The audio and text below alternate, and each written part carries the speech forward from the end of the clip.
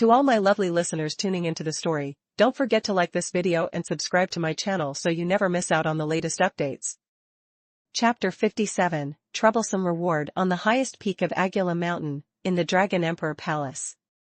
Chu Tian smiled brightly before the Dragon Emperor, awaiting his reward. However, before receiving it, young Master Chu encountered a small problem. Mr. Fladino. Thank you for curing my illness. The Dragon Emperor's voice had now completely recovered its inherent majesty, no longer hoarse. However, I need you to explain something.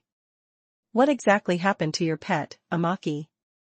The Dragon Emperor's voice suddenly grew stern. He dared to injure 7 of my level 8 giant dragons. Asterisk alone, it took down 7 level 8 giant dragons? Praise the goddess of life. Amaki, I praise you. Asterisk Chu Tian rejoiced inwardly. Asterisk what kind of power is a level 8 giant dragon? Amaki fought 7 of them alone, and it hasn't even reached its strongest state yet. If it fully grasps its level 9 power, TSK asterisk Chu Tian secretly decided, no matter the reason, even if Amaki was wrong, I'll still give it a raise. Though Chu Tian was delighted to have such a powerful magic beast, the Dragon Emperor's rebuke still needed to be addressed. Your Majesty. What happened? My magic beast is at the foot of the mountain, it has never entered Agula Mountain. How could it have clashed with your esteemed dragon race? Humph, Flado, you tell him. The Dragon Emperor gestured with his chin, no longer bothering to look at Chu Tian. His subordinates being beaten right outside his home was indeed a humiliation for a level 10 Dragon Emperor. But Chu Tian wasn't worried. If the Dragon Emperor were truly furious, he wouldn't have the chance to stand here. Perhaps he's looking for an excuse to reduce my reward, haha. Actually, both the giant dragons and Amaki share some responsibility. Flado stepped out from the ranks of elders behind the Dragon Emperor and explained the situation to Chu Tian. The dragon race was a proud and powerful species. As such, they naturally looked down on other magic beasts. Croc, a wind element giant dragon of level 8, was responsible for receiving Chu Tian during the conference. However, he also had to constantly keep an eye on Chu Tian's magic beasts. Although Croc was extremely respectful to Chu Tian, he held no goodwill towards Little White and the others. In Croc's view, Mr. Fladino possessed the superior power of a sacred priest and deserved respect, but Chu Tian's magic beasts did not have this status. Thus, his daily attitude towards Little White and the other magic beasts was naturally arrogant and condescending. Moreover, among Chu Tian's magic beasts, Little White was a drunkard, and Hanma was a glutton. These two together consumed a significant amount of gold coins every day. Hanma was somewhat acceptable, after all, it was a level 8 magic beast, so eating a lot was fine. But that lowly pet, Little White, drank dozens of jars of fine wine every day. This was unbearable for Croc. And so, Little White's daily wine ration was gradually reduced. Conflict began to brew between Chu Tian's magic beasts and Croc. For the first few days, both sides remained calm, but everything changed completely after Amaki joined Chu Tian's group. Amaki always remembered Chu Tian's command when he was absent, Little White was the boss. So when it saw that the small giant dragon, Croc, dared to bully its boss, it immediately flew into a rage. It instantly beat Croc until his face was bruised and his skin was torn. Croc couldn't defeat Amaki alone, but he had brothers and sisters. So, he called a few relatives and friends to help him regain face. Unfortunately, none of Croc's relatives were level 9 giant dragons, which led to several more giant dragons being dealt with by Amaki. Praise the goddess of life. I apologize to your majesty on behalf of my magic beast. A wise man doesn't concern himself with immediate losses. Though Chu Tian inwardly praised Amaki, this was still the dragon race's lair, and the person before him was a level 10 Dragon Emperor. How is Amaki now? In contrast to the Dragon Emperor's anger, Chu Tian was more concerned about Amaki's safety. Although it had injured 7 giant dragons, he feared it had paid a heavy price. Bring Amaki here. The Dragon Emperor snorted lightly, then coldly commanded. A moment later, several giant dragons flew into the palace, carrying Amaki, who was tightly bound. Humph. If you're so brave, release me, and let's fight a round. Despite the immense pressure from the Dragon Emperor, Amaki still glared angrily at Alistair, tugging fiercely at the magic chains on its body and shouting, "If it weren't for that monster, could you have captured me?"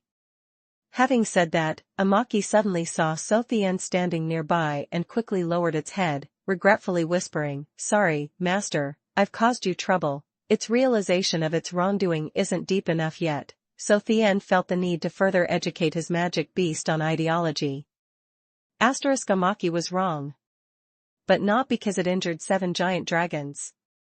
It was wrong because it fought and didn't run, allowing itself to be captured. What's the big deal about killing a few giant dragons and offending the Dragon Emperor? I don't even care about this small trouble, but losing a fight is unacceptable. Chu Tian secretly pondered how to educate Amaki, but his face still showed fear. Your Majesty the Dragon Emperor. I am willing to bear all responsibility for my magic beast.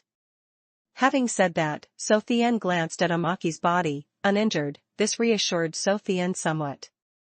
As long as it's not injured, it's fine.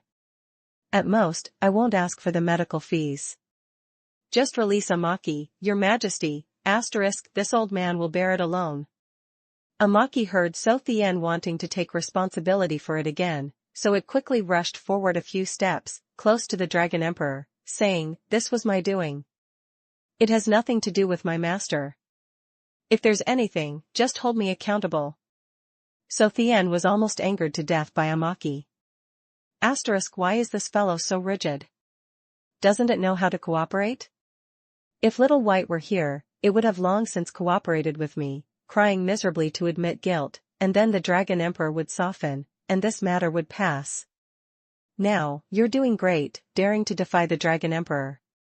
Isn't this seeking death? The Dragon Emperor was indeed infuriated by Amaki and immediately stood up from his throne. Chu Tian also grew anxious, winking furiously at Flato. "Brother, save my life." At this crucial moment, Flato, who understood the Dragon Emperor well, exerted his influence. A single short sentence quelled the Dragon Emperor's rage.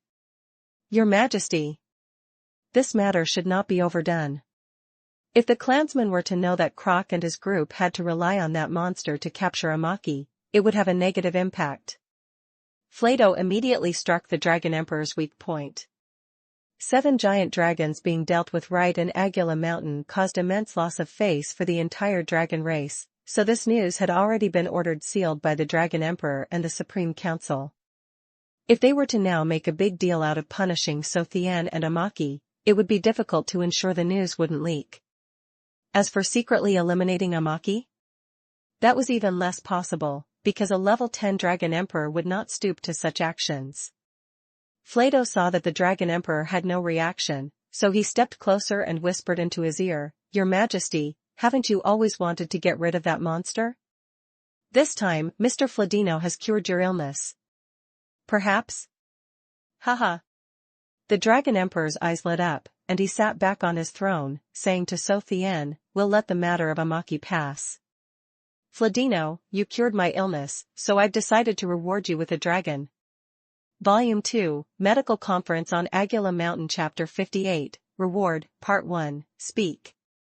The long-standing trouble had been resolved, so the Dragon Emperor was in a good mood. "As long as it's not too outrageous, I will accept." Seeing the Dragon Emperor in such a cheerful mood, Chu Tian's heart was filled with joy. This trip to Agila Mountain had been perfectly successful. Everything that needed to be done had been accomplished. There was only one last thing, to ask the Dragon Emperor to release Babasat's seal.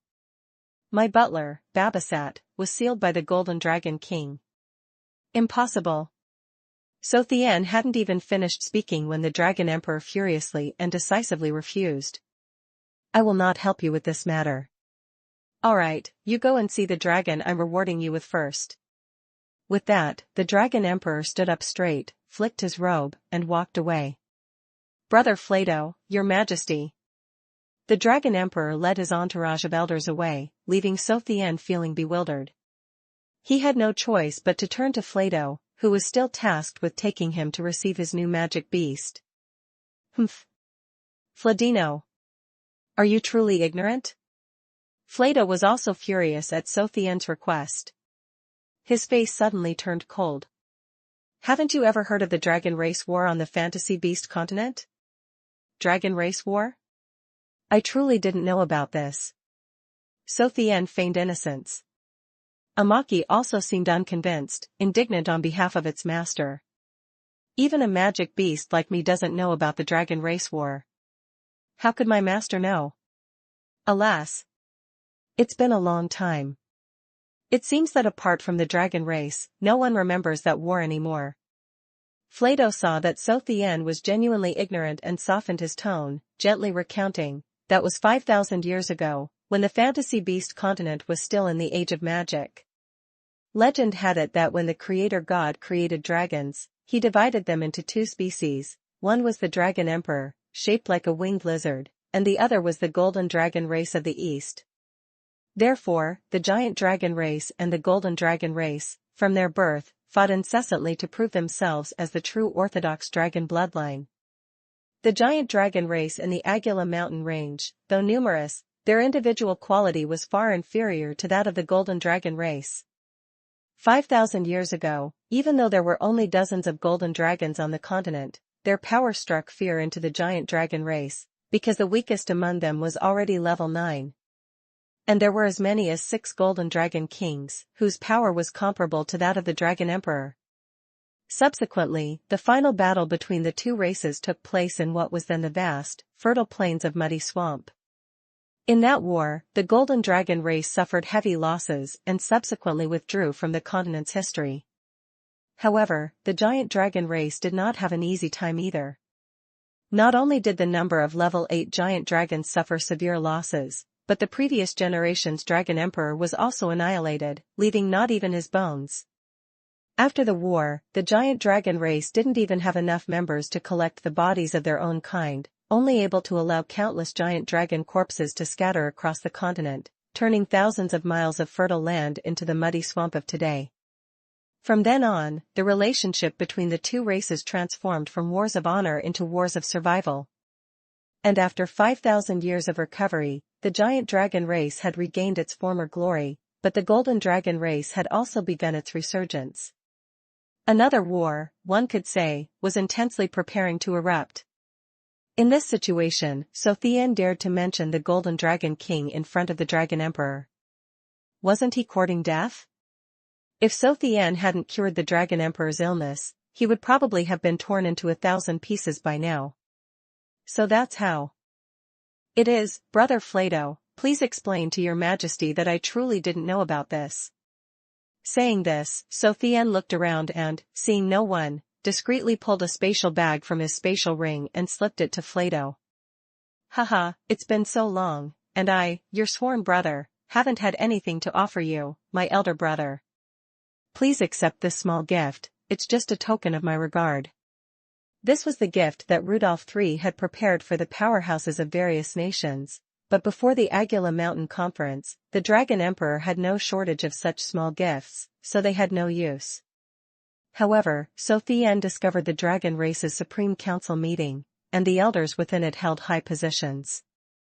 This naturally led Chu Tian to change the targets of his courtship. Haha, my young brother, you are too polite. Flato smiled as he accepted the spatial bag, secretly used magic to inspect its contents, and then contentedly put it away.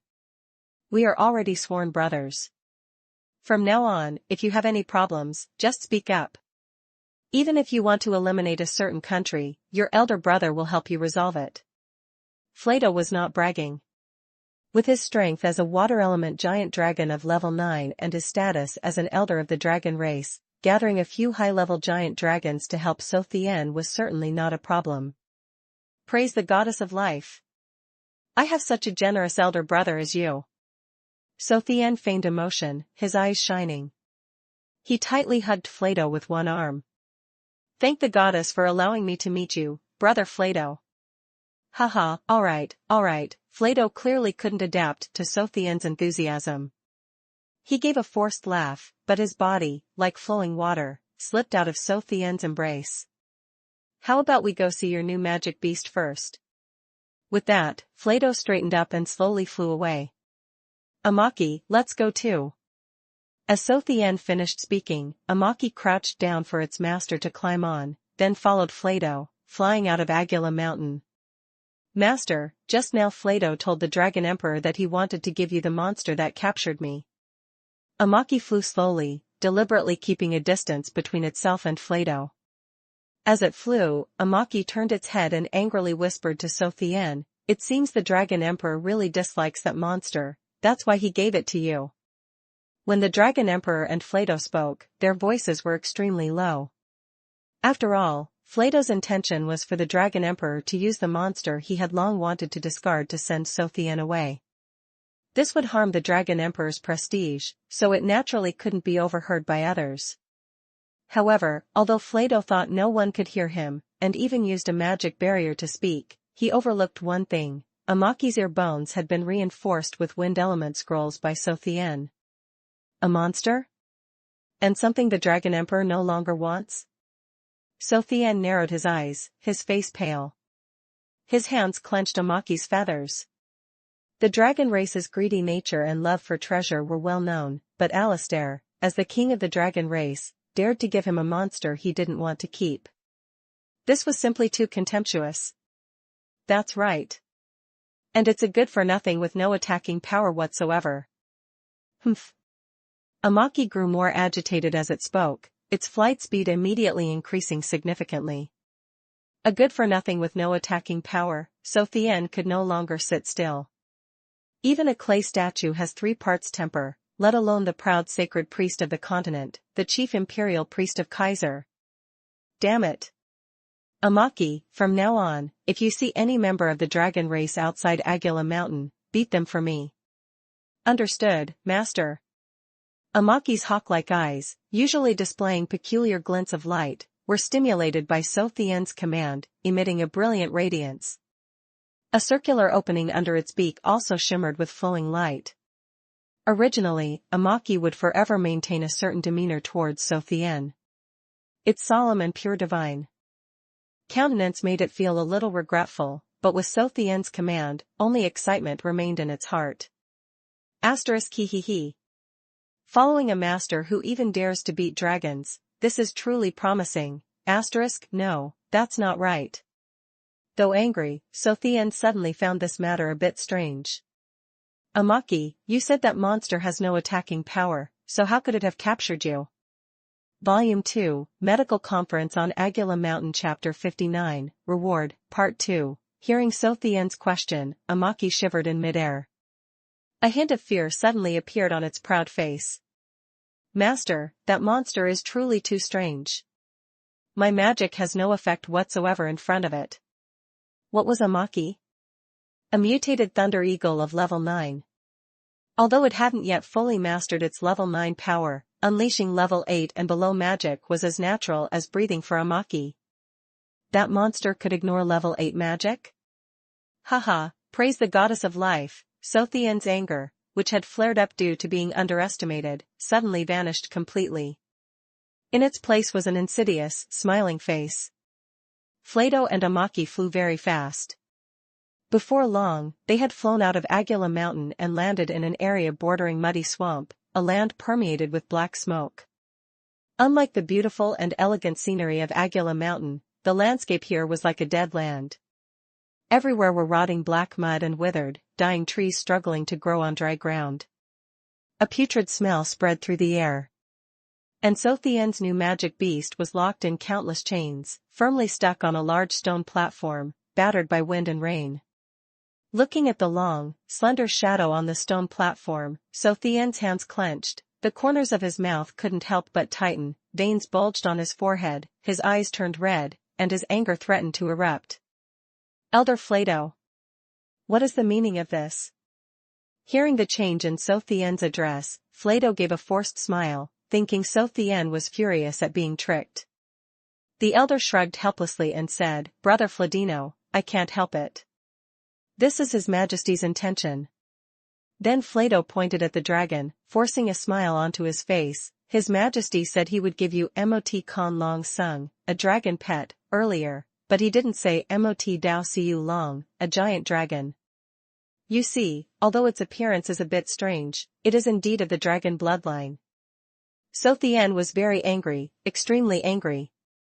But not because of the Dragon Emperor's wordplay, but because of the appearance of the dragon on the stone platform. The reason it was called Not Dao Long, a slender dragon, instead of Not Dao Long, a bulky dragon, was because, apart from having a pair of wings, that dragon was indeed a true Eastern dragon.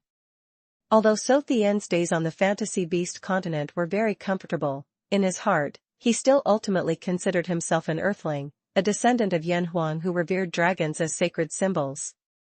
Even though that dragon had a pair of giant dragon wings, its horse-like head and serpentine body, its golden Qilin scales, its horns, and even its dragon whiskers fluttering unconsciously had awakened a piece of memory deep in Chu Tian's soul. But this most important piece of memory in Chu Tian's heart was now tightly bound on that cold stone platform, its body battered and torn, scales scraped off, wounds rotting and bloody. The leftover scraps that even pigs wouldn't eat were stuffed into its mouth. All this clearly showed how it had been treated by the giant dragon race. My young brother, I'll be honest with you. Flato moved closer to Chu Tian, indicating an apology, and patted Chu Tian's shoulder, explaining, His Majesty had long wanted to get rid of this dragon, which is why he gave it to you. Although the idea was Flato's own, playing word games with the Dragon Emperor to deceive a human made even a proud dragon like him feel uneasy. War and love could be born simultaneously anywhere, and it was the same between the Golden Dragon race and the Giant Dragon race. Thus, after 100 years of conflict, a monster with the wings of a giant dragon but the body of a golden dragon was born in Agula Mountain. Although its father and mother were personally executed by Dragon Emperor Alistair, those giant dragon wings saved it at a crucial moment, for the Supreme Council did not allow the killing of a giant dragon bloodline that had committed no wrong. Despite its lucky survival, it suffered the contempt of all members of the dragon race, not even having a name. Although, according to the tradition of the Supreme Council, the Dragon Emperor could not expel it from Agula Mountain, its status was inferior to the lowly subdragon beasts outside the mountain, and it was banished to this borderland between Agula Mountain and Muddy Swamp. Good, truly good. I accept this dragon. Chu Tian, his face pale, walked onto the stone platform, knelt before the dragon, gently stroked its head, which was as large as his entire body, and said, Can you still speak? Yes. You. Who are you? Its weak, lifeless eyes opened slightly, seeing Amaki and Flato below. Are you the master of that Thunder Eagle? Are you here to seek revenge on me? By now, Flato had also walked onto the stone platform. He glanced sideways, contemptuously saying, He's not here to seek revenge on you. From now on, he is your master. Haha. The dragon gave a desolate laugh. Does anyone still need a monster like me? Haha. You finally have an excuse to expel me from Agula Mountain. Brother Fladino, this. Flato was angered by the monster dragon but was reluctant to lose face for Chu Tian, so he turned and flew into the sky. You tell him. I'll report this to His Majesty first. Humph. With that, Flato disappeared, leaving only the monster dragon's faint snort. That bastard Dragon Emperor. As soon as Flato left, Chu Tian pointed towards Agula Mountain and began to curse and swear, You made my magic beast like this? Sooner or later, I will cripple that old lizard of yours and destroy your lizard nest, Agula Mountain. Ha ha ha. Chu Tian hurled all sorts of obscenities, but a peculiar glint appeared in the monster dragon's eyes. It burst into laughter and said, If you want to destroy that old lizard, count me in. Count me in too. Amaki also shouted from a distance. Ha ha ha ha. One person, one dragon, and one eagle on Agula Mountain laughed unrestrainedly together. If one were to compare the giant dragon race and the golden dragon race, although the former was more numerous, their individual strength was far inferior. The giant dragon's skin was as hard as steel, capable of blocking most battle chi and physical attacks, but they did not possess bodies like the Golden Dragon race, which regarded magic as nothing. Of course, the Golden Dragon race also had weaknesses. Aside from defending against magic attacks, they were somewhat lacking in physical offense. But this could not help but make many people praise the creator god's fairness. However, when creating Chu Tian's new magic beast, the creator god's fairness manifested in another aspect. In terms of defense, this monster dragon had inherited the advantages of both races. Neither magic nor battle chi could harm it in the slightest. But in terms of offensive power, it was even worse than a magic-deficient individual like Chu Tian. It was precisely because of this reason that determining the monster dragon's power became an intractable problem. If judged by destructive power, there was no object for assessment at that moment. Thus, the monster dragon remained, to this day, an unemployed vagrant without a professional certificate.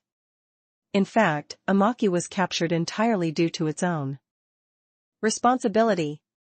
At that time it had beaten the giant dragons led by Croc to the point where they had to flee in every direction, even forcing Croc to retreat to the border of Agula Mountain.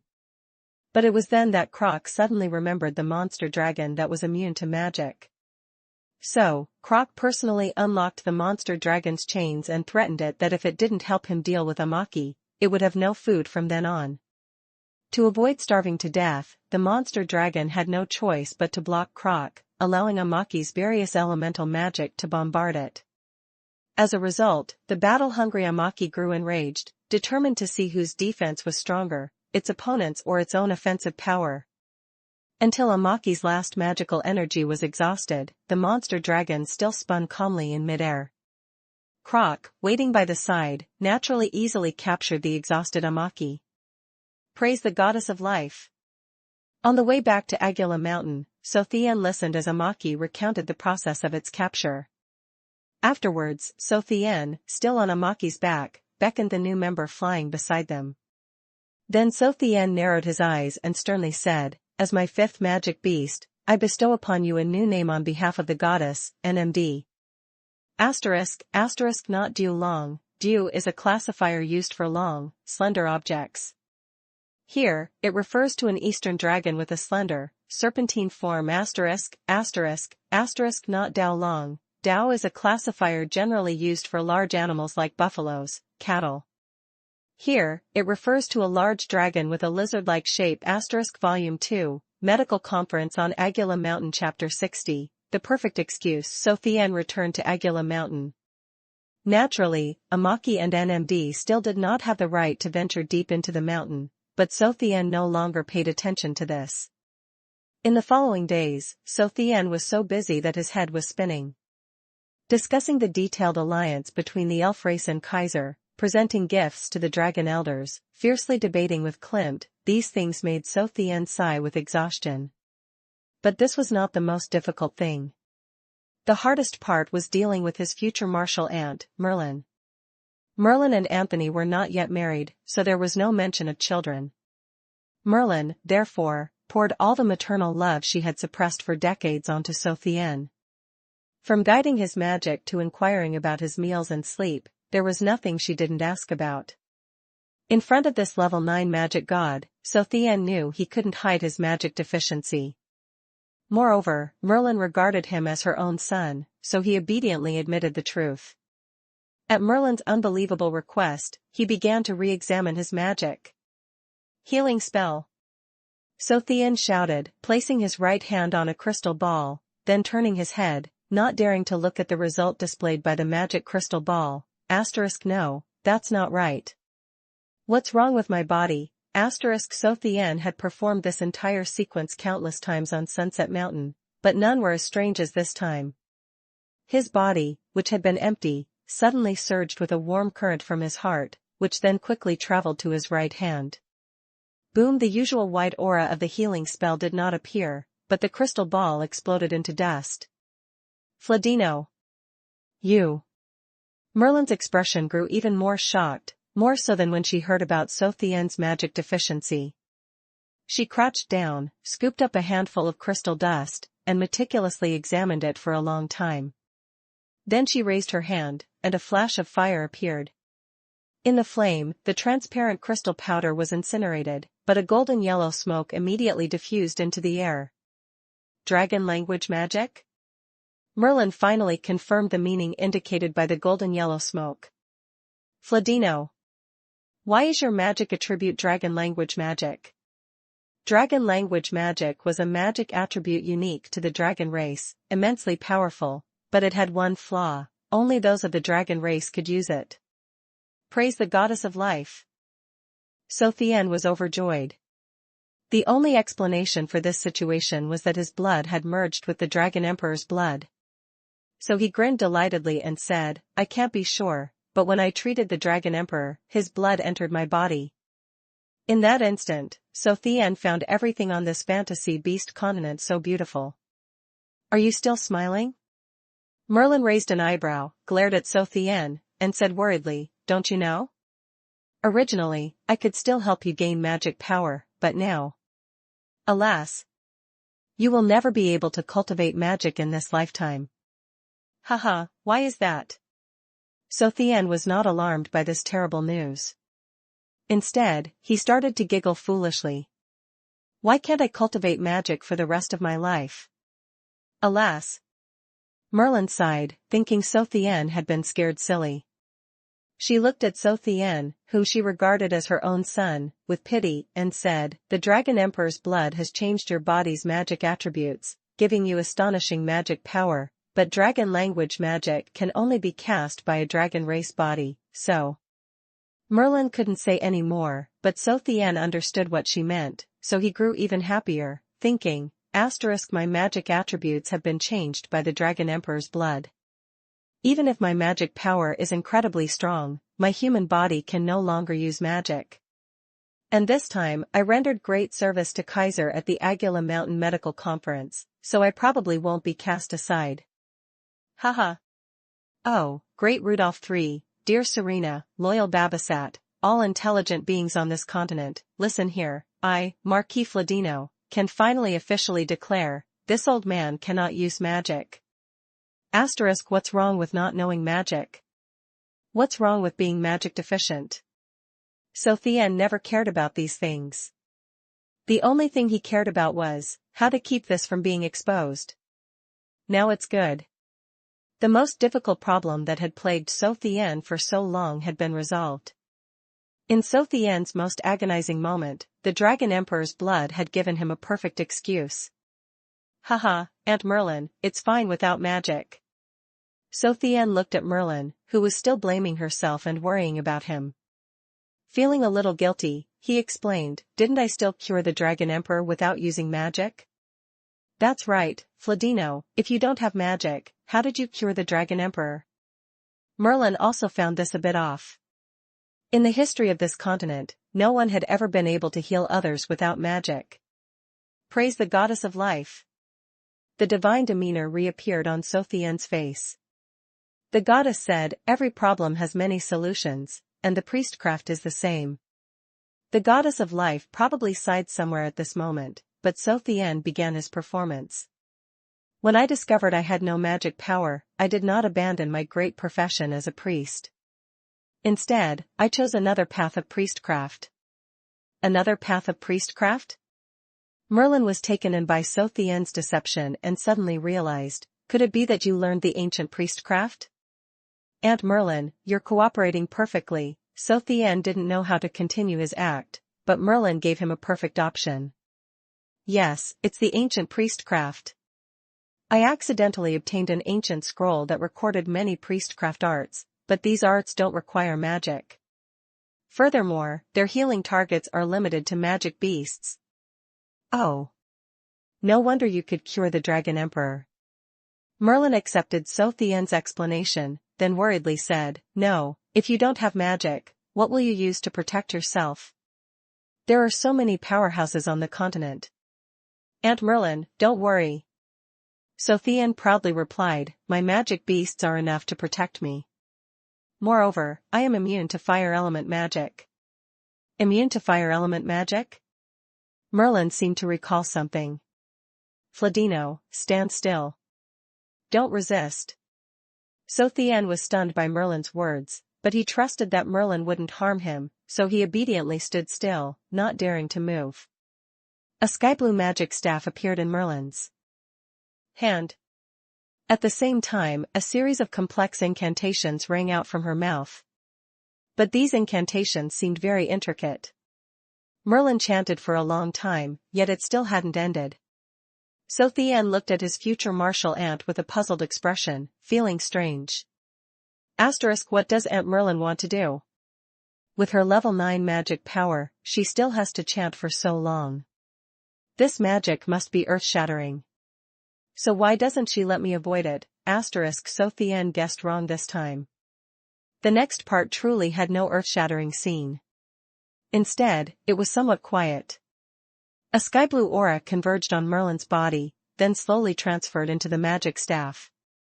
When the aura formed a large, fist-sized light sphere, Merlin's incantation also ended. Water Veil Heavenly Flower. Merlin gently uttered 4 words, then pointed the magic staff at Chu Tian. The faint blue light sphere slowly launched with Merlin's movement. Finally, the moment the light sphere struck Chu Tian, a curtain of water element light mist enveloped Chu Tian's entire body, then vanished. Merlin's face turned pale, but her expression seemed comforted as she said, "Fladino, from now on, you." "Who is it?" Merlin hadn't finished speaking when the Dragon Emperor's voice, tinged with majesty and fury, echoed throughout Agula Mountain. "Who dares to use a water element forbidden spell on Agula Mountain?" Volume 2, Medical Conference on Agula Mountain Chapter 61, Successful Deception? The water element forbidden spell, Water Veil Heavenly Flower, was the strongest defensive method in water element magic. Although it had no offensive power, it could grant complete immunity to water element magic. No one could imagine Merlin's immense power. Ordinary level 9 mages, if they wanted to cast a forbidden spell, could only do so at the cost of their lives. But there were still a few powerhouses on the continent who could preserve their lives after casting the curse. Anthony was one of them, but in return, he would age rapidly. For Merlin, the national guardian magic god of the Ersin magic kingdom, the price was only a temporary loss of magic power.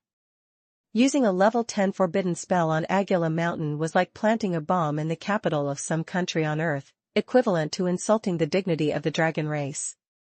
Although the Dragon Emperor couldn't do anything to Merlin, Chu Tian couldn't let go of this opportunity for deception. "To the esteemed Dragon Emperor, Aunt Merlin used the forbidden spell only for me." Chu Tian still maintained the demeanor of a divine priest, but his eyes held a hint of emotion. No one had ever helped him so selflessly before. Therefore, Merlin's position in Chu Tian's heart was now on par with Anthony's. "When I treated your highness, I accidentally merged with your blood, so my divine power now carries the nature of dragon language magic. As a result, my level 8 priest's power has become nominal. Aunt Merlin only transmitted defensive water element magic to me for my future safety." Chu Tian not only spoke but also showed immense sorrow on his face, constantly bowing his head and sighing. "Alas, I never thought your majesty's blood would be so potent, causing me to lose all my magic." But inwardly, Chu Tian thought, because of your majesty's health, I have lost all my magic. "So shouldn't you comfort me a little?" Chu Tian explained the slightly distorted truth to the Dragon Emperor, while Merlin looked at Chu Tian in astonishment. This brat originally had no magic power at all. How could he become a cripple because of the Dragon Emperor's blood? But Merlin immediately understood Chu Tian's intentions. This brat, he dares to deceive even the Dragon Emperor. He, even better than that old stubborn Anthony. You said that because you merged with my blood, you lost all your magic? The Dragon Emperor stared at Chu Tian. Clearly not yet fooled by his trick. He lowered his voice and said, "Then why did the report Scarlet Flame gave me say you were a magic-deficient individual?" Damn Scarlet Flame. "Even if you're my future sister-in-law, I'll still settle accounts with you." Chu Tian cursed inwardly, but his expression remained unchanged. Praise the goddess of life.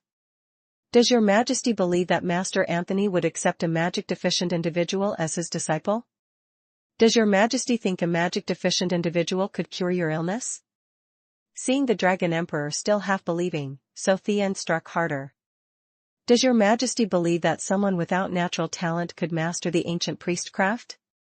Scarlet Flame once said that the Dragon Emperor enjoyed researching ancient history, and it was said that all martial arts and priestcraft of that era were profound and enigmatic, only achievable by geniuses. Therefore, Chu Tian used this method to provoke the Dragon Emperor. You see, even the ancient priestcraft, which no one understands, I understand. Can you still say I'm a magic-deficient individual? Ancient priestcraft? The Dragon Emperor quickly flew in front of Chu Tian, staring at him, asking, You truly know ancient priestcraft? Your Majesty, I can testify for Fladino. Merlin, having understood Chu Tian's intentions, naturally had to help. When he treated you, he also used that technique. So you also used ancient priestcraft to replace the Thunder Eagle's bones? So that's it. Although the Dragon Emperor was asking Chu Tian, he seemed to be speaking to himself, clearly having believed Chu Tian's words. Scarlet Flame, how could you make such a mistake? Alas, the Dragon Emperor sighed, then raised his hand and grabbed something from the air. A black book appeared in his hand. Fladino, I never thought you would lose all your magic for my sake. But it's fortunate, according to my research, many ancient arts do not require magic. I give you this book as compensation. Praise the goddess of life.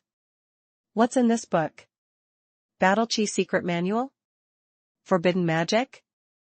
Or ancient martial arts? Chu Tian tried to suppress his excitement, trembling as he accepted the book. Fladino, I have studied this book for many years. Although I don't understand it, I can be sure that it records many powerful ancient priestcraft arts. I hope you will diligently study it. The Dragon Emperor said solemnly and dignifiedly. So he gave it to me because he doesn't understand it, Chu Tian cursed inwardly, shameless old lizard. You're giving me something useless and acting so grand about it, Chu Tian looked at the book in his hand, unable to smile or cry. The book's appearance was not bad. All the pages were woven from golden threads, and the golden characters gave it a mysterious aura. But what was hard to believe was that on the pitch-black cover, there were a few characters embroidered with golden thread, and those characters were the oracle bone script from Earth. Seeing Chu Tian staring at the book, the Dragon Emperor quickly added, No one has understood this script for thousands of years, but Fladino, since you've learned ancient priestcraft, you must understand it, right? The Dragon Emperor still felt uneasy. He didn't understand this book, so he conveniently used it to send Chu Tian away. But what if he understood it, and the book contained many secrets? Wouldn't the Dragon Emperor suffer a great loss then? Praise the goddess of life. Chu Tian forced a bitter smile. Your Majesty, I don't understand it either. Since learning ancient arts, I've never seen this kind of script. So you don't understand either. The Dragon Emperor was relieved but still encouraged Chu Tian, I believe that with your ability and talent, you will definitely understand it someday. Chu Tian was easily dismissed by the Dragon Emperor, and the medical conference on Agula Mountain naturally concluded. The next day, Chu Tian received all his magic beasts and retainers from the bruised and battered Croc and set off back to Kaiser. Elf Elder Harry and Klimt had already departed. Merlin remained in Agula Mountain for safety reasons, having lost her magic power. Babasat's seal had not yet been lifted, but after hearing about the cause of the Dragon Race War, he said nothing more, contentedly continuing his work as a butler, awaiting the day Anthony would bring him a pleasant surprise. Everyone was arranged to sit on the Boeing 747, but Chu Tian carried Little White and sat on a Maki, while NMD flew using its own wings. Seeing such an impressive entourage, Chu Tian smiled happily. This trip to Agula Mountain had been quite fruitful. He had not only befriended several dragon elders but also established relations with the elf race. The most wonderful thing was acquiring several powerful magic beasts. Chu Tian sat on a Maki's back, holding Little White in one hand, and flipping through the strange book with the other. Chu Tian had clearly tricked the Dragon Emperor. Although he had not studied Oracle Bone script, having been corrupted by TV dramas and the internet for many years, he could guess a few characters. For example, the cover of the book read, "To my dearest one," and the signatory was the goddess of life, Ali Tiz. Volume 3, The Happy Life of a Veterinarian, Chapter 62, Glorious Return, Part 1, Kaiser Empire, Pombai's Imperial Palace. Rudolf III's mood was very relaxed, extremely relaxed. 10 days earlier, Scarlet Flame had received news from Aguila Mountain, with only one sentence: Kaiser's best priest, Marquis Fladino, has cured the Dragon Emperor's illness. Chu Tian only knew that he had rendered a great service this time, but with his status, he did not yet know what this meant for Rudolf III, who harbored ambitions of conquering the continent. Although the giant dragon race stayed out of continental disputes, they could not completely abandon their greedy nature. However, they wouldn't overtly contend for gains due to their so-called dragon race dignity. Thus, they could be bribed with many gifts. In the Thatch Bow campaign 30 years ago, everyone only knew that Anthony alone saved the entire empire, but why did Anthony have the chance to save Kaiser? How could the militarily weak Reese kingdom eliminate thousands of Kaiser's high-level mages? Why did Kaiser's invincible iron cavalry lose 200,000 troops? These reasons were gradually forgotten under the arrangement of high-ranking figures. But Rudolf III could not forget. That year, the powerful Tyrone kingdom, intending to annex Kaiser, used 10 years of Reese's accumulated tax revenue to ally with Dragon Emperor Alistair. Thus, on the Thatch Bow battlefield, hundreds of thousands of Kaiser soldiers were distressed to find that their enemies suddenly had hundreds of high-level giant dragons. Human strength was no match for a large dragon army commanded by 3 level 9 giant dragons. The violent, powerful attack instantly shattered Kaiser's defenses. But Kaiser's cavalrymen, with their will to fight to the death, held off the entire giant dragon force and 200,000 Reese troops at Thatch Bow with their flesh and blood, not allowing them to advance even a single step into the border. 10 days later, few Kaiser troops remained alive at Thatch Bow, and the previous Kaiser emperor had given the entire national treasury to Aguila Mountain.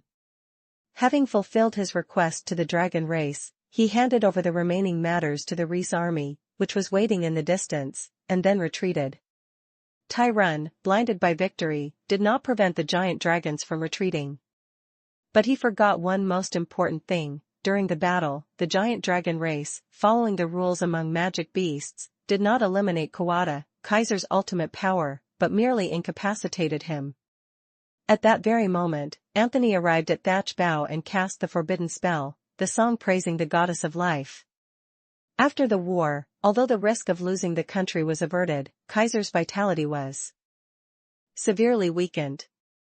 They even dared not declare the truth of the war to the populace. Even as the top court priest, Chu Tian did not have the right to know. Because if Kaiser let others know that their enemy was the giant dragon race, it would surely cause unimaginable panic. For 30 years, Rudolf III's father carried his resentment to his grave. But Rudolf III's wise reign restored Kaiser's national power, once again surpassing Reese. Yet, he dared not initiate a challenge, fearing the giant dragon race would intervene again. What was truly alarming was the close relationship between Aguila Mountain and Reese. The threat of the giant dragons was still like a thorn in his eye, keeping Rudolf III from eating or sleeping peacefully. But now, all that had vanished. Giant dragons, though greedy, were extremely proud. They would absolutely not harm someone who had shown them kindness. Therefore, Rudolf III could now unhesitatingly prepare for war, to seek revenge on Reese. Rudolf III slowly walked down the corridor leading to the main hall, idly toying with the short sword in his hand. He casually asked Greymane, who was behind him, "Old Prime Minister, Fladino has once again rendered a great service. How do you think he should be rewarded?" "Your Majesty." Greymane quickly stepped forward, bowing his head and lowering his voice. "Although Marquis Fladino has made significant contributions, he cannot be rewarded too much, nor too little." "Oh, why is that?" Rudolf III was very interested in Greymane's answer. He stopped and asked with interest, "Why can the reward be neither too much nor too little?" "Hee, I believe your Majesty must already know the answer, right?" Greymane smiled. Chu Tian was the youngest chief imperial priest in the empire. If he were to be rewarded for his merits this time, he might force several individuals in the general command to give up their positions. That would still be easy, at most, so Tian could replace Damar. But what about later? Given So Tian's current age, he might still be a powerful figure in Kaiser's court for decades to come. What if he rendered another great service in those decades? Would Rudolf III have to yield his throne to him? Moreover, the war between Kaiser and Ries was about to erupt, and what Rudolf III lacked now was a reason. Once he had this reason, a war between the great powers would be inevitable. As Kaiser's strongest priest, Marquis Fladino would naturally have to accompany the army. Thinking of this, Greymane and Rudolf III smiled at each other without prior agreement. Your Majesty, I propose temporarily promoting Fladino's title, then asking him to achieve more merits to become a Grand Magic Minister. Are you satisfied with this approach? Haha. Rudolf III nodded, smiling approvingly, but he seemed to intentionally make things difficult for Greymane. Based on Fladino's status, he is already qualified to know the truth of the Thatchbow campaign. He would naturally realize that curing the Dragon Emperor is equivalent to opening the door for Kaiser to dominate the fantasy beast continent. Is merely increasing his title too little? It is a bit little, but... Greymane looked towards the rear courtyard, where the imperial family resided. Princess Serena is also of marriageable age. Urgent report. A gold-armored guard suddenly rushed to Rudolf III. Your Highness, many magic beasts are entering Pombai City. What? Rudolf III quickly drew his short sword from its scabbard, growling, where are the imperial guards? Why aren't they stopping them? Reporting to Your Highness, those magic beasts are flying in the air. The guard hesitated slightly, then added, General Bast has ordered the Imperial Griffin squadrons to intercept, but... But what? Speak quickly. Greymane also lost patience. Such an important matter, why speak so hesitantly? Don't beat around the bush, what's the situation? But it seems the enemy has level 9 flying magic beasts, which scared away 3 Griffin squadrons. General Bast has ordered all magic beasts of level 8 and below to prepare for battle, and also request Your Majesty to dispatch Scarlet Flame or Kawada. Level 9 flying magic beasts? Rudolf III hurriedly took off his necklace and shouted into the magic stone on it, Karnas, immediately order Scarlet Flame to intercept the magic beast group over the imperial capital. However, Rudolf III's order seemed a little late. A green-black cloud had already appeared in the sky above the imperial palace. Level 7 sky-shrouding cloud sparrow? It's the beast race's air force. The situation was critical. Greymane could no longer mind etiquette. He pulled Rudolf III and ran. Your Majesty, quickly go to the secret chamber. No need. Rudolf III pushed Greymane away, looked up at the sky, and calmly said, if it truly is a level 9 magic beast, there's nowhere to hide. Your Majesty. Greymane was helpless. Indeed, under the attack of a level 9 magic beast, ordinary people had almost no chance to escape. Humph. A mere level 7 magic beast dares to cause trouble here. Along with that voice, a crimson light enveloped the imperial palace, and Scarlet Flame, gracefully, appeared in the sky. Volume 3, The Happy Life of a Veterinarian Chapter 63, Glorious Return, Part 2. So Tian looked at the high-level magic beasts flying into the sky one after another, listened to the resounding alarm throughout Pombai City, and saw Scarlet Flame's murderous aura. He couldn't help but give an awkward smile. It seems I've caused big trouble this time. When going to Aguila Mountain, So Tian rode a Zeppelin airship, but on his return, he rode a Maki, followed by NMD and the Boeing 747. They should have landed at a discreet spot outside Pombai City, then walked to meet Rudolf III. But because of Babasat's words, So Tian changed his route. Babasat said he absolutely had to show Rudolf III So Tian's magic beasts. After all, they would be considered a national power later.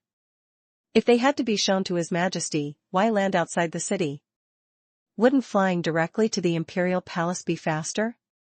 So Tian thought about it and found it reasonable. Did I just create trouble for myself? When Babasat suggested this to Chu Tian, he was sitting on top of the Boeing 747, while Chu Tian was circling on Amaki. But the Boeing 747 was truly too big. Although the two had to shout instead of speak, Carter and the three mages sitting inside the Boeing 747 couldn't hear them, so naturally, no one told Chu Tian what the consequences of flying a group of magic beasts into the Imperial Palace would be. Carter and the three mages were also not having an easy time. The four of them were responsible for protecting Chu Tian.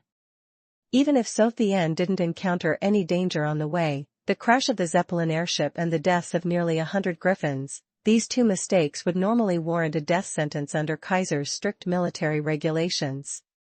Therefore, as soon as they entered Kaiser's airspace, the four gathered to discuss whether they should ask Marquis Fladino for help. Just as Carter and his group were about to reach a conclusion, they suddenly heard the alarm in the imperial capital. By the time they understood what was happening and reminded Chu Tian, Scarlet Flame was already in battle-ready posture. "It's you?" Seeing Chu Tian sitting on top of the Black Eagle, Scarlet Flame's fierce eyes immediately filled with astonishment. "How could you?"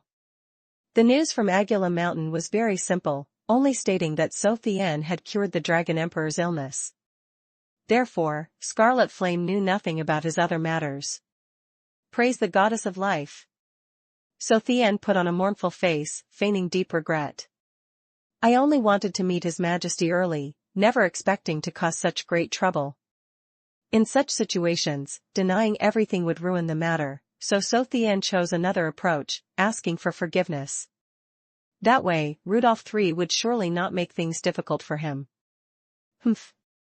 Scarlet Flame coldly glared at Chu Tian, then waved her hand, retracting the defensive magic over the Imperial Palace. "Go. Explain it to His Majesty yourself." With that, Scarlet Flame turned and flew towards Karnas's Marquis Manor. Not helping me? Humph. Chu Tian gave a sly smile and shouted towards Scarlet Flame's retreating figure. The sculptures in Brother Karnas's training grounds seem very beautiful. Scarlet Flame, who was originally flying gracefully, suddenly stopped upon hearing Chu Tian's words, falling freely for more than 10 meters before stabilizing again. But Scarlet Flame did not turn back to look at Chu Tian, continuing to fly gracefully. "Amaki, let's go down," Chu Tian said with a pained expression. Scarlet Flame was unwilling to help, so he had no choice but to face Rudolph III's anger himself. "Boeing 747, wait for me here." Chu Tian searched for a long time but couldn't find a suitable place for the Boeing 747 to land, so he had to dismount first. "Haha, Fladino, so it's you." Rudolph III finally clearly saw the person riding Amaki, and immediately burst into joyful laughter, all his earlier unhappiness vanishing. Rudolph III had always been magnanimous towards meritorious officials. Fladino had helped him deal with the giant dragon race. What was a little trouble? "Welcome back." Chu Tian breathed a sigh of relief. Fortunately, His Majesty wasn't blaming him. At this moment, Amaki also landed. Chu Tian jumped down, quickly walked to Rudolph III, bowed, and said, "Your Majesty, I only wanted to meet Your Highness early, so." "It's fine." Rudolph III waved his hand, dismissing the matter, then said to Greymane, "Old Prime Minister, go handle this." "Yes, Your Highness." Greymane glanced at Chu Tian, then bowed and withdrew. He understood that Chu Tian was now a meritorious official and naturally could not be punished, so he resigned himself to cleaning up the mess for him. "Fladino, this is..." Rudolph III pointed at Amaki, finding this majestic magic beast very interesting. Even his greed was evident in his bright eyes. Rudolph III had carefully observed Amaki and Scarlet Flame's confrontation earlier. A magic beast that could contend with Scarlet Flame, what did that mean?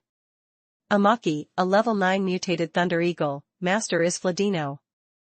Amaki's gaze swept over Rudolph III, who was standing below its belly, and it said indifferently. Level 9? Master is Fladino? Rudolph III felt blood rushing to his head. A moment later, ha ha ha ha ha. Rudolph III finally couldn't help but burst into laughter.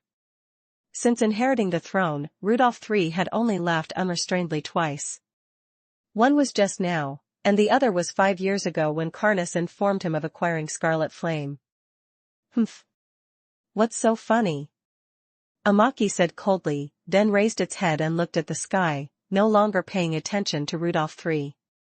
If Chu Tian hadn't been there, Amaki would probably have turned the laughing Rudolph III into a sieve.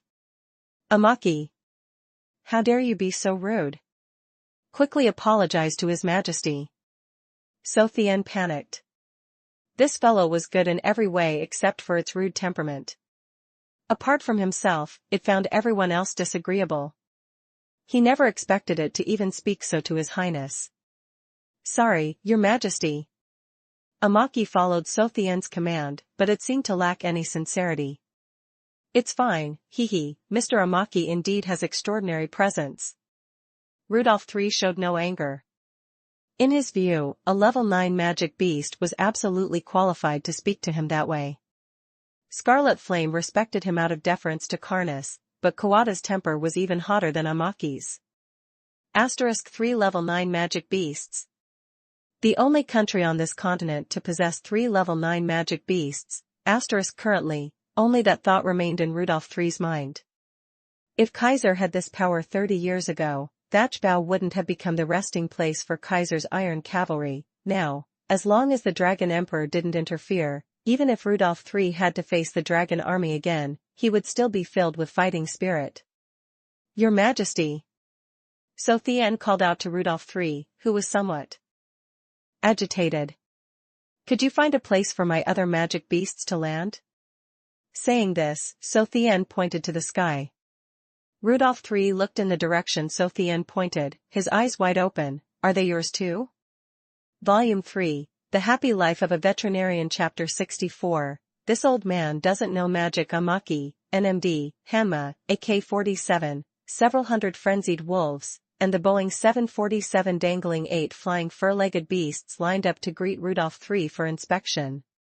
To allow the Boeing 747 to land, Rudolph III had to expend considerable effort, mobilizing the army to clear a wide open space in the Imperial Palace. But even so, it was still quite cramped.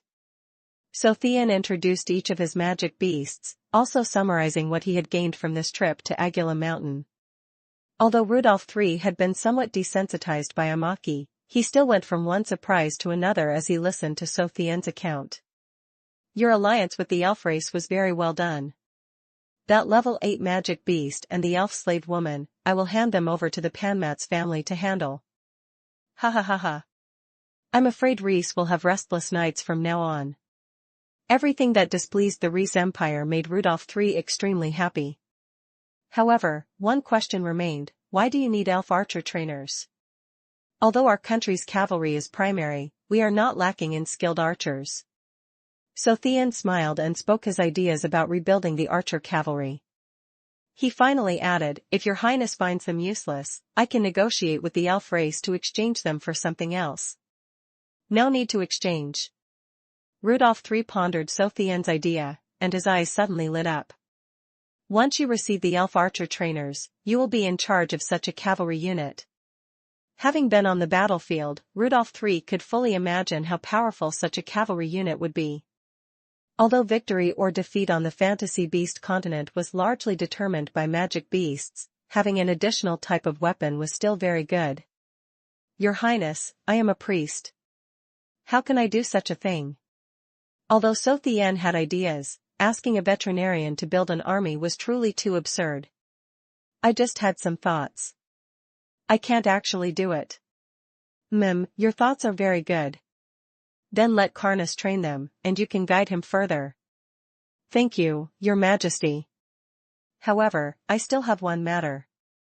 After listing his achievements, Chu Tian put on a pained expression. I wish to resign as the current chief imperial priest. Although he said this, it was actually Chu Tian's tactic of taking one step back to take 2 steps forward. He wanted to probe Rudolph III's reaction. This young master so doesn't want to resign. This position is associated with an annual income of tens of millions of gold coins. What did you say? Rudolph III looked at Chu Tian in astonishment, frowning. Why do you want to resign? Never before had he heard of someone wanting to resign after rendering great service. Usually, it was about being promoted. Praise the goddess of life. Chu Tian shook his head, lamenting, Your Majesty, although my magic was unstable before due to the influence of Scarlet Flame's blood, I still had the power of a level 8 priest. But now? What about now?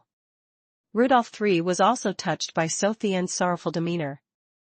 What exactly happened? When I treated the Dragon Emperor, I accidentally merged with the Dragon Emperor's blood. Now. Chu Tian's acting skills were beyond reproach, he even shed tears. Now my magic has been transformed into dragon language magic, which humans cannot use. Cannot use magic? Rudolph III felt as if the goddess of life was playing a trick on him. Gaining a level 9 magic beast resulted in losing the Empire's strongest priest. But after thinking it over, Rudolph III regained his composure. Fladino's priestcraft was indeed effective, but exchanging his magic power for the support of the giant dragon race and a level 9 magic beast was very much worth it. Fladino, it's fine if you can no longer be a priest. You still have a Maki. Am I useless without a Maki? Chu Tian secretly sneered. Then I'll give you a surprise first, Your Majesty, although I no longer have magic, I can still be a priest. Still can? Rudolph III was confused by Chu Tian. Without magic power, one couldn't perform priestcraft. So how could he still be a priest? Hee, I can use ancient priestcraft. Chu Tian narrowed his eyes and smiled. Ancient priestcraft can only cure magic beasts, but it doesn't require magic power. I used ancient priestcraft to cure the Dragon Emperor's illness. Ancient priestcraft can only cure magic beasts? Hee. Rudolph III patted Chu Tian's shoulder and laughed, then why resign? I order you to do well in your duty as chief imperial priest for me. For Rudolph III, Chu Tian's greatest use was his ability to cure magic beasts that ordinary magic couldn't. As long as he could cure magic beasts, whether he had magic power or not didn't matter. This. Chu Tian deliberately feigned hesitation for a moment, then reluctantly said, I obey. Ha. Chu Tian was relieved. From now on, he wouldn't need to find excuses to hide it. This old man doesn't know magic. Oh, right, Fladino, you've rendered great service this time. I will reward you handsomely. After confirming that Chu Tian was still useful, Rudolph III's plans remained unchanged. Now I should call you Duke Fladino. Praise the goddess of life. Thank you, Your Majesty. Chu Tian's eyes crinkled with a smile as he accepted Rudolph III's enfeoffment. In Kaiser, Duke was the highest title, second only to Prince. To attain the title of Prince, one had to expand the territory by over 10,000 miles. Duke was already the highest Chu Tian could achieve. Furthermore, you need to prepare some money.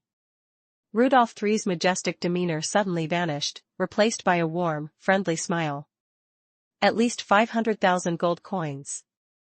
500,000 gold coins, Chu Tian was scared stiff by this figure. Since arriving in this land, the most money he had held at one go was only a few tens of thousands. Moreover, he not only had to take care of so many magic beasts but also had to give Damar 100,000. All in all, Chu Tian was about to be dirt poor.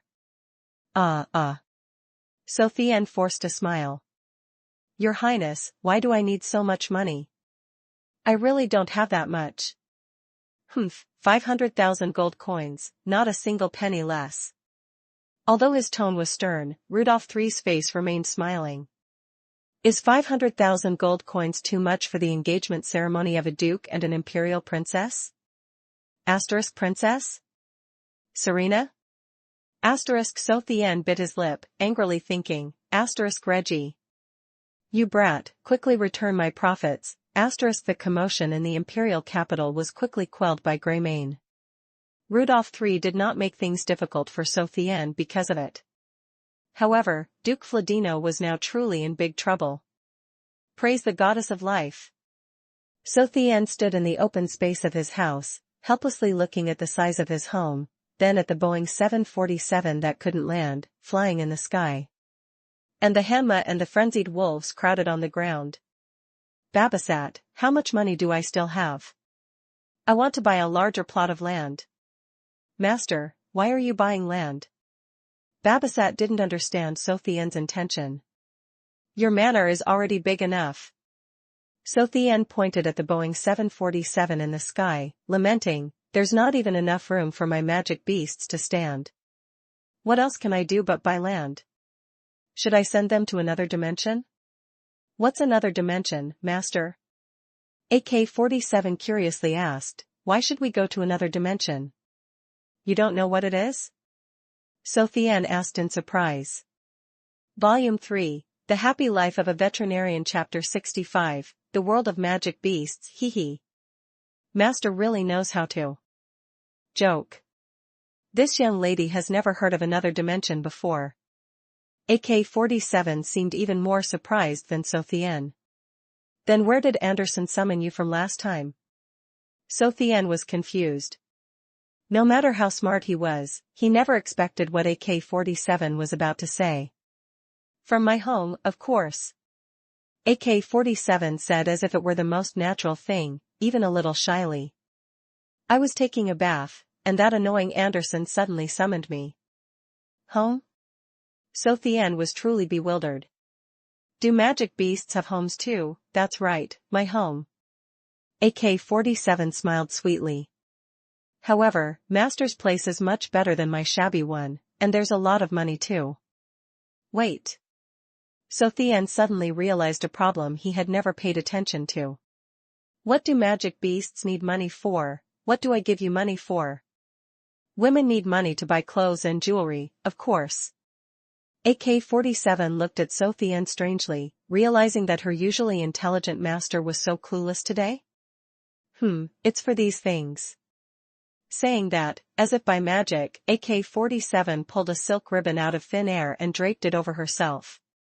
Uncle, I use the money you give me to buy toys. Hanma innocently smiled at Chu Tian, then swept its long nose.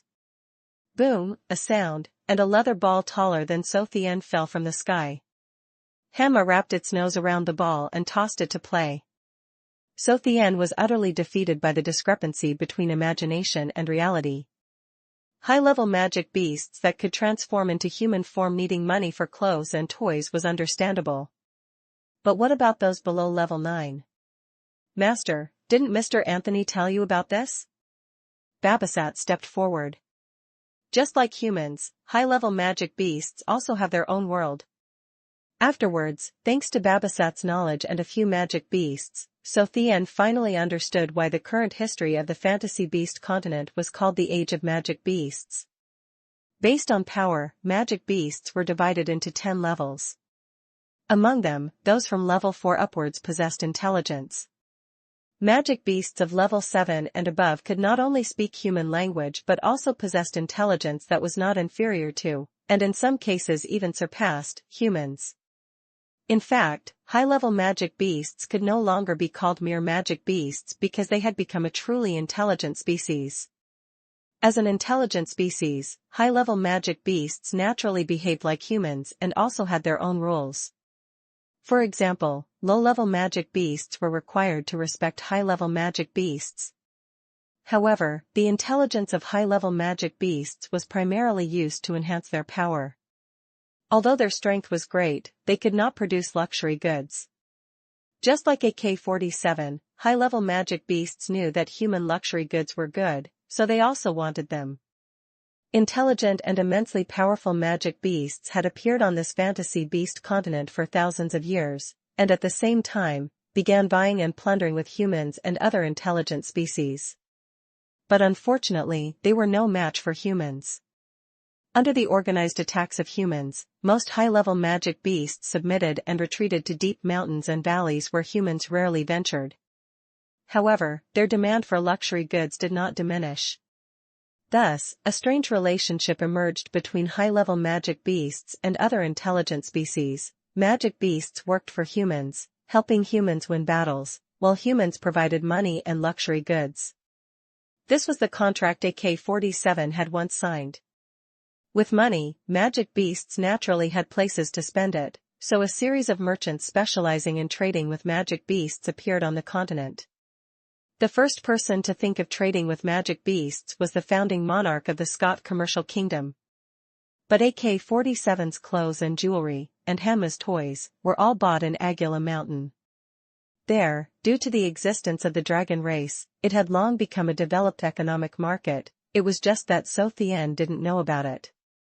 Over thousands of years, the relationship between humans and magic beasts became increasingly complex. Like the Panmat's family, they smuggled magic beasts, but where did the magic beasts come from? The answer was that a portion was domesticated by humans, while the majority were traded for profit by high-level magic beasts. Previously, Chu Tian had misunderstood magic beasts on this fantasy beast continent, always considering them inferior animals to humans. But in reality, high-level magic beasts were an intelligent species on par with humans. They had families, friends, and even, like the giant dragons in Aguila Mountain, their own kingdoms. AK-47 originally lived near Misty Lake. Although she later signed a contract with Anderson and became his magic beast, she usually returned home, only coming to Anderson when summoned through the magic spatial channel in the contract. So that time it was a magic spatial channel. Not another dimension. Chu Tian, who had never been ashamed, blushed for the first time. So, if there's no contract, they can't be summoned through the magic channel? That's right, Master. Babasat fulfilled his duty as a magic advisor. However, summoning through that channel causes significant harm to magic beasts. Therefore, very few people on the continent use this method. It's best if you don't use it either, Master. That's right, every time I go through there, this old lady almost sheds a layer of skin. AK-47 said angrily, clearly a lingering concern. Alright then, I won't use it anymore. Chu Tian conveniently took AK-47's contract from his ring and handed it to the spider beauty. You keep this. Hee hee. Thank you, Master. AK-47 suddenly lifted Chu Tian with two legs and gave him a loud kiss on the cheek. Hee hee, this old lady is so happy. I have such a good master. Chu Tian returning the contract to AK-47 was not due to a momentary impulse. Chu Tian, a person from modern society, did not believe that a high-level magic beast could be bound solely by a piece of paper. Back then, during the duel with Anderson, AK-47 was threatened by Damar and abandoned her master to flee. This showed that the contract's effect was not as great as people thought. Therefore, Chu Tian only believed in one thing, profit. Only profit tied to oneself could bind a high-level magic beast. So what do we do with the Boeing 747 now? Although he understood about magic beasts, the problem of limited land was still unresolved. So, after escaping AK-47's affectionate kiss, Chu Tian frowned and asked everyone, it can't just keep flying forever, can it? Master. You can just leave her outside the city for now. NMD, who had been silent until now, suddenly spoke, its tens of meters long body twisting in the air, a large dragon head poking out in front of Chu Tian. Then by her communication stone. If anything happens, with her speed, Boeing 747 will quickly be by your side. Praise the goddess of life. NMD, you're truly intelligent. Actually, Chu Tian had just thought of this method himself, but sometimes, he should let his subordinates show off a little. Patting NMD's chin lightly, Chu Tian generously said, today's pay doubled. Thank you, Master. After calmly saying thanks, NMD flew back into the sky. This displeased Chu Tian. Among his magic beasts, only NMD was taciturn, sometimes not saying a word. It seemed it still hadn't escaped the shadow of Aguila Mountain. Ha ha ha ha. Boss, your brother is here. As Chu Tian was pondering how much a magic communication stone would cost, a string of unmistakable laughter rang out, letting Chu Tian know that the god of wealth, Reggie, had arrived. Volume 3, The Happy Life of a Veterinarian Chapter 66, Got money haha. Why is your hair so strange? Sophia burst into laughter upon seeing Reggie's appearance. Reggie could actually be considered handsome, but this current look did a disservice to his appearance. He wore a dark black suit, his body was somewhat short and plump, combined with hair dyed in blue and red, each strand standing stiffly. This image made Sophia think of something called a green-haired turtle. Damn it! My style is this year's hottest trend in the imperial capital. Reggie smirked, striking a pose of a trendsetter, stroking his hair, then chattering, this new look cost me several hundred gold coins. TSK. I never thought so. Sophia clicked his tongue, then put his arm around Reggie's shoulder. Come on, let's go inside. I have something to tell you. With that, Sophia winked at Babasat, while handing little White, who was sleeping in his arms, to him. Young Master Reggie and I have something to discuss. You go arrange my magic beasts. Babasat subtly smiled knowingly. His master's intentions were clear even to a pig, wasn't it just to swindle some money from the wealthiest heir in the empire? Arranging the magic beasts certainly wasn't about letting them rest. Amaki, lead your brothers to surround the master's room. In a group of magic beasts where strength ruled, after Little White fell asleep, Amaki naturally became the boss. Surround the room? Is that green-haired brat trying to harm the master? Amaki immediately became alert, spreading its wings, adopting a battle-ready posture. This old man will eliminate him. Don't go. Babasat immediately pulled back Amaki, who was about to fly off, and smiled sinisterly. I'm just afraid that brat will be scared away by the master. Boss, you've gained quite a bit this time. Reggie looked at the magic beasts circling outside the door, scratching his shiny green hair, and exclaimed, few people on this entire continent have such a lineup. Alas. Sophia stood by the window with Reggie, narrowed his eyes, and sighed, shaking his head sorrowfully, brother, don't think I'm having a good time just because I have many magic beasts. So many magic beasts are about to drive me into poverty. Having said that, Sophia winked at Reggie. Brother, your boss is so poor, you should show some consideration, shouldn't you? Hee, little brother understands. Reggie bowed deeply with a laugh, then pulled out a colorless magic crystal card from his chest. A small token of goodwill, these 200,000 gold coins are to congratulate boss on being promoted to Duke.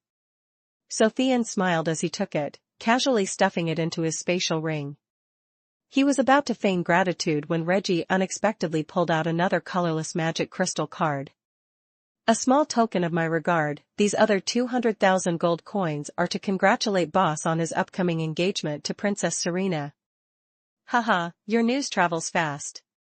Sophia opened his mouth and accepted the second card. But Reggie suddenly lowered his voice, acting mysterious, and said, hee, with boss's support, the Misty Lake business earned quite a bit last month. Here's 1 million gold coins.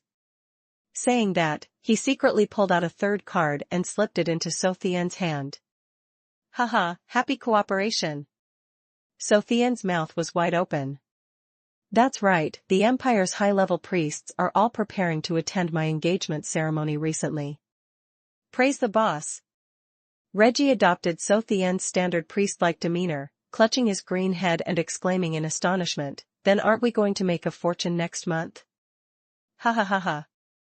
The two smugglers, who were harming the nation and its people, burst into laughter together.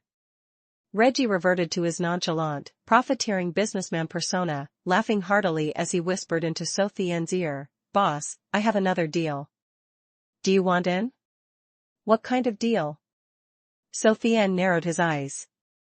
One deal at Misty Lake had already made Sophia a rich man. If he added this one, he truly wouldn't have to worry about money for the rest of his life. It's the Muddy Swamp magic beast smuggling route. Reggie said, tugging at his hair, causing a few green strands to fall out. Humph. Those high-level magic beasts have been truly annoying recently, they dared to double their selling price. Reggie pointed at Amaki outside.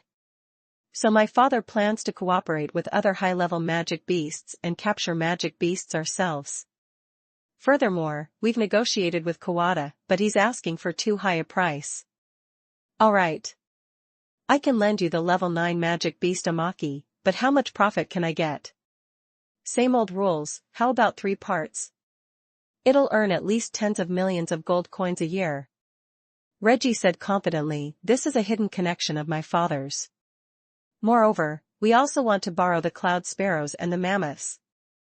Immediately get me 20 magic communication stones, and we have a deal. However, I can't lend the mammoths. I can only give you the frenzied wolves. So Tian was still very cautious. He hadn't forgotten how he tricked Hanma into his hands. If he could trick Hanma with a few jars of wine, then the Panmat's family would naturally know how to trick this 3-year-old kid. As for Amaki, so Tian could be more at ease. That guy, though hot-headed, had absolutely no problem with loyalty. As for Boeing 747, as long as Hanma, whom she considered her younger brother, was in his hands, she shouldn't hope to escape. Deal. Reggie generously accepted So Tian's conditions, then returned to his usual jolly self. Hee, boss, since you've earned so much money, why not invite your little brother to Titch restaurant? Get out. So Tian glared, grabbed Reggie's arm, which still had a few green hairs clinging to it, and shot him out of the Marquis Manor. In the following days, So Tian was busy from dawn till dusk. His engagement preparations with Serena were secondary. The most important thing was to inform everyone, this old man doesn't know magic. Finally, under So Tian's vigorous propaganda, all the officials and nobles of the empire learned one thing: the pride of the continent's priests, Duke Fladino, had lost his magic power for the empire.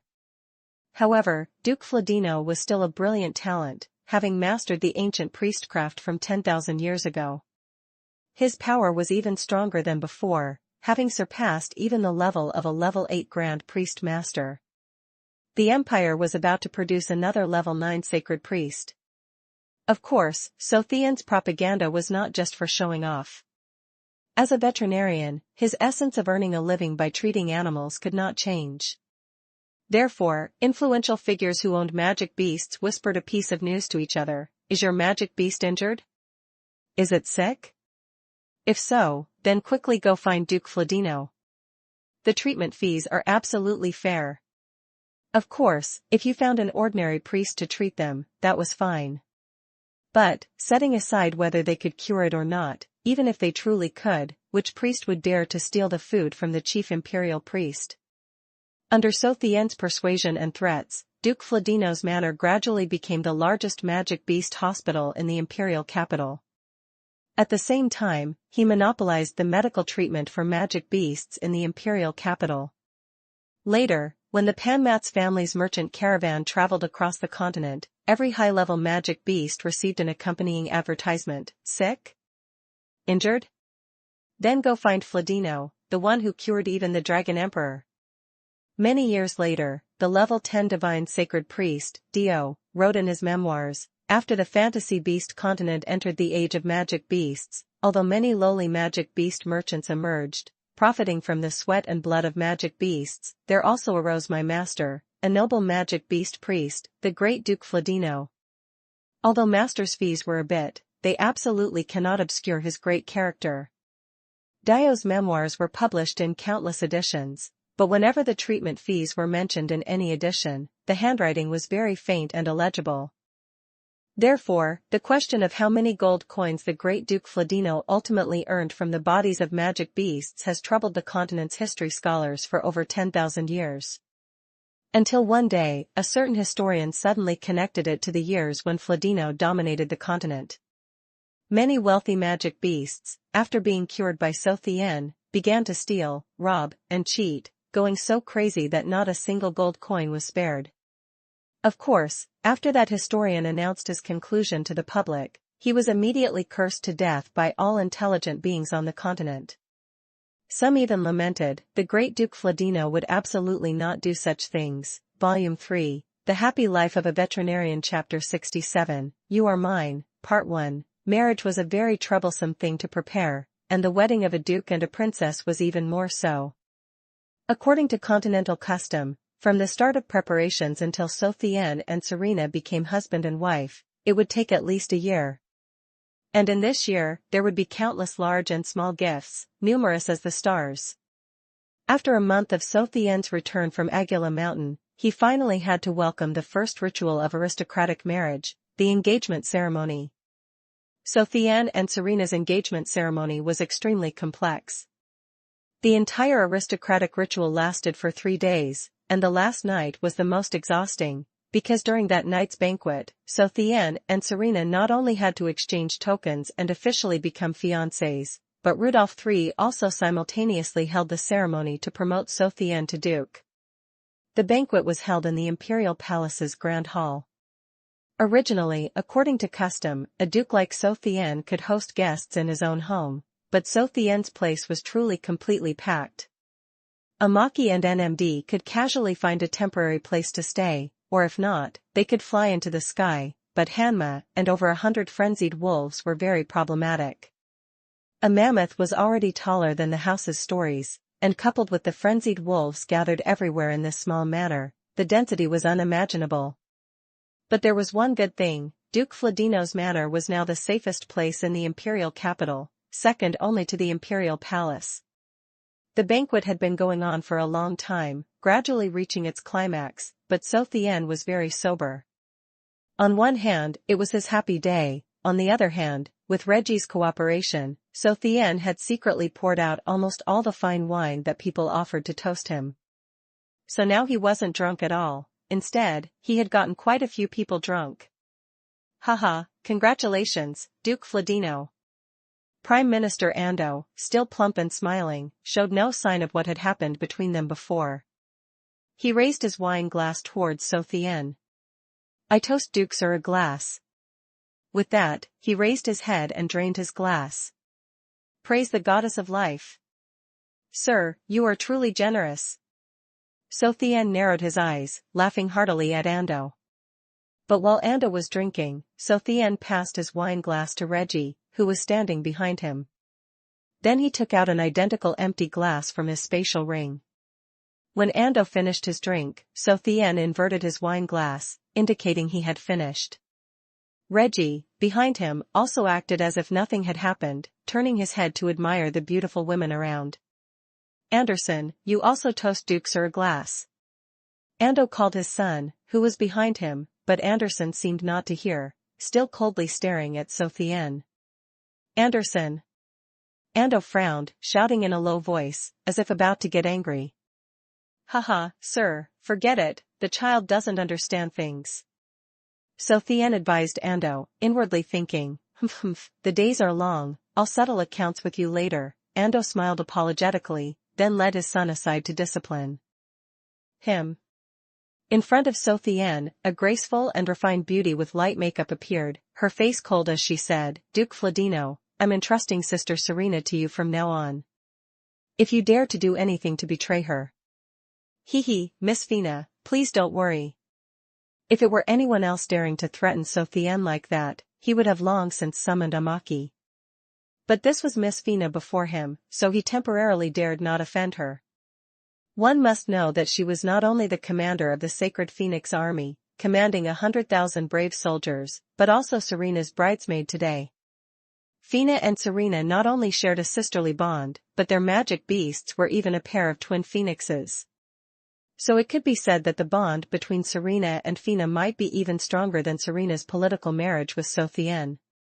And this time, Serena had specially asked Rudolph III for Fina's leave, summoning her from distant Thatchbow to be her bridesmaid. Hee, dear Miss Fina, long time no see. Reggie, standing behind Chu Tian, suddenly moved closer to his boss, approaching Fina, stroking his green hair. After striking what he considered his most handsome pose, he said, I missed you terribly. Humph. It seems I didn't hit you hard enough last time. Get out. Fina glared at Reggie, making him shrink his neck back, then he scurried behind Chu Tian. It seemed something unpleasant had happened between these two before. Fladino, you also understand why Sister Serena is marrying you. If you dare to. After Fina dealt with Reggie, she began to lecture Chu Tian again. Praise the goddess of life, I naturally know why. Chu Tian narrowed his eyes, coldly interrupting Fina. So Tian was not a fool, he naturally understood what Fina wanted to say. Serena's engagement to him was likely mostly Rudolph III's intention. The imperial family was ruthless. Serena, as a princess, had no right to choose for herself, she could only reluctantly accept this arranged fate. Before going to Aguila Mountain, even if there was some affection between the two, it was probably mostly Serena carrying out Rudolph III's orders. When Chu Tian first arrived in the imperial capital, although he had a great halo above his head, frankly speaking, he was merely a veterinarian.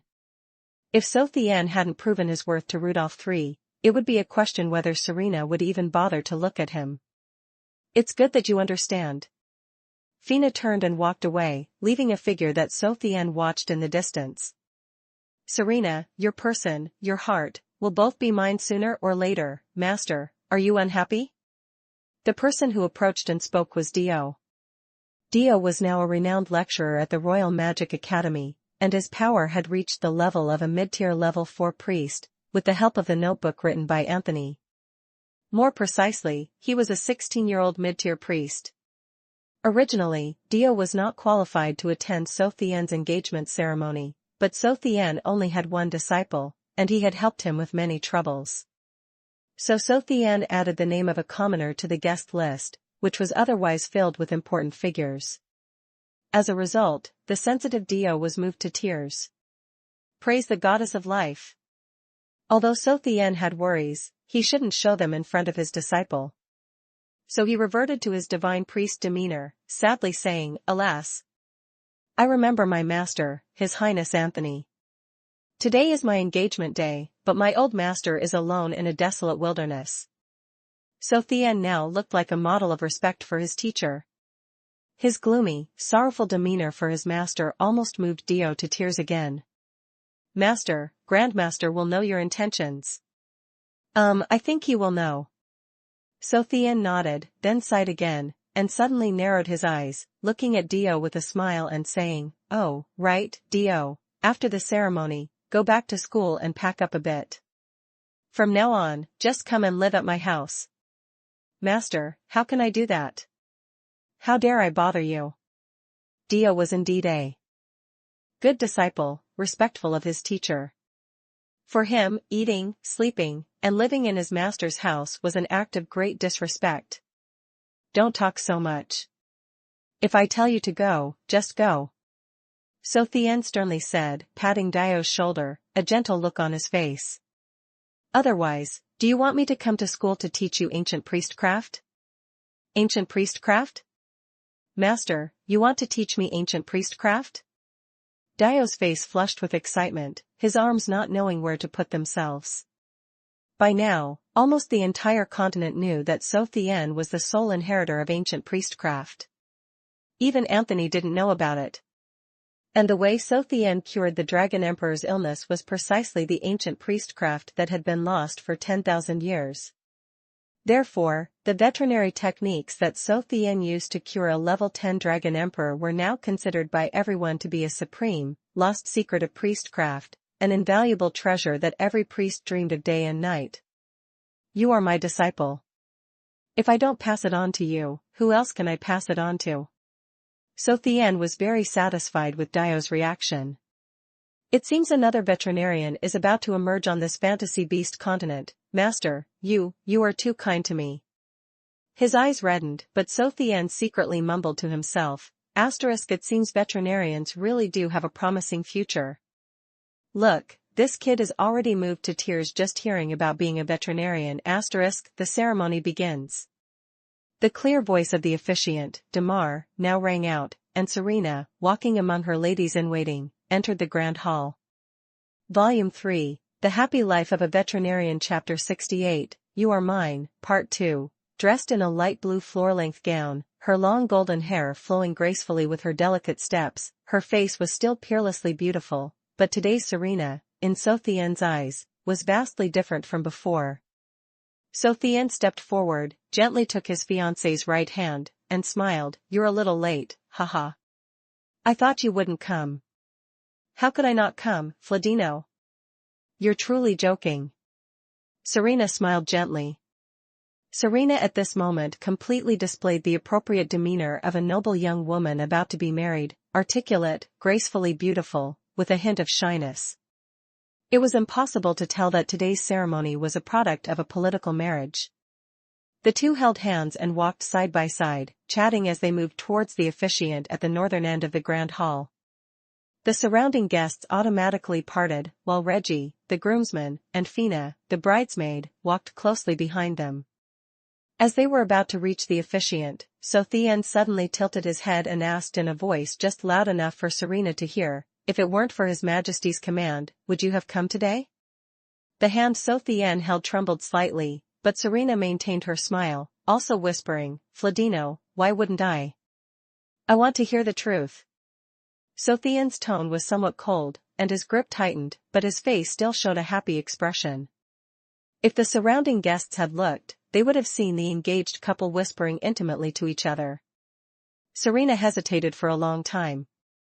Finally, as they reached their destination, she gave her answer, shaking her head subtly so others wouldn't notice, and said, "I don't know either." "Haha, brother Fladino, congratulations." The officiant, Damar, laughed heartily, intently watching the young couple before him. Traditionally, Chu Tian's elder should have officiated today, but Chu Tian's only elder on the fantasy beast continent was Anthony, and he wasn't in the imperial capital. Thus, only Damar and Karnas were qualified to be officiants. In the end, Chu Tian chose Damar because he was older. Praise the goddess of life. I wonder when I can congratulate you, my elder brother. Chu Tian smiled slyly at the old priest, Damar. Asterisk, your sworn brother is already married, why is your past romantic affair still unresolved? Asterisk, haha, how about I propose on your behalf sometime, what do you say? This. Damar's old face suddenly turned redder than the wedding robes he was wearing. He waved both hands, hastily saying, "No, no, you mustn't go." Haha, alright, Fladino, don't make things difficult for Damar anymore. At the crucial moment, Rudolph III intervened to rescue Damar, saying, "Let's proceed with the ceremony quickly." Ah, yes. Damar was brought back from his embarrassment by Rudolph III. He adjusted his hat and robes, his expression stern, then loudly announced, "The ceremony begins." The grand hall fell silent at Damar's shout.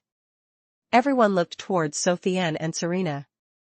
Chu Tian, with a joyful smile, listened to Damar's rambling blessings. His deep, resonant voice flowed endlessly, lasting for over half an hour until Chu Tian's facial muscles stiffened. Damar finally finished, "Now, please, the two of you, exchange your engagement tokens. Fladino, this necklace was left to me by my mother. I give it to you now." Serena smiled gently, taking off her multi-crystal necklace and presenting it to Chu Tian. Chu Tian happily accepted it, placed the necklace around his neck, then pulled out an exquisitely crafted sky-blue magic staff from his spatial ring and presented it to Serena. "See God's guardian." Among the guests, someone recognized the staff's origin and exclaimed its name in shock. Fina's gaze towards Chu Tian also softened, and Serena's expression, for the first time, visibly stirred. "Fladino, this is too precious. Praise the goddess of life. No matter how precious the gift, it cannot compare to my feelings for you." Chu Tian smiled, gently placing the magic staff in Serena's hand. "This is an engagement token, you cannot refuse it." Serena looked at Chu Tian gratefully, silently accepted the magic staff, then clutched it tightly in her hand. For Serena, she never imagined that Chu Tian would use the priceless treasure, see God's guardian, as an engagement token. As a water element archmage, Serena had grown up hearing the legends of this magic staff. Legend said this staff was the weapon of the ancient sea god, containing water element magic power capable of transforming a magic-deficient individual into a high-level mage. For 10,000 years, every owner of the sea god's guardian had been an unrivaled powerhouse, and its last owner was the national guardian magic god, Merlin, of the Ersin kingdom. Seeing Serena's moved expression, Chu Tian secretly chuckled. Finally, something that can move her, even if this item is useless to me. Merlin regarded Chu Tian as her son, and naturally would not treat him poorly. So before leaving Aguila Mountain, Chu Tian accidentally mentioned that he had used up everything Anthony had given him. Merlin then filled Chu Tian's empty spatial ring with various items and even gifted him the Sea God's Guardian magic staff. Sea God's Guardian had been with Merlin for decades. Its contribution to Merlin's ascension to magic god was undeniable. But now, with Merlin's immense magic power, it no longer had much use, so she naturally gifted it to Chu Tian. However, unfortunately, Chu Tian was first a magic-deficient individual, then a fake dragon language mage with no magic power, so the priceless treasure of a water element mage was just a useless item to Chu Tian. Chu Tian had once racked his brains to deal with this useless item. Give it to a subordinate? No suitable person. Give it to someone else? He couldn't bear to. So, sell it off? It seemed no one could afford it. Finally, before his engagement, Chu Tian remembered that Serena was also a water element archmage. So, Sea God's Guardian was used as an engagement token. I declare. Damar had just begun and was also stunned by Chu Tian's grand token. Fortunately, he still remembered his duty as officiant. The engagement between Marquis Fladino and Princess Serena is officially established. Applause roared like a tide. After the applause subsided, Rudolph III approached Chu Tian, motioned for Chu Tian to kneel on one knee, then drew his short sword and placed it horizontally on Chu Tian's right shoulder. Fladino, you have made great contributions to the empire. Therefore, I, Rudolph III, Emperor of the Kaiser Empire, bestow upon you the title of Duke of the Empire. Chu Tian laughed heartily as he accepted his new identity, then stood up and sternly said, Praise the Goddess of Life. I swear in the name of the Goddess of Life, from this life until death, I will be loyal to your Majesty, loyal to the Empire. Although the reputation of the Goddess of Life meant less to Chu Tian than the price of pigs in the imperial capital market, those present did not believe Chu Tian was making a casual promise. How could the pride of the continent's priest joke about the Goddess of Life? Even this thought, the empire's important figures dared not harbor. The engagement ceremony concluded in a boisterous, lively atmosphere. According to the empire's aristocratic etiquette, Serena should have returned to the princess's residence with Rudolph III at this time, then awaited the next ceremony. But Chu Tian firmly kept Princess Serena, and Rudolph III generously indulged Chu Tian's actions. Fladino, do you have anything else? After everyone had left, the grand hall was empty, with only Chu Tian and Serena remaining. Serena asked Chu Tian, puzzled, according to the ceremonial procedure, you cannot keep me here. He. Chu Tian inwardly let out a lewd chuckle. Although he really wanted to say, I want to do some things with you that can only be done after marriage, but Chu Tian controlled his shamelessness and instead came up with a more reasonable thought. He knew that Serena, who was still very conflicted about this political marriage, did not yet fully belong to him. Adopting a perfect divine priest demeanor again, though this time with a hint of indifference, Chu Tian took off the necklace from his neck and gently put it back on Serena. Here, take this back for now. With that, Chu Tian turned and walked away, his pristine white robes fluttering. Fladino, you. Now, your body is mine. When your heart is also mine, then bring it back to me. Volume 3, The Happy Life of a Veterinarian Chapter 69, Is the Master Becoming a Disciple? The engagement ceremony had concluded, leaving Serena alone and lost in the imperial palace. Chu Tian, under the protection of Boki and a few other guards, returned to his manor in solitude. Strictly speaking, Chu Tian could not be considered a good person, he was even despicable and shameless. If he hadn't clearly known that Serena was only engaged to him to fulfill an order, he would have magnanimously accepted this political marriage. But even so, Chu Tian found it very difficult to accept a woman who did not completely belong to him, even if she was an imperial princess, the imperial capital's most beautiful woman. Although it was already midnight, and despite being continuously exhausted for several days, Chu Tian was still very sober, walking on his way home. The reason he possessed such boundless vitality was due to the Dragon Emperor's unique blood art. Since Chu Tian's blood merged with the Dragon Emperor's blood, he no longer felt fatigue. Young Master So was extremely satisfied with this point. Moreover, Chu Tian had made another astonishing discovery: his skin, though still elastic, was tougher than before. Even ordinary swords could not easily cut his skin. Chu Tian had once tested it with the Wrath of Dracula, and the flames on the blade had no effect on him. But what was even more frightening was that this treasure blade of the level 10 magic beast, Dracula the vampire, could only make him bleed a few drops of golden blood. That's right, it was golden blood. Similar to the Dragon Emperor Alistair's blood. Although the color was a bit lighter, it was absolutely no longer the blood of an ordinary human. At first, Chu Tian was terrified by this discovery, but immediately afterwards, he was overjoyed. Could it be that I now have a dragon race body? Overly excited, Chu Tian experimented many more times, but unfortunately, after smashing dozens of magic testing crystal balls, Chu Tian could only admit, although his body possessed immense magic power, he still couldn't unleash a single magical spell. The red moon in the sky cast peculiar light. Under the blood-red moonlight, Chu Tian saw the gate of his manor and heard a piercing cry for help: "Save me!" At the same time, a thin, tattered figure ran scrambling towards Chu Tian to escape the pursuit of dozens of frenzied wolves. "Sir, be careful!" Boki saw him charging straight at Chu Tian, quickly drew his short sword, leapt to block in front of the Duke, and shouted, "Stop! Master, it's me! Save me!" The approaching figure, seeing Boki standing with his sword drawn, dared not charge at Chu Tian but ran around the guards, shouting as he ran, "I'm Dio! Master, save my life! Praise the goddess of life! What's wrong with you?" Chu Tian's eyes widened, looking at his disciple. Dio's face was filled with fear. His originally old and tattered magic robe was now ripped to shreds, and he had several wounds on his body. The dozens of frenzied wolves hot on his heels clearly indicated who the culprits were. "Hema! Call your little friends back immediately!" Chu Tian shouted himself hoarse towards the inside of his manor. Although the frenzied wolves were nominally his pets, they only obeyed Hanma. This greatly displeased Chu Tian. Boom boom boom, a thunderous sound echoed from afar.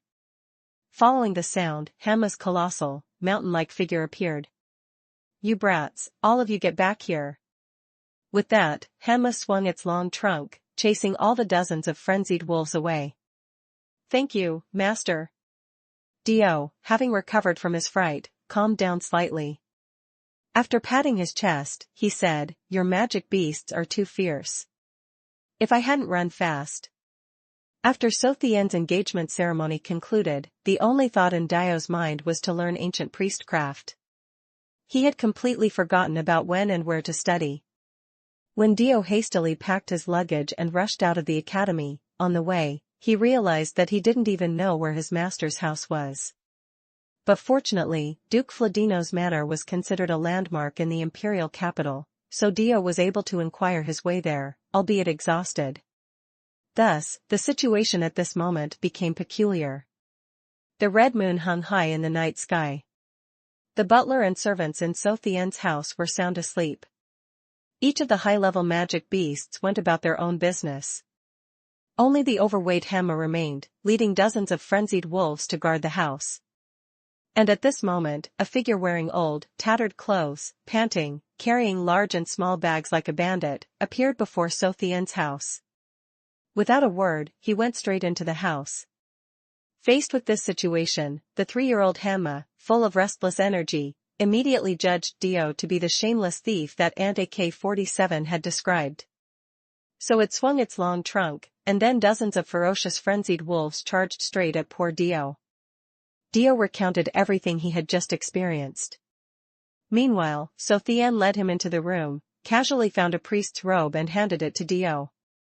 Chu Tian said, "You change your clothes first, throw the old ones away." "No. Master." Dio's reaction exceeded Chu Tian's expectations. He refused Chu Tian's request for the first time, clutching his magic robe tightly as if his life depended on it.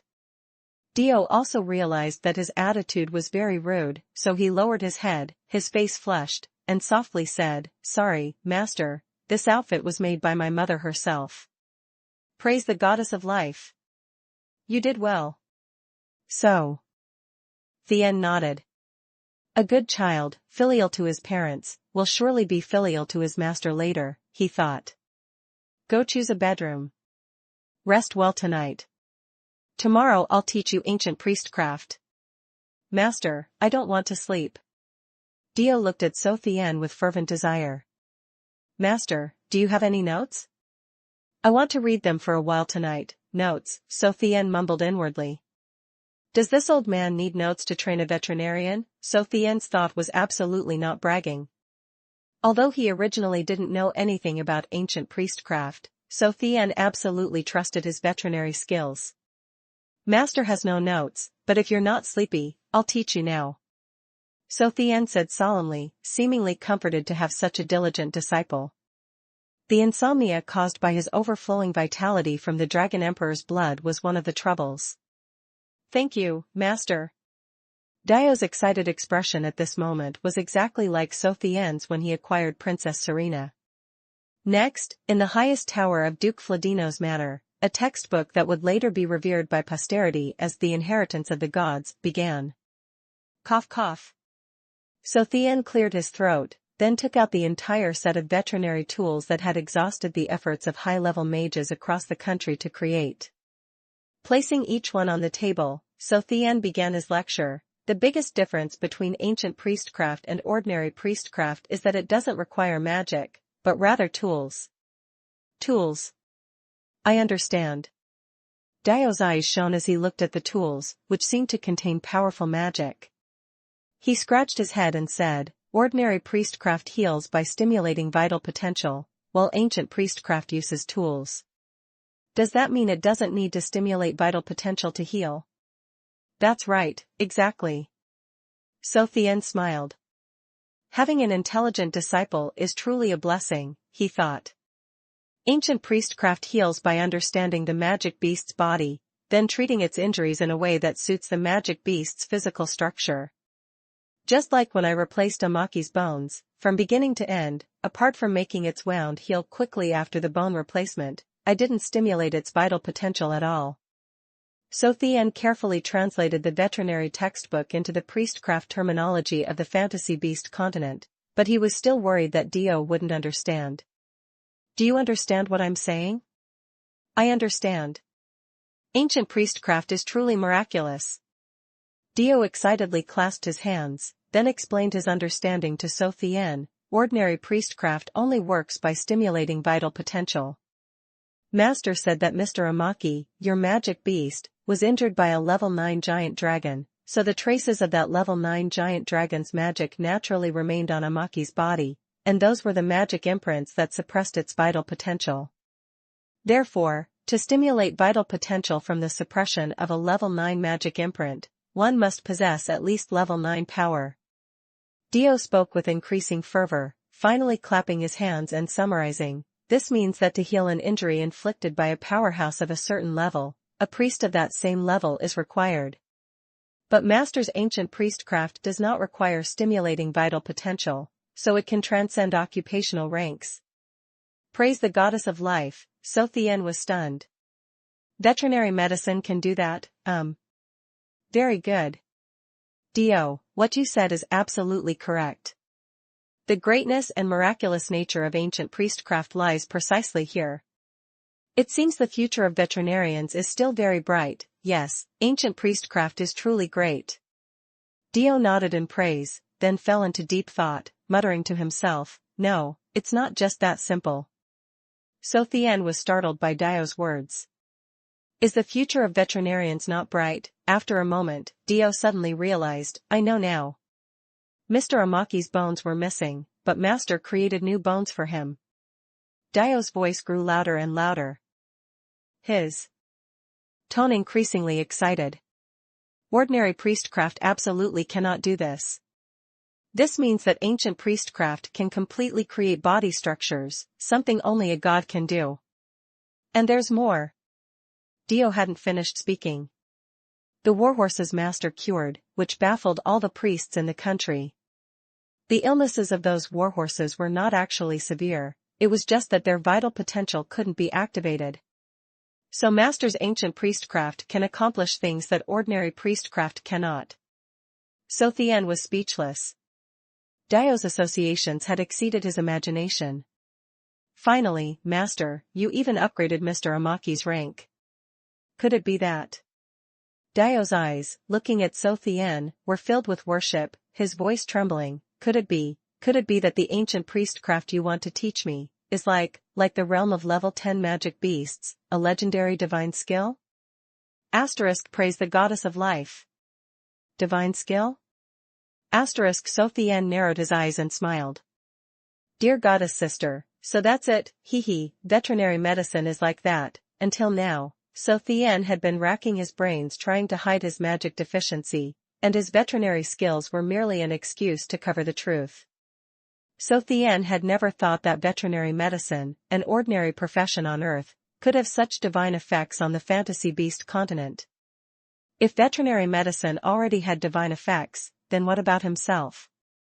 So Tian slowly narrowed his eyes, pondering his inherent value. At the same time, he secretly thought, Dio. You brat are truly my master. So Tian was still calculating the benefits that veterinary medicine brought him, while Dio was immersed in his worship of his master. But Dio could never have imagined that it was precisely with his suggestions that So Tian was able to usher in a new era on the fantasy beast continent, an era belonging solely to veterinarians. Volume 3, The Happy Life of a Veterinarian Chapter 70, Profession. Dio was absolutely a genius. Within just 2 short months, he had learned all the theoretical content of So Tian's veterinary techniques. Moreover, Dio had an advantage that So Tian lacked. He was a true priest, a priest with magic power. So Tian's veterinary techniques had an inherent flaw. The speed of recovery for patients after treatment could not compare to orthodox priestcraft. That's why So Tian had alternately coerced and cajoled the country's high-level mages and priests into creating that set of veterinary tools for him. Although the disparity between different occupational ranks was almost insurmountable, the combined magic power of over several thousand high-level powerhouses probably wasn't lower than a level 10 magic beasts. Therefore, after each of So Tian's treatments, he would use this set of tools to treat the wounds, rapidly healing them through the immense light magic power within. Dio didn't have a formidable set of surgical tools like So Tian's. He only had the tools So Tian used, for which So Tian specially made him a set of magic tools. But with the help of Anthony's notebook and the necromancer god Babasat's understanding, along with the insights from what So Tian called ancient priestcraft, this 16-year-old youth had already reached the level of a high-tier level 5 priest. A level 5 profession already possessed sufficient magic power, so injuries from level 5 downwards no longer required auxiliary tools to enhance recovery.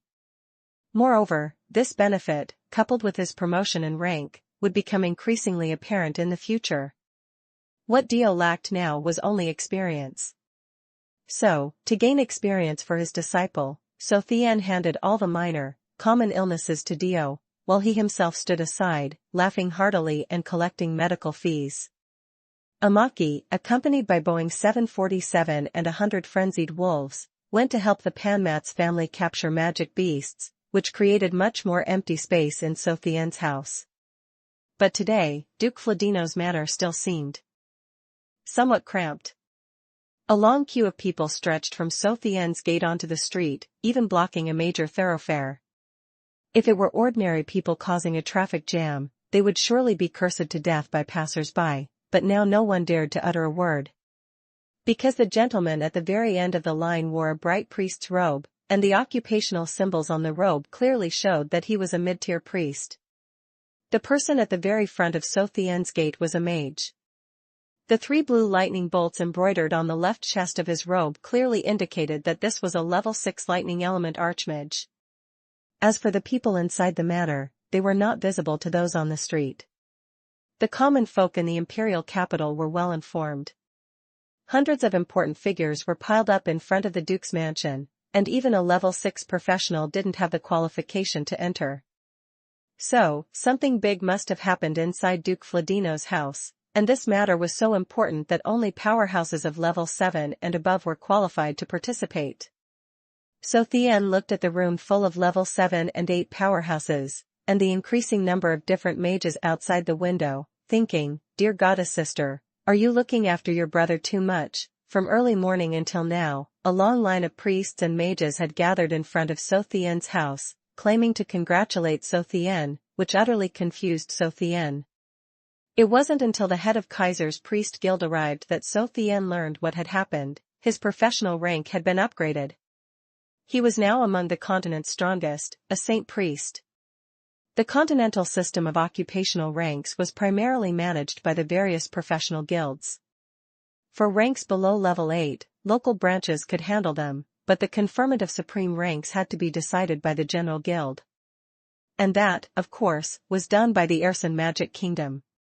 So Tian was able to complete his rank upgrade without going to Ersin himself, largely due to Merlin's efforts. So Tian cured a level 10 Dragon Emperor and also caused a Thunder Eagle to increase its rank. This shook the entire Fantasy Beast continent.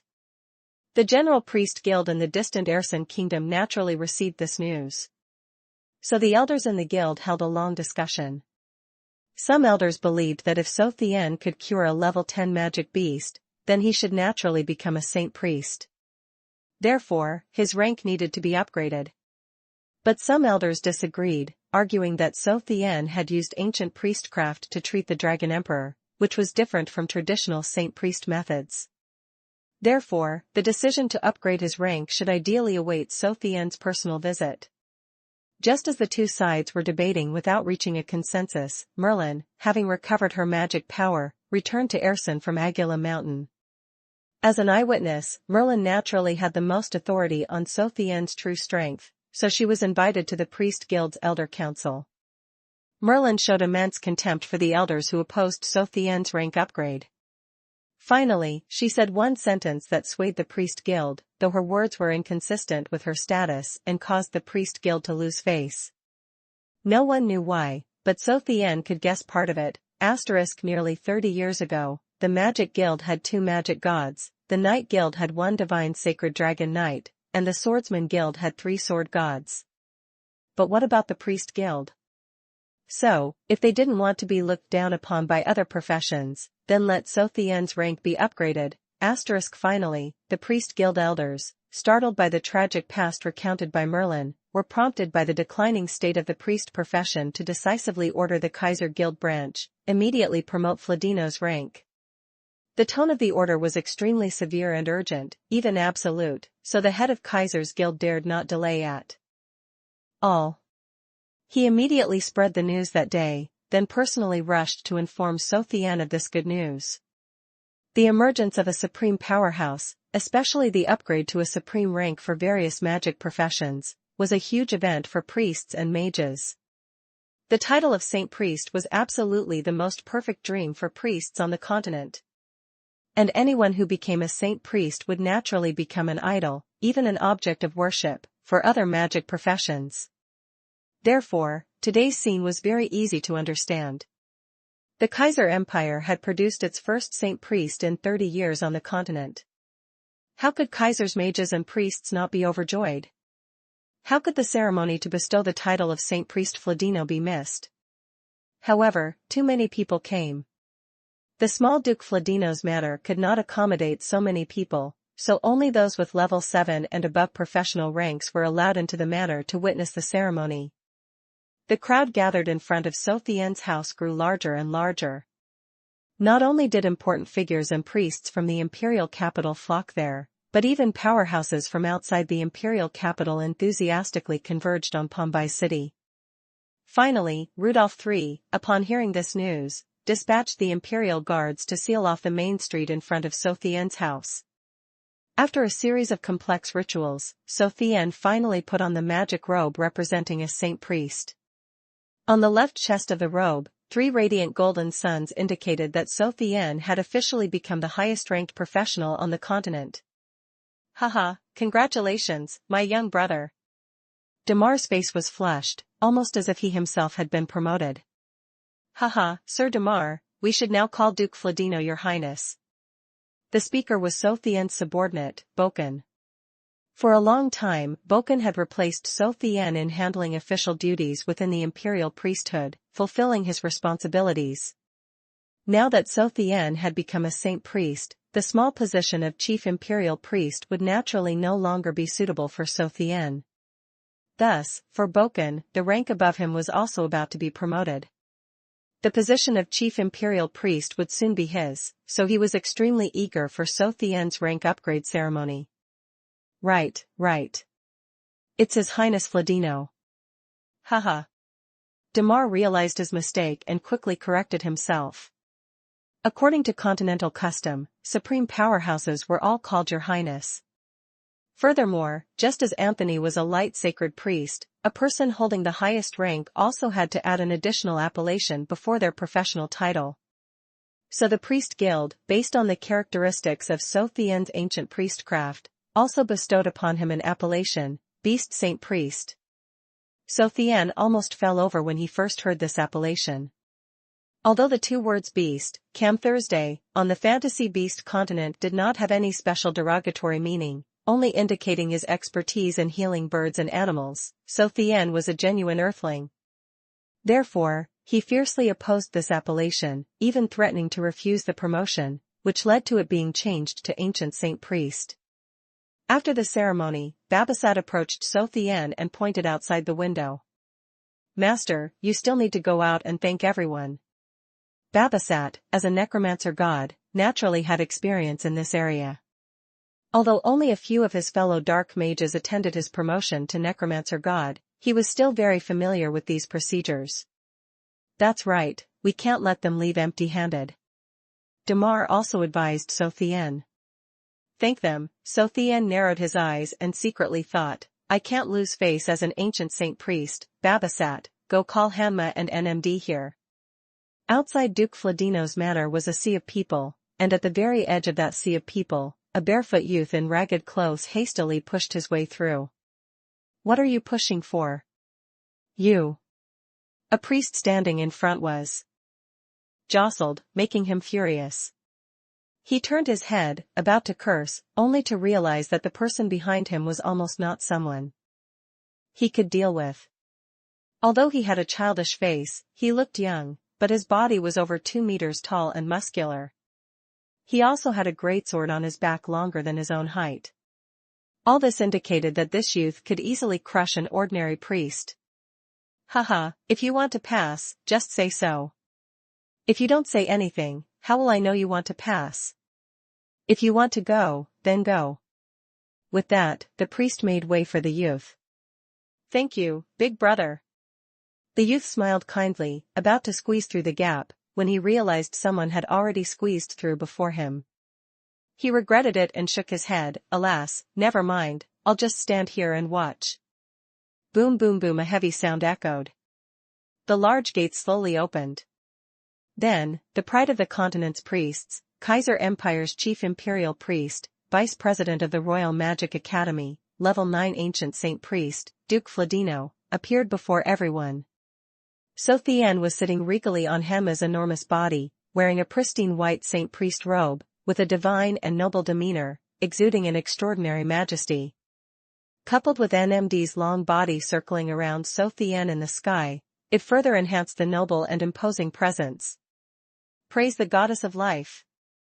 Simultaneously with So Tian's elegant voice, thousands of cheers erupted from the sea of people. Saint Priest. Saint Priest. Unfortunately, the youth was too far from So Tian. He couldn't hear what So Tian was saying, and couldn't even clearly see So Tian's appearance. But he didn't need these things. The dazzling sunlight shone on everything. In front of that luxurious manor, a forest of powerhouses cheered together. The might of the mammoth, the majesty of the hybrid giant dragon, yet they were all submissive before one person. These things were already enough to prove everything. The youth clenched his hands, gnashed his teeth, then turned and walked away. Hey, why are you leaving already? The priest from before curiously called out to the youth, the ceremony isn't over yet. The youth still didn't turn back, his steps growing faster and faster. Finally, a flash of five-colored light streaked past, leaving only a sigh, alas. I am still not worthy of becoming the attendant of Grandfather Fladino. Grandfather? The priest immediately burst into laughter. Haha, this bumpkin, not only couldn't he see the other person's face, but he also called His Highness Fladino, who was only in his early 20s, grandfather. Haha, truly foolish. No, that's not right, five-colored light. Praise the goddess of life. He's a level 8 sword saint.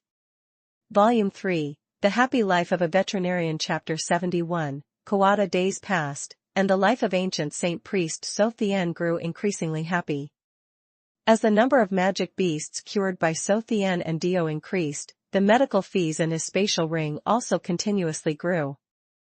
Moreover, with Chu Tian's efforts, Serena's genuine smiles became more and more frequent. The situation of some old friends was also very good.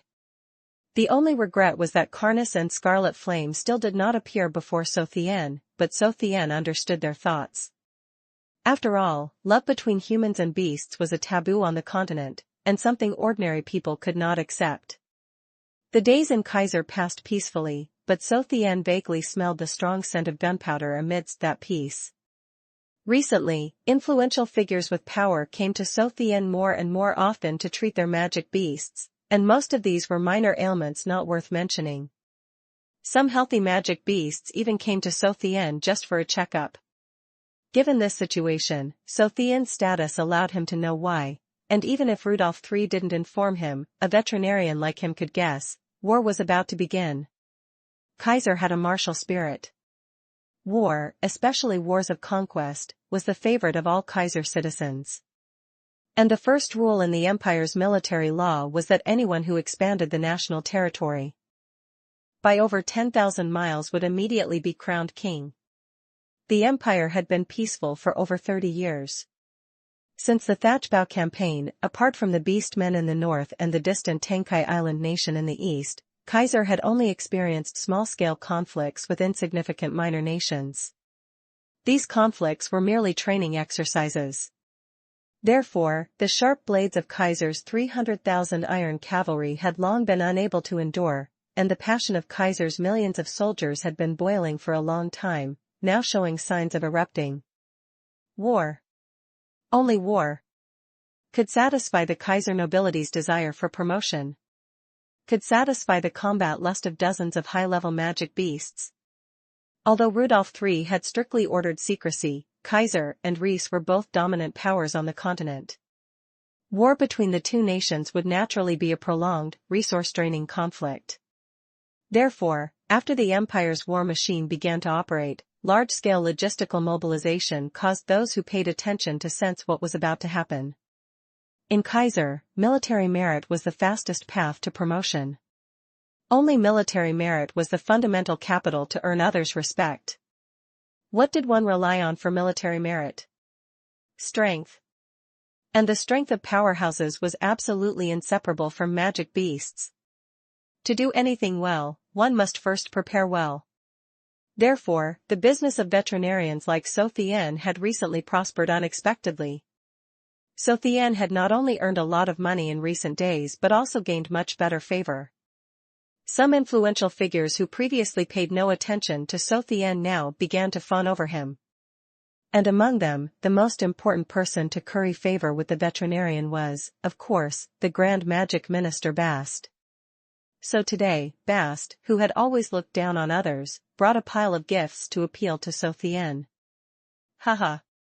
Your Highness Fladino, long time no see. In Chu Tian's reception hall, Bast's iron face for the first time showed a smile. Although it looked even uglier than crying, he was truly smiling at Chu Tian for the first time. I had affairs that prevented me from attending your promotion ceremony to Saint Priest. I truly feel ashamed. Here is a small gift, consider it my apology to you. Haha, sir, you are too polite. Although his words were pleasant, Chu Tian accepted the thick gift list without even looking at it, casually tossing it to Babasat beside him. Babasat also opened the list, casually glanced at it, then tucked it into his chest. Things worth a few thousand gold coins in Duke Fladino's manor were considered distasteful even by his servants. "Sir, do you have any business with me today?" After a brief chat, Chu Tian narrowed his eyes, laughing heartily at Bast. "This stingy fellow is giving me gifts, so he must have something to ask of me this." Bast, who managed the nation's magic beasts, held a high position and power. In the past, others always appealed to him, but today he was appealing to someone else for the first time, so he looked a little awkward. After his iron face showed a few wrinkles that resembled a smile, Bast said, "Your Highness, you also know that the Empire is about to launch a war, so His Majesty wants me to quickly prepare the magic beasts for battle." "Aren't the Empire's magic beasts very good?" Chu Tian pouted, somewhat impatiently saying, "I've inspected dozens of them these past few days. None have any problems." Chu Tian's medical skills were not exaggerated. Although the inspection fees were a bit expensive, the magic beasts that passed through his hands truly all became healthy and robust. "Your Highness's ancient priestcraft is naturally unparalleled and miraculous." Saying this, Bast felt his sincerity was insufficient, so he tried harder to distort his iron face, opening his mouth wide with a smile and saying, "But your Highness only treats private magic beasts, while I am responsible for managing the numbers. Aren't those handled by other priests?" Chu Tian suddenly lost interest. Inspecting private magic beasts could earn large sums of money, but for the Empire's magic beasts, Rudolph III didn't give him gold coins. So who would be willing to waste energy on those magic beasts? After all, the Empire had quite a few high-level priests, it should be left to them. "Haha, yes, yes." Bast forced a smile. "Ordinary magic beasts naturally wouldn't require your Highness's intervention, but the magic beast that needs your Highness's inspection is Kawada." Kawada? Praise the goddess of life. "A big business opportunity delivered right to my door." Chu Tian adopted his divine priest demeanor again, feigning difficulty, "I'm very busy these days." The imperial priests under Chu Tian's command had an extremely important duty, to ensure the health of the Empire's magic beasts. Of course, these magic beasts were limited to those controlled by the Empire. If private magic beasts needed treatment, their owners had to find a way. According to the Empire's military law, magic beasts of level 8 and below were directly managed by Grand Magic Minister Bast, but only Rudolph III could deploy level 9 Kawada. For Kawada, the only thing Bast had to do was take care of its daily life. To be frank, Bast was Kawada's nanny. War was about to begin. At this crucial moment, the Empire's greatest military power, level 9 Kawada, had a problem. So the nanny Bast had clearly not done his job well, and the responsibility he would have to bear would be. Could it be that Kawada's health is problematic? "Does your Majesty know about this?" Chu Tian feigned surprise, but inwardly he chuckled. This old man doesn't believe you dare to tell His Majesty. Kawada's illness alone is enough for you to lose your position, let alone with war preparations ongoing. Indeed, as soon as he heard the two words, "Your Majesty," Bast's expression changed, his iron face turning pale. "Your Highness, this small matter doesn't need to trouble His Majesty, does it? You can just treat it quickly." Praise the goddess of life, the Empire's magic beasts aren't just Kawada alone. Chu Tian shook his head, looking helpless. "Today I still need to go inspect the health of the Imperial Guard's magic beasts." Shameless, Bast cursed inwardly. The honorable title of Saint Priest is truly an insult to you. Although Chu Tian's reputation among the continent's people was now supreme, in the eyes of the nobility, he had already gained a bad reputation. Every noble knew, if you want to achieve military merit on the battlefield, you need healthy magic beasts. If you want healthy magic beasts, you need to find His Highness Fladino. But, the first thing is to prepare a large sum of gold coins. War was approaching step by step, and accordingly, those who sought his help grew more and more numerous. So the busy Chu Tian opened an auction method. Each day, only the 3 magic beasts with the highest bids would receive a health inspection. Bast, before meeting Chu Tian, had heard that today's highest bidder was the commander of the Imperial Guard, and his bid was 50,000 gold coins. The Imperial Guard commander will not participate in this war, Bast said coldly. Kawada's health concerned his future, so anyone hindering Chu Tian from treating Kawada would be eliminated. Moreover, Bast, as one of the 3 leaders in the Supreme Command, had the power to add or remove names from the list of participants. So, that unfortunate commander lost his greatest opportunity to gain military merit. Haha. After cutting off the commander's future, Bast's expression changed again. He laughed heartily and said, "Your Highness, help me with this, and I will naturally repay you handsomely." Saying this, he secretly slipped a colorless magic crystal card into Chu Tian's hand. "And Kawada will also thank your Highness."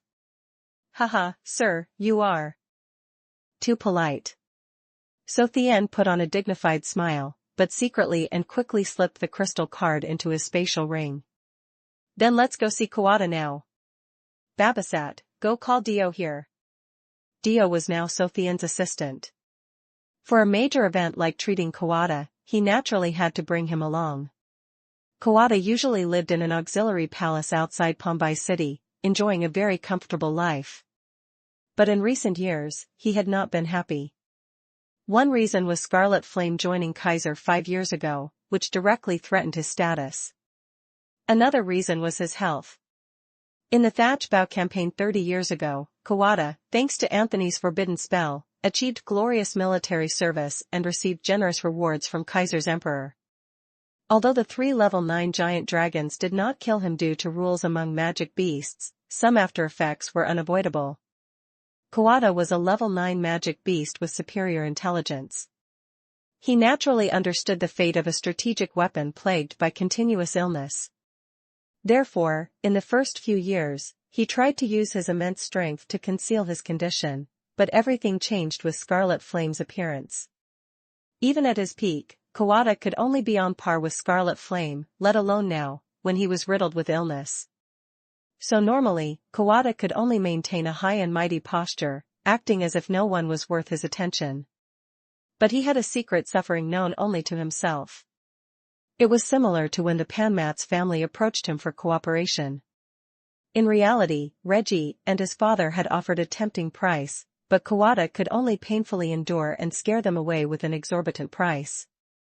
Not earning money was one thing, but Rudolph III's preparation for war was a big trouble. If it weren't for Scarlet Flame, he could have used the excuse of defending the imperial capital to avoid participating in the war, but Scarlet Flame was the one designated to defend the imperial capital. Moreover, if the opponent this time were ordinary, he could ignore it, but Reese now had a level 9 sacred dragon knight. So Kawada knew he couldn't hide it any longer and told Bast about his situation.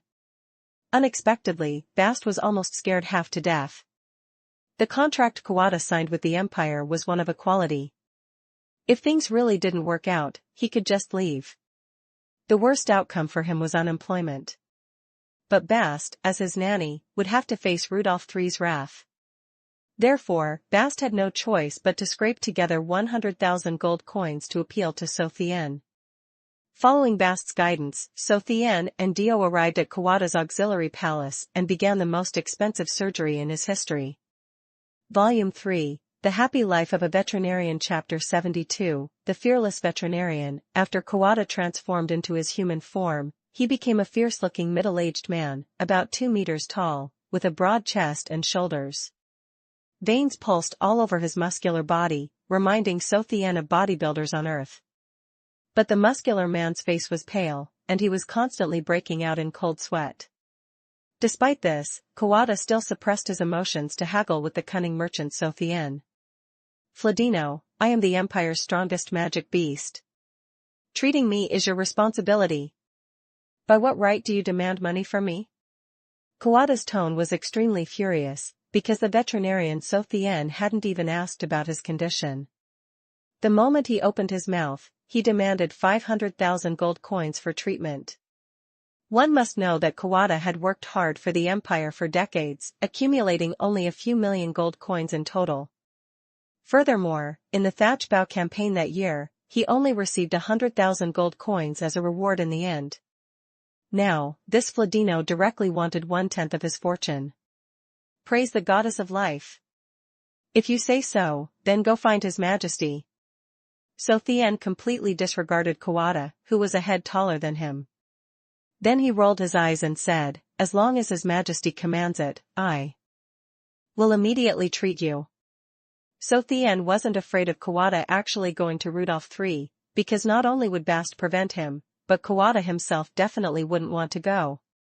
If Rudolph III learned of this, two things would definitely happen: 1. Bast would lose his position, and 2. Kawada would be disqualified from participating in the war. The nanny Bast, not doing his job well, would certainly be punished. And Kawada, being injured and not reporting it, would also be considered a breach of contract. Therefore, if this matter were exposed, neither of them would be able to live peacefully. So Tian had a firm grasp of this, which was why he dared to demand an exorbitant price, directly stating 500,000 gold coins. "Kawada, you should just agree." Bast also stood by, advising Kawada. He himself had gritted his teeth and spent 100,000 gold coins. If Kawada didn't put in some effort now, and accidentally angered So Tian, causing him to leave in a huff, then his and Kawada's days might not be peaceful.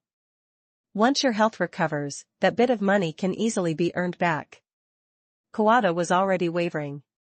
His health had been deteriorating recently, and he was a typical magic beast who attacked with physical strength. What he relied on was a robust body. Therefore, if he didn't let So Tian treat him, he would have to struggle onto the battlefield and then be chopped into 8 pieces by Reese's high-level magic beasts. If he didn't go to the battlefield, that would be a breach of contract, which was an unforgivable offense to the dignity of a level 9 magic beast. So Kawada only had one path to take. "Your Highness Fladino, 500,000 gold coins is too much. How about 200,000 gold coins? Master, please help Mr. Kawada." Even Dio, standing beside him, couldn't bear to watch anymore. How could a great master like him be so petty with money? Praise the goddess of life.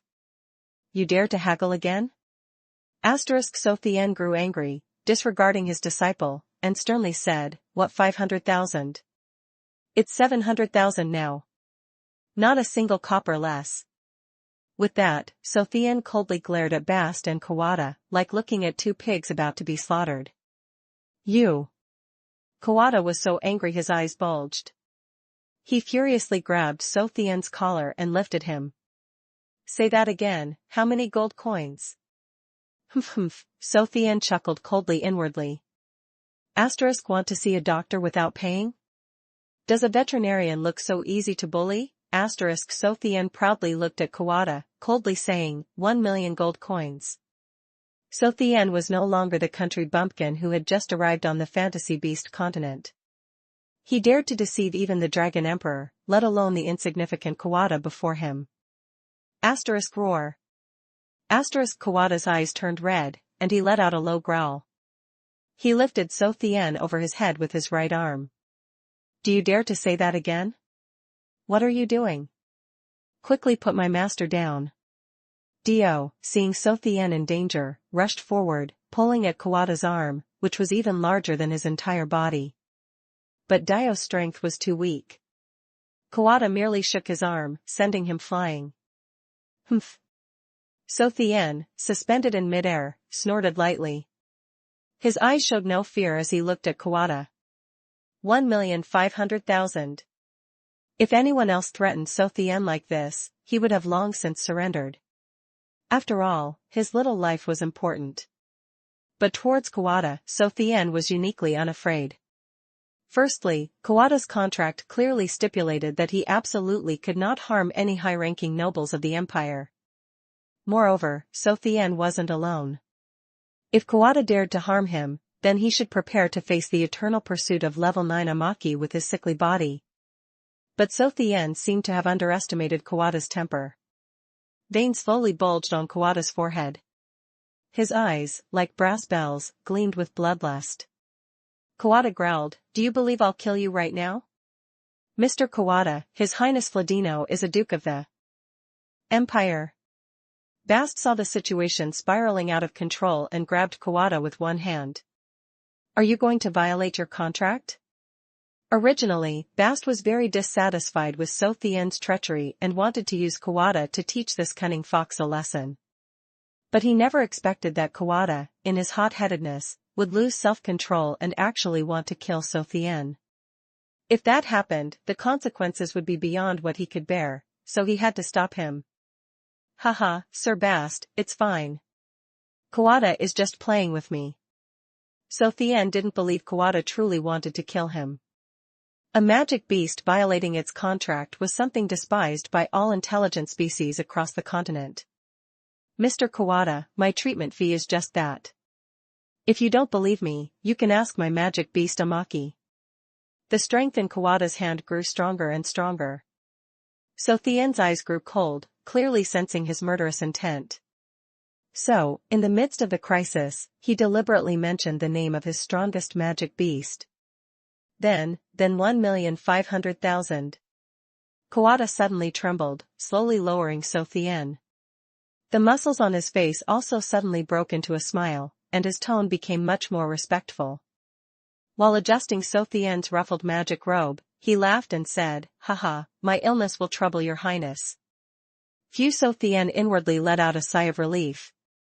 That was dangerous. After the Dragon Emperor's blood merged with him, So Tian's sensory acuity had increased significantly. Therefore, he could clearly feel that Kawada truly wanted to kill him. Haha, but luckily, this old man still has an Amaki who can scare you, Bast, Do, and even So Tian himself all thought that Kawada's change in attitude was due to Amaki. However, the truth was known only to Kawada. What he feared was definitely not Amaki, who was of the same rank as himself. It was the golden glint that suddenly flashed in So Tian's eyes at the peak of his murderous intent. That terrifying glint, Kawada, having lived for over 1,000 years, had seen it once in his youth. That time, blood flowed everywhere, and the 1,000-mile valley bordering Kaiser and Ashwanha Great Grassland had to be renamed Redwood. Under So Tian's instruction, Kawada slowly described his illness, discomfort, nausea, and frequent abdominal pains. These symptoms all appeared after he was stabbed in the stomach by the sharp claws of a level 9 giant dragon during the Thatchbow campaign. So, when you move vigorously, do you immediately feel severe abdominal pain? Yes. Kawada nodded. Moreover, when I had pain, I also checked my body. Sometimes there was even bleeding in my abdomen. Master, may I ask Mr. Kawada a question?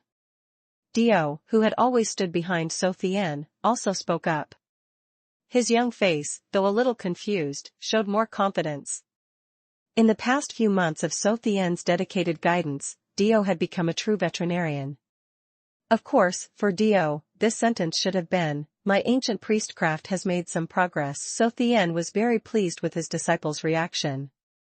He turned around and gently said, "Are you asking if Mr. Kawada's abdominal pain recurs periodically?" "Yes, that's right." Do was a little embarrassed that his master had guessed his thoughts. "Master, is my thinking correct? Mr. Kawada's illness must be that kind, right?" "Haha, that's right, you're absolutely correct." So Tian never stinted on praise for his disciple's intelligence. Moreover, only if Do quickly matured could So Tian be more at ease. Do would treat the magic beasts at the front, while he stood behind collecting money.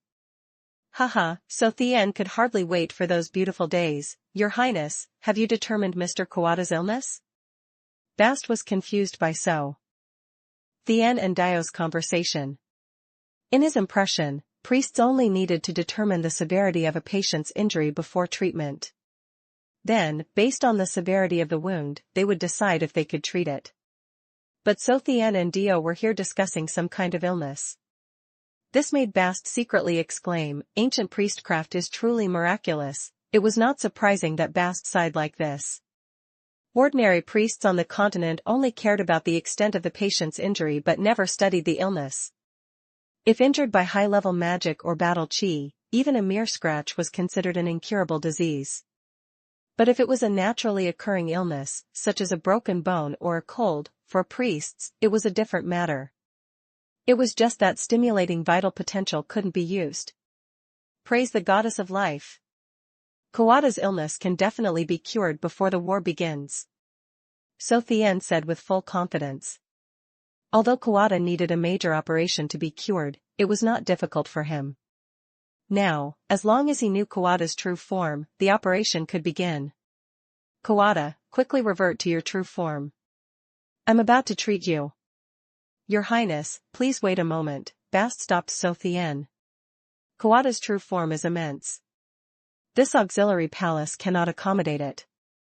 We should find another place. Asterisk huge body? Can it be larger than my Cloud Sparrow Boeing 747? Asterisk Chu Tian snorted upon hearing Bast's words. Who didn't know by now that Duke Fladino's magic beasts were all colossal magic beasts? Kawada truly couldn't be considered colossal, it was only as large as 5 or 6 hanmas. But compared to Boeing, it was truly nothing. However, Chu Tian no longer had time to compare these magic beasts.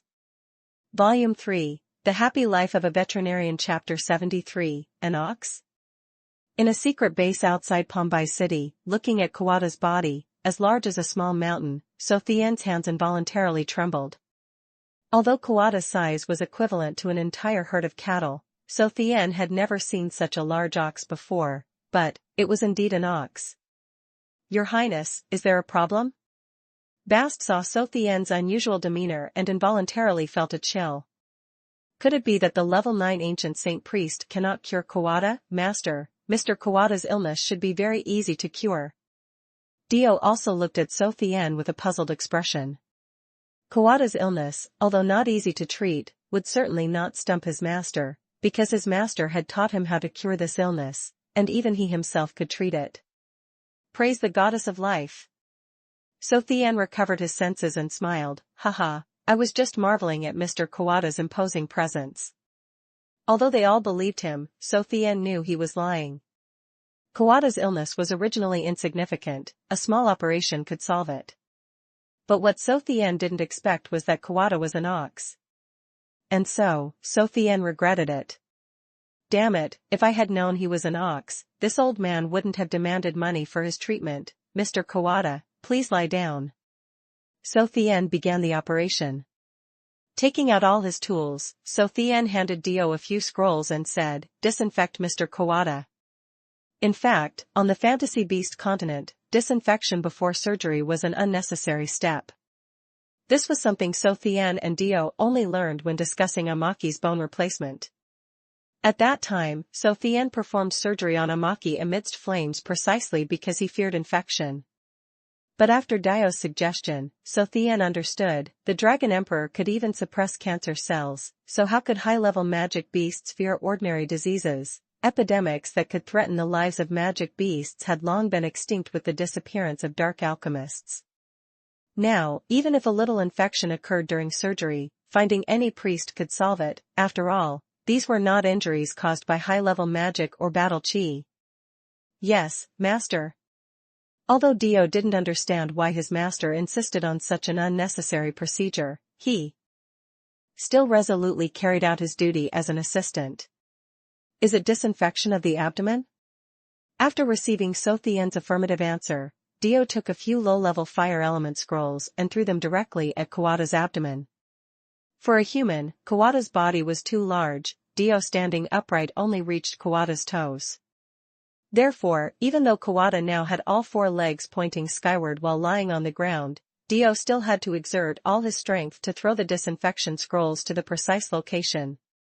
Just 4 small low-level scrolls couldn't injure Kawada. The scorching red flames burned on its belly, but there was no damage at all. He, Chu Tian chuckled inwardly, almost bursting out laughing. Actually, Chu Tian didn't want to waste those scrolls for disinfection. But after Kawada revealed his true form, young Master Chu, in a moment of excitement, forgot how big he himself was. A human operating on a mountain-sized ox, Chu Tian's small surgical knife would probably take months to complete the task. Moreover, the area on Kawada that needed surgery was now more than 10 meters from Chu Tian's head. Therefore, Chu Tian had Dio disinfect while also stalling for time. Then, while no one was paying attention, he used a magic communication stone to call NMD.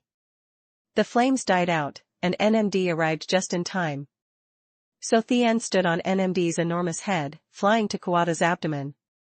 Mr. Kawada, remove all your body's defenses, then I will cast a tranquilizing scroll on you. Kawada obediently followed So Tian's command, slowly falling into a deep sleep under the effect of the magic scroll. Sir Bast, please move further away. Although Bast didn't understand So Tian's intention, he saw Dio nervously running dozens of meters away, so he also ran out without hesitation. NMD, prepare defense as well. So Tian gave his final command, then took out Dracula's wrath, roared loudly, and with one slash, cut open Kawada's abdomen. Splash! A tidal wave of ox blood spurted out. Bast and Dio, being far away, managed to avoid it, but the ground next to Kawada was filled with jagged holes. Kawada's blood pressure was incredibly high. Under this pressure, a powerful blood projectile, no less potent than the elf race's archery, was fired. Fresh blood sprayed out, but So Tian was safe and sound, because before any blood hit NMD, it all seemed to encounter an invisible defensive shield and was reflected in all directions. So Tian, standing on its head, naturally wasn't injured at all. In terms of defense, NMD absolutely lived up to its name. Seeing the blood spraying out and then being reflected, So Tian calmly took out a pile of ice element scrolls. He had NMD fly closer, then forcefully through the scrolls. Kawada's wound quickly froze, and its blood naturally stopped gushing out. Looking at the wound, more than 10 meters long, on Kawada's abdomen, So Tian ordered NMD to stick its head into the wound, then chuckled and lifted Dracula's wrath again. And so, cutting open, freezing, entering, then cutting open again, finally, after penetrating more than 10 meters, So Tian saw what he was looking for, the ox gall. Touching it, he felt it was as hard as steel. So Tian narrowed his eyes and smiled. Asterisk, I guessed correctly. Kawada indeed has gallstones, asterisk ahem, in the priestcraft terminology of the fantasy beast continent, it meant Kawada was struck in the abdomen by a level 9 giant dragon's magic, and then the vital potential of his gallbladder was suppressed by level 9 magic. If using Earth's medical terminology, Kawada was simply struck, causing accumulation in the gallbladder, and bile to solidify, thus forming gallstones. Regardless of the terminology, So Tian no longer cared. Now he only knew one thing. Asterisk, damn it, this old man is rich. Asterisk, taking out a refined surgical knife, So Tian gently cut open Kawada's gallbladder. Then a dark yellow stone, half the size of a person, fell out. NMD, catch it. The gallstone was too large for So Tian to carry. So he had his magic beast hold it securely. NMD's dragon whiskers gently swayed, and the gallstone was firmly held. Master, what do you need this for? Having lived for hundreds of years, NMD had never seen this before. Asterisk, someone actually needs this dirty thing? And that person is my master, asterisk, praise the goddess of life. So Tian excitedly stroked the gallstone, his hands involuntarily trembling. Even his voice shook. NMD, master, your master is rich for the rest of his life. Kawada, though a bit large, was indeed an ox. And what was an ox's gallstone? A veterinarian like So Tian naturally knew best. The stone before him was a pure, natural cow bezoar. A cow bezoar was more expensive than gold on Earth, even if all the oxen on Earth combined, they would produce only this much in a year. Asterisk, damn it, this old man just earned such a huge piece in an instant. I'm rich, asterisk, as for whether people on the fantasy beast continent knew about cow bezoar, or if anyone wanted to buy it, So Tian didn't care at all. An ordinary ox's cow bezoar could already detoxify, so what about a level 9 Kawada's? So Tian believed that, with his and the necromancer god Babasat's experimental research, this cow bezoar could become the most valuable medicine on the fantasy beast continent. With the demise of the alchemist profession, the term elixir was quickly forgotten by people on the fantasy beast continent. Apart from dark mages and a few stubborn alchemist sorcerers specializing in poisons, almost no one on the continent knew what elixir was. But what dark mages researched was mostly for harming people, so things called medicines for healing would easily become popular across the continent. Chu Tian, as a veterinarian, besides wielding a surgical knife, naturally also researched medicine.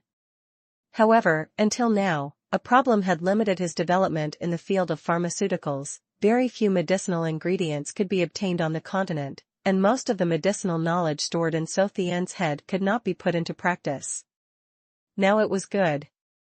With such a large piece of cow bezoar, veterinarian Chu Tian making some common medicines would probably be no problem.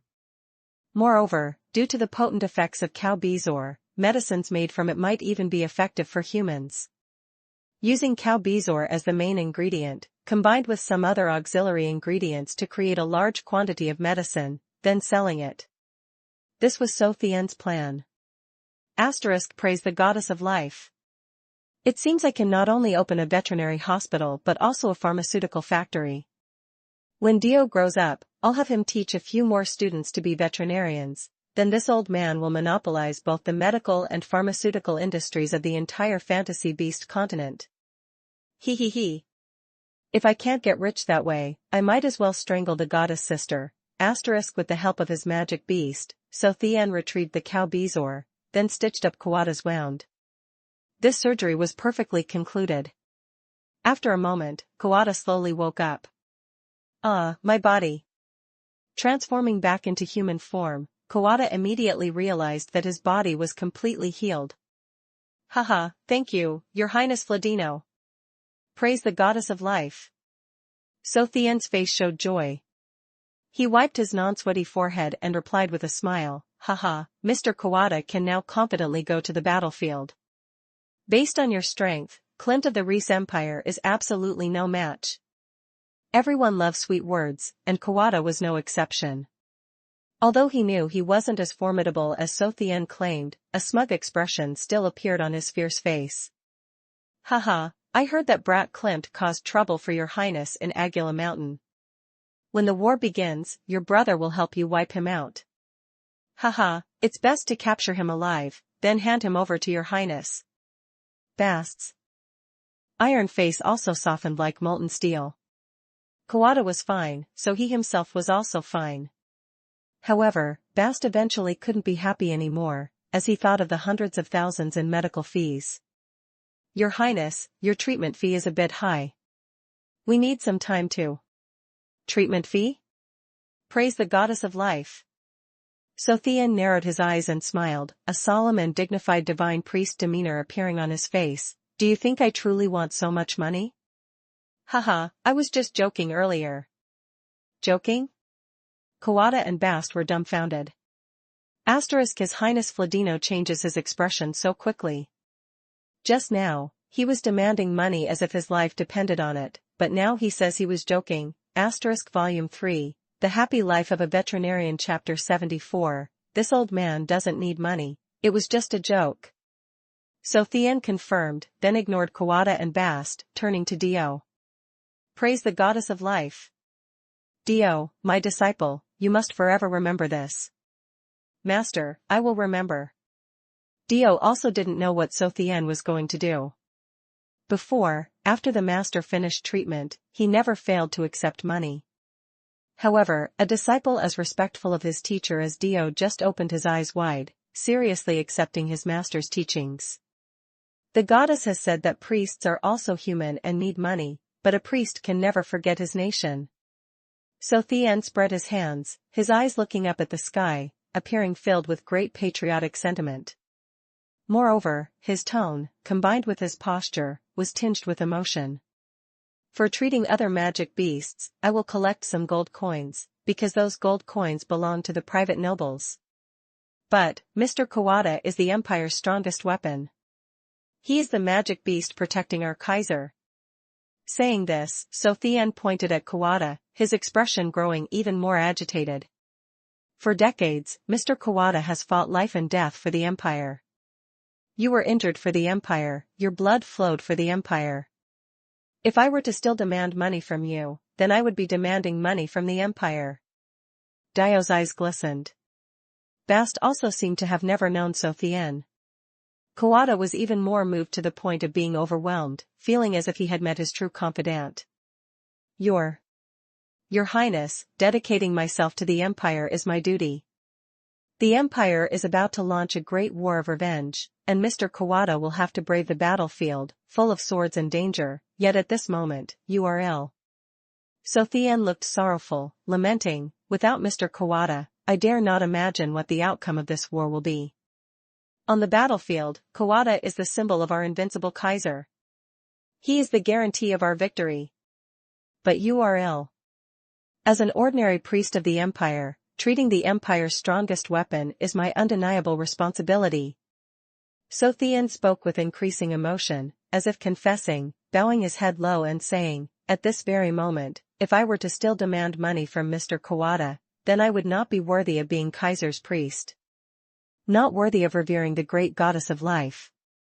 Finally, Chu Tian patted Dio's shoulder, genuinely and deeply saying, therefore, as an inheritor of ancient priestcraft, you must remember, at all times, you are Kaiser Empire's priest. Dio nodded vigorously, sternly saying, Master, I will remember your teachings. His eyes were red. This is truly my great master. Bast also stepped forward to Chu Tian, bowing his head low and solemnly saying, Your Highness, I apologize. I misunderstood you before. Now I believe that you and His Highness Anthony are both alike, both the greatest priests of Kaiser. Chu Tian was stunned by Bast's words. This old man merely wanted to trick Kawada. How did even the Grand Magic Minister get moved? Haha, Mr. Kawada, I have one more thing to tell you. Finally, after an elaborate performance, the swindler Chu Tian revealed his true intentions. You still have quite a few friends and relatives, don't you? That's right. My clansmen, who all live in the Sunset Mountain Range, number over 10,000. Kawada, having been moved by Chu Tian's patriotism and medical skills, unhesitatingly told Chu Tian everything about his lineage. But in our clan, only I am a level 9 magic beast. The others are mostly mid and low tier. Over 10,000? Haha, Chu Tian felt as if he saw countless cow bezoars rushing towards him. Although the probability of producing cow bezoar was very low, among over 10,000 oxen, 10 with cow bezoar would be enough. Moreover, judging from Kawada, even if his clansmen weren't as large as him, who knew how much smaller they might be? Praise the goddess of life. Chu Tian feigned compassion and said, Among your clansmen, are there any who also suffer from the same illness as you? Your Highness, how do you know that? Kawada was extremely surprised, raising an eyebrow at Chu Tian. My illness appeared after I was struck by a dragon elder, but my clansmen were not attacked, yet some have suffered from this disease. Kawada's attitude towards Chu Tian had begun to shift from fear to admiration. One should know that not everyone possessed the ability of prophecy. Actually. At this point, Chu Tian feigned hesitation, as if it was difficult to speak, saying, Alas. I should still tell you. Your Highness, what exactly is it? Kawada was already impatient. What could cause a level 9 ancient saint priest to hesitate like that? Could it be that this illness will negatively affect all his clansmen? Please speak directly. Seeing Kawada growing impatient, Chu Tian narrowed his eyes and stammered, You know, the Dragon Emperor once gave me a book recording ancient priestcraft. Based on the records in it, I'm afraid. Damn it, afraid of what? Kawada's eyes widened. Chu Tian's long-winded demeanor infuriated him. He raised his strong arm high. However, as Kawada was about to lose his temper, his not-so-bright mind suddenly recalled the astonishing golden light in Chu Tian's eyes. Thus, Kawada immediately softened, cough. Your Highness, please don't be angry. I mean, please speak directly. No need for reservations. Alas. Chu Tian sighed again, took Kawada's hands, looked at him sternly, and solemnly said, According to the records in the book, you and your clansmen are all afflicted with a fatal disease. What? Kawada clenched his hands, staring at Chu Tian and quickly saying, You mean my clansmen will all be in mortal danger? Praise the goddess of life. That is indeed the case, Chu Tian slowly nodded and explained, In fact, this disease is very likely to have been passed down from your ancestors to your descendants in ancient times. Moreover, ordinary priests cannot cure it. So Tian was not lying about this. According to its principle, the priestcraft of the fantasy beast continent stimulates vital potential. Therefore, even if priestcraft were used, it would only accelerate the formation of gallstones. Yes, my clansmen have sought treatment from other priests before. Kawada nodded repeatedly, agreeing with So Tian's words. It truly had no effect. Then that's correct. Saying this, So Tian's expression turned extremely sorrowful. Mr. Kawada's immense strength means this disease will at most cause you some pain, but if it spreads to others, by then, you're clansmen. Kawada, even if he were dumber, understood So Tian's meaning. He was a level 9 magic beast, and this disease didn't bother him, but what about his mid and low-tier clansmen?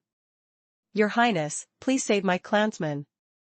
Kawada grabbed So Tian's shoulders, crying and pleading, as long as your Highness cures my clansmen, I can give all my possessions to you.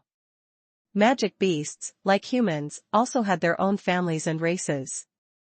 Kawada, the leader of the giant ox tribe in Sunset Mountain, worked so hard precisely for his clansmen. Now that his clansmen faced a great crisis as described by So Tian, even if Kawada had to lose everything, he would beg So Tian for treatment. Humph. What kind of person do you take me for? So Tian's face turned cold, and he snorted lightly, pushing Kawada away. He coldly said, if you mention money in front of me again, I will no longer care about the life or death of your clansmen. Kawada was stunned by So Tian's words. He asked in a daze, then what does your Highness want? Alas, to deceive Kawada, So Tian didn't know how many times he had sighed. He solemnly said, I already told you, Mr. Kawada fights for the nation. And I, as Kaiser's chief imperial priest, how can I let you go to the battlefield burdened with worry? So Tian, wanting to lighten the atmosphere, originally intended to pat Kawada's shoulder, but found he couldn't reach it. So he changed to grasping Kawada's hand and said, don't worry, starting tomorrow, you can send your clansmen to the imperial capital in groups. I will inspect each and every one of them. Your Highness. Kawada was so moved he couldn't speak. He tightly embraced So Tian, choking out, our giant ox tribe will forever remember your Highness's kindness. So Tian was embraced by Kawada, and goosebumps rose all over his body. Being tightly hugged by a muscular man over 2 meters tall, with tears and snot streaming down his face, this feeling was truly unpleasant. Gently breaking free from the magical grasp, So Tian continued, however, your clansmen are too numerous. How about this, I will rent several Zeppelin airships from the Panmat's family, bringing several hundred people each time. What do you think? No. How can I use your Highness's money? Kawada wasn't completely foolish. His Highness Vladino had already graciously agreed to inspect his clansman's health. How could he be so insensitive as to let his Highness pay for transportation? I will pay for the airship rentals. That works too. So Tian gladly accepted Kawada's suggestion this time, without a moment's hesitation. Furthermore, I'm about to participate in the war, so I won't be able to inspect everyone at once.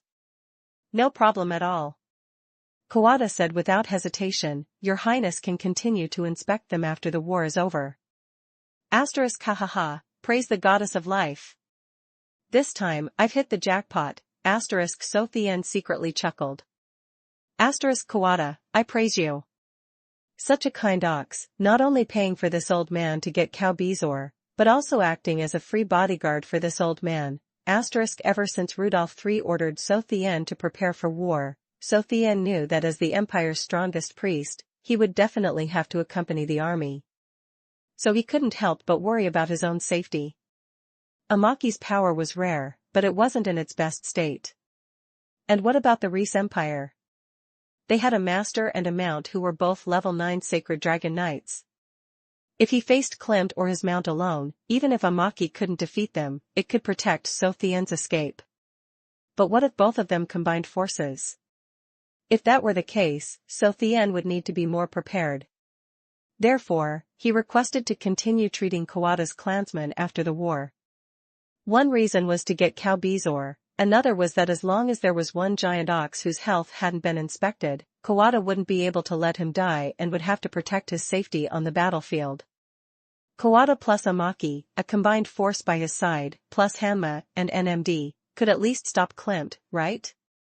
Haha, this was So Tian's true goal. Money could be sacrificed, but this little life must be preserved. Volume 3, The Happy Life of a Veterinarian, Chapter 75, Alchemist?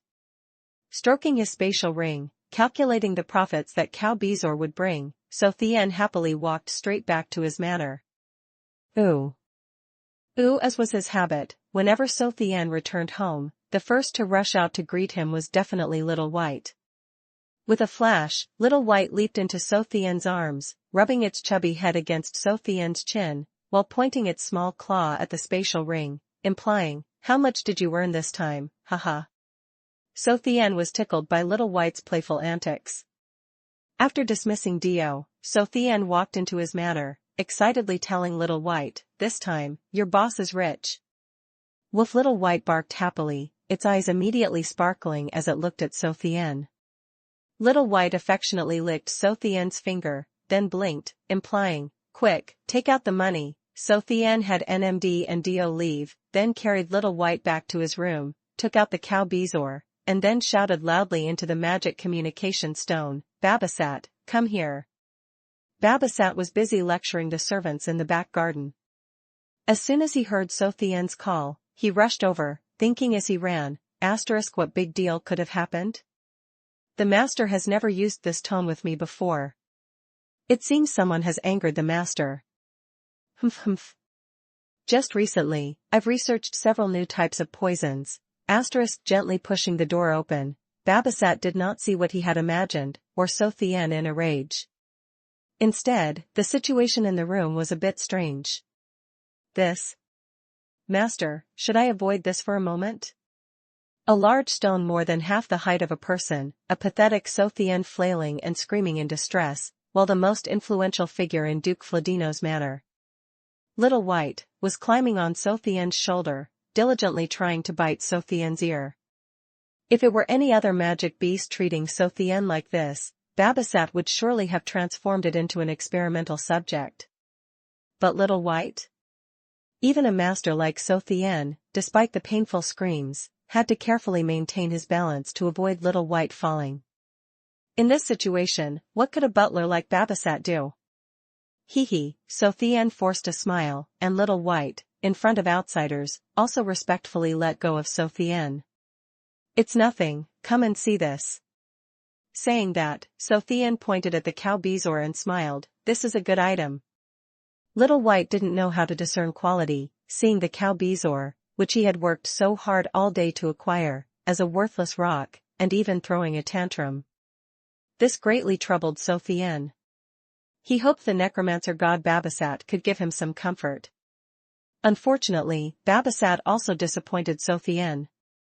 "Master, what did you bring this worthless rock back for?" Babasat examined Kawada's gallstone, frowning tightly. "Does Master want to build a house for Hanma? This little bit of stone isn't enough, is it?" Hanma's residence had always been a major nuisance in So Tian's house. Amaki and Ba-em, presumably NMD, had taken hundreds of frenzied wolves to help the Panmat's family capture magic beasts. From morning till night, they nested on the rooftop, idly staring at the sky. But Hanma wasn't as practical. 3-year-old Hanma clearly had boundless energy. During the day, rolling a leather ball with its long trunk was its favorite game. The impact of this game wasn't too great, only making people on the main street think there was an earthquake. But at night, the situation went too far. Under the diligent guidance of Aunt AK-47, little Hanma became obsessed with the game of Catch the Thief. As a result, every time the red moon rose over the fantasy beast continent, the area in front of Duke Fladino's manor became a nightmare for passers-by. Sneaking around, catch; anyone walking alone, catch; walking in groups, catch; carrying tools on their back, catch. Therefore, building a house for Hanma to keep it obedient had become a big deal in So Tian's house. Praise the goddess of life, So Tian at this moment had an urge to use Dracula's wrath to chop Babasat to death. Communicating with people from another world truly had its problems. On Earth, almost everyone knew the value of cow bezoar, but here, Babasat was still rambling on. Now, the Empire's best stone materials are all produced from thatch bough, but good stones are controlled by the military. Oh, right, Princess Serena's good friend, Miss Fina, is stationed there. Master, you can ask her for help. Praise the goddess of life. Chu Tian grew angry. He put Little White down, pointed at the cow bezoar, and glared at Babasat, saying, "How did you get promoted to necromancer god? Do you know what this is? Isn't this just building stone?" Babasat was extremely surprised. What's wrong with a necromancer god not knowing about building stone? I'm not a stonemason, ahem. Chu Tian cleared his throat and began to lecture Babasat on pharmacology. This is called cow bezoar. Elixirs made from it can replace the effects of priestcraft. Replace priestcraft? Babasat gasped, a cold breath. For 1,000 years, with the decline of the alchemist profession, no one on the continent knew what elixirs were. Even what necromancer mages researched only consisted of 2 types, poisons and antidotes. That's right, replace priestcraft. Chu Tian's eyes narrowed. He continued to provoke Babasat. Moreover, its effect is like ancient priestcraft. Although its effect is slow, it can ignore the difference in professional ranks. Babasat's cold, dark eyes gleamed with passionate light. For someone who was obsessed with researching poisons all day, what could move him more than a piece of cow bezoar?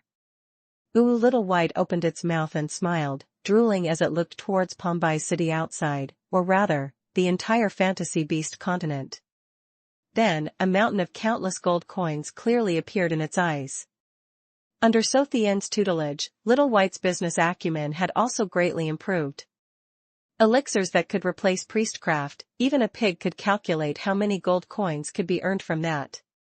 Master, do you also know the alchemy that has been lost for over 1,000 years? Babasat asked respectfully. Alchemy? Yes, it's alchemy. Chu Tian was very satisfied with this profession and boldly said, besides ancient priestcraft, I truly also know alchemy. Money makes things easy, power makes things even easier. If one was like Chu Tian, with both money and power, there was almost nothing that couldn't be done. In just a few short days, an entire street in Duke Fladino's manor's vicinity was bought by Chu Tian at a surprisingly low price. Then, a large-scale pharmaceutical factory designed by Chu Tian himself began construction. Clearing land? Easy. Let Hanma run a few laps, and it's done. Ingredients? The Panmat's family also had quite a lot. Construction workers? Grand Magic Minister Bast personally brought a batch of high-level magic beasts to assist. Production equipment? Chu Tian could even make surgical knives, let alone the numerous experimental tools Babasat used in his poison research. The pharmaceutical factory was built miraculously fast. At the same time, the research of Chu Tian, Babasat, and Dio also achieved great progress. Kawada was indeed a level 9 magic beast. Its cow bezoar drove Chu Tian crazy.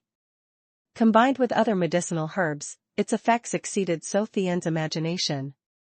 With cow bezoar as the main ingredient, Chu Tian could foresee making some common medicines found on Earth. But what Chu Tian didn't expect was that Kawada's cow bezoar also carried a level 9 magic beast's imprint. Until now, Chu Tian's biggest worry was that the medicine's effect was too slow, not as miraculous as priestcraft. But Kawada's power made his worries vanish into thin air. Antidote pill, Jai Dok Dan, this was Chu Tian's first successful research product. Many magic beasts on this continent had toxic attack skills, so Chu Tian was confident that the market for this product would be very good. Originally, cow bezoar already had detoxifying properties, so an antidote made from it was normal. But Chu Tian's antidote pill had a rapid effect. Taking one pill, almost without waiting, the toxins on the experimental subject completely disappeared.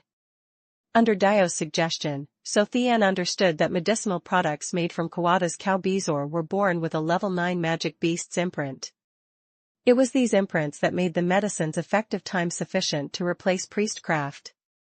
Golden Light Potion, Kim Sang Duok, this was Chu Tian's second product, also with Kawada's imprint. Originally, external injuries would take several days to heal, but now they healed instantly as before. Myriad Spirit Pill, Van Lin Don, the third product, mainly treated colds, fevers, coughs, headaches, diarrhea. As long as they were common symptoms of discomfort, it could completely resolve them. This effectiveness made Chu Tian laugh and cry at the same time. On Earth, different illnesses required different medications, but on the Fantasy Beast continent, due to the magic beast's incredibly strong imprint, one pill could solve all common ailments. With Kawada's clansmen arriving in droves, Chu Tian happily discovered that the giant oxen on the Fantasy Beast continent seemed to have a special affinity for gallstones. Almost every few dozen oxen could produce a cow bezoar. But these things couldn't satisfy Chu Tian. After all, cow bezoar was finite. So Chu Tian once again sought out Kawada, declaring that this disease would frequently recur, and therefore his clansmen needed to stay with him for observation for a period.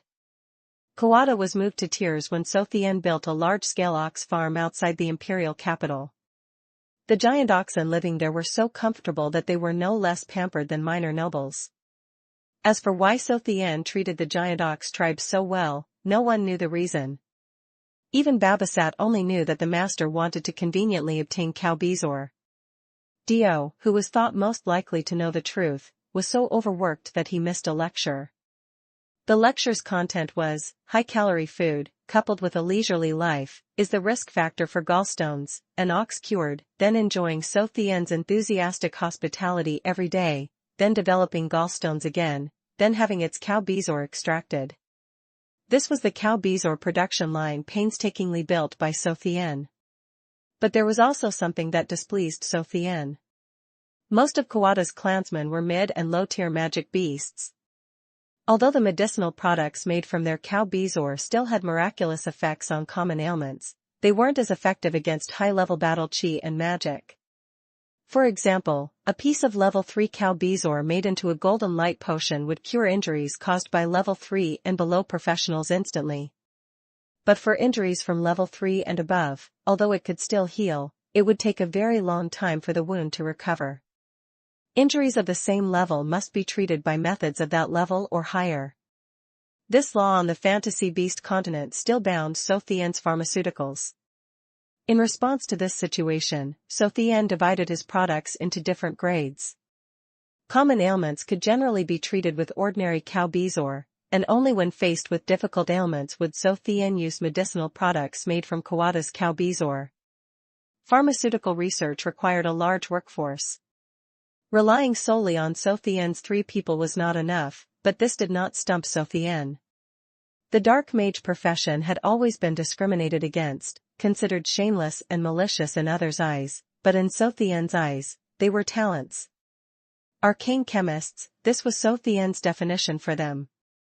Under Babasat's summons, coupled with incredibly generous benefits, some of Babasat's old friends and their juniors naturally became Chu Tian's personal magic advisors.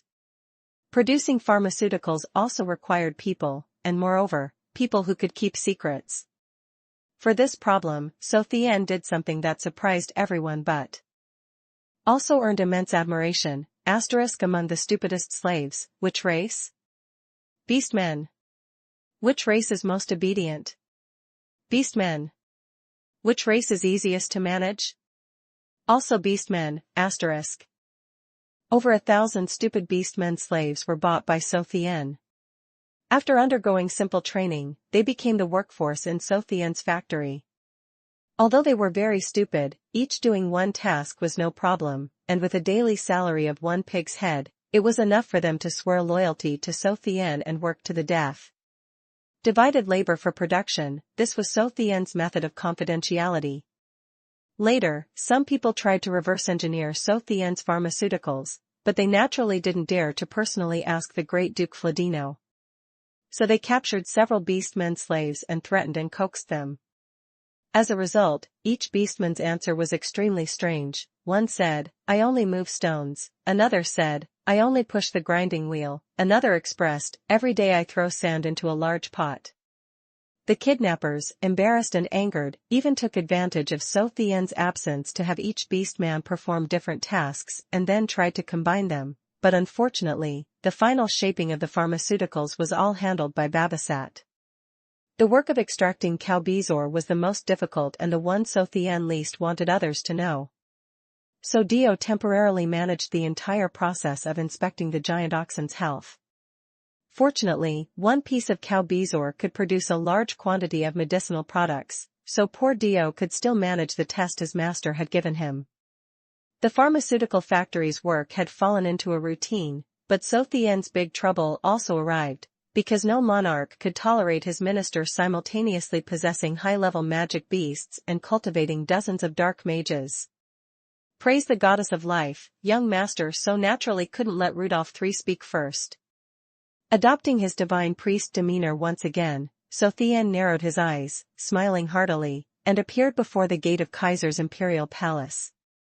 However, whether he was coming to confess his sins before His Majesty the Emperor, or to deceive Rudolph III, no one could say for sure. Volume 3, The Happy Life of a Veterinarian Chapter 76, Binding Ties. After reporting his arrival, Chu Tian stepped into the grand hall. However, the first person he saw was not Rudolph III, but his sworn brother, Karnas, whom he hadn't seen in a long time. Karnas was one of the commanders of the Empire's 5 great legions. His main duty was to command 100,000 fire dragon troops stationed in Redwood Canyon, guarding against beastmen incursions from the north. But because Scarlet Flame, the Empire's strongest military power, was stationed in the imperial capital, Karnas had to remain in Pombais City, entrusting all legion affairs to his aide. Karnas had found excuses not to attend Chu Tian's engagement and promotion ceremonies. He understood the reason well. Relationships between humans and beasts were a taboo. The affair between Karnas and Scarlet Flame was not only unforgivable to the giant dragon race but also difficult for ordinary people to accept.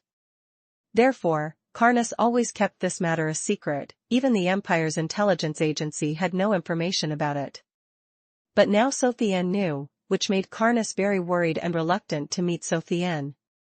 Karnas was discussing something with Rudolph III. Chu Tian entered. After bowing to Rudolph III, he smiled and said to Karnas, "Haha, big brother, long time no see." "Ah, long time no see." Karnas seemed a little hesitant. A commander who led an unrivaled army was a bit flustered. "Fladino, a few days ago."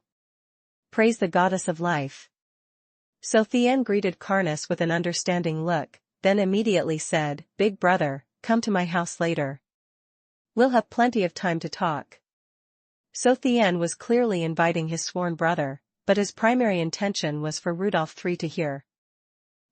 Your Majesty, this old man does indeed have a few magic beasts and cultivates quite a few dark mages. This old man's power is a threat to you. Before dealing with this old man, perhaps you should consider one of the commanders of the Empire's 5 great legions, Karnas. He is my brother, and the Grand Magic Minister owes this old man money.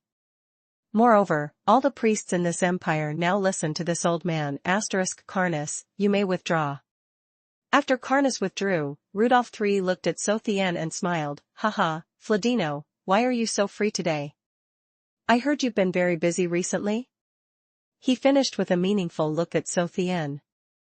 You've been doing a lot recently. Earning some money and building a factory is one thing, but you've recruited so many dark mages. Are you secretly trying to assassinate people? Kihi. Looking around and seeing no one, Chu Tian chuckled, narrowed his eyes, and said, "Your Majesty, this old man is here today to do some business with you." Business? Rudolph III was stunned. For so many years, although he also cooperated with the Panmat's family in trading weapons and poisons, Chu Tian was now his subordinate. This was the first time he had ever encountered a subordinate so openly discussing business with the monarch of a nation. What kind of business? Rudolph III casually picked up a short sword from the table, idly examining it, and said, Do you think there's anything left that would interest me? Perhaps a trivial business wouldn't impress your majesty?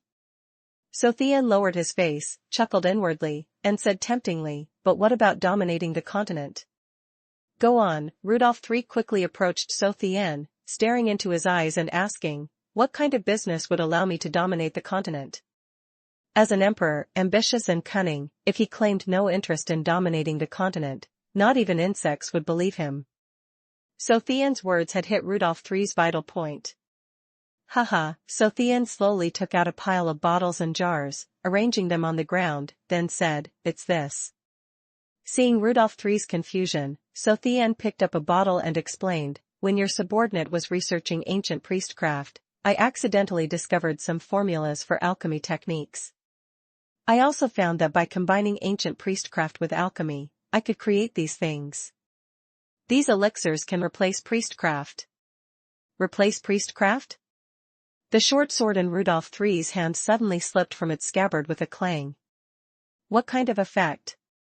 Completely identical to priestcraft. So Tian gently opened the bottle cap, poured out a dark yellow pill, and said, this is a medicine I created, called Level 7 Golden Light Potion. It can cure injuries below Level 7. Prudence was not to be forgotten. So Tian still hadn't revealed his most valuable product. Among his products, the best, of course, was the pill made from Kawada's cow bezoar. This medicine could heal even Level 9 injuries. Although Kawada was a Level 9 magic beast, the strength of its clan was weak, Level 7s were rare, and Level 8s were almost non-existent. Therefore, the best of the pills So Tian made from ordinary cow bezoar could only cure injuries below Level 7. The short sword in Rudolph III's hand suddenly slipped and fell to the ground with a loud clang. How much of this medicine do you have? There aren't many Level 7 medicines, but below Level 5. So Tian feigned calculation for a moment, then calmly said, in just 3 months, I guarantee that each of the 300,000 Kaiser Iron Cavalry will have one. So Tian had been a bit reserved with this number. Currently, in his production facility, over 1,000 beast men slaves worked day and night. Producing 100,000 pills per month was achievable. The main problem was the insufficient supply of cow bezoar. But So Tian dared not tell Rudolph III the truth. After all, selling medicine to the empire wouldn't earn him much, and in the current situation, the stronger his own capabilities, the more dangerous it became. Ha ha ha ha. This was the third time Rudolph III had laughed so freely in his life. 300,000 pills that could cure Level 5 injuries, what did that mean? Imagine, Iron Cavalry fighting the enemy day and night, while the enemy was doing their best to resist, each Imperial Knight would take out a golden light potion, instantly healing their injuries and continuing to advance. However, for severe injuries, the healing effect of a Level 5 golden light potion was very slow, but it was still effective. As long as the soldiers weren't dismembered, there would almost be no casualties in the Imperial army. No casualties, Kaiser's Iron Cavalry taking no losses, what would that mean? As long as no Level 10 magic beasts or high-level magic beast armies like the giant dragon race appeared in the battle, then no one could stop Rudolph III's path to continental domination. How much money do you need? If it was that good, Rudolph III was sure that the price So Tian demanded would not be small. Although he could directly order So Tian to supply the medicine to the empire, he also had to consider, what if So Tian became dissatisfied and led the Level 9 magic beast Amaki to rebel? Moreover, there were the relationships between So Tian, Karnas, and the giant dragon race. With those distant and close connections, who could guarantee that Scarlet Flame wouldn't help if So Tian rebelled? Your Majesty, for this first batch of medicine, 1 million is enough. So Tian narrowed his eyes, feigning a loss-making price. 1 million? Rudolph III was surprised. According to intelligence agency investigations, just for building such a large production facility, Duke Fladino had already spent more than that on land acquisition alone. Praise the goddess of life. So Tian puffed out his chest, confidently saying, I once swore on the honor of the goddess of life that I would always serve the empire and your majesty. Now, your majesty is about to launch a war of revenge.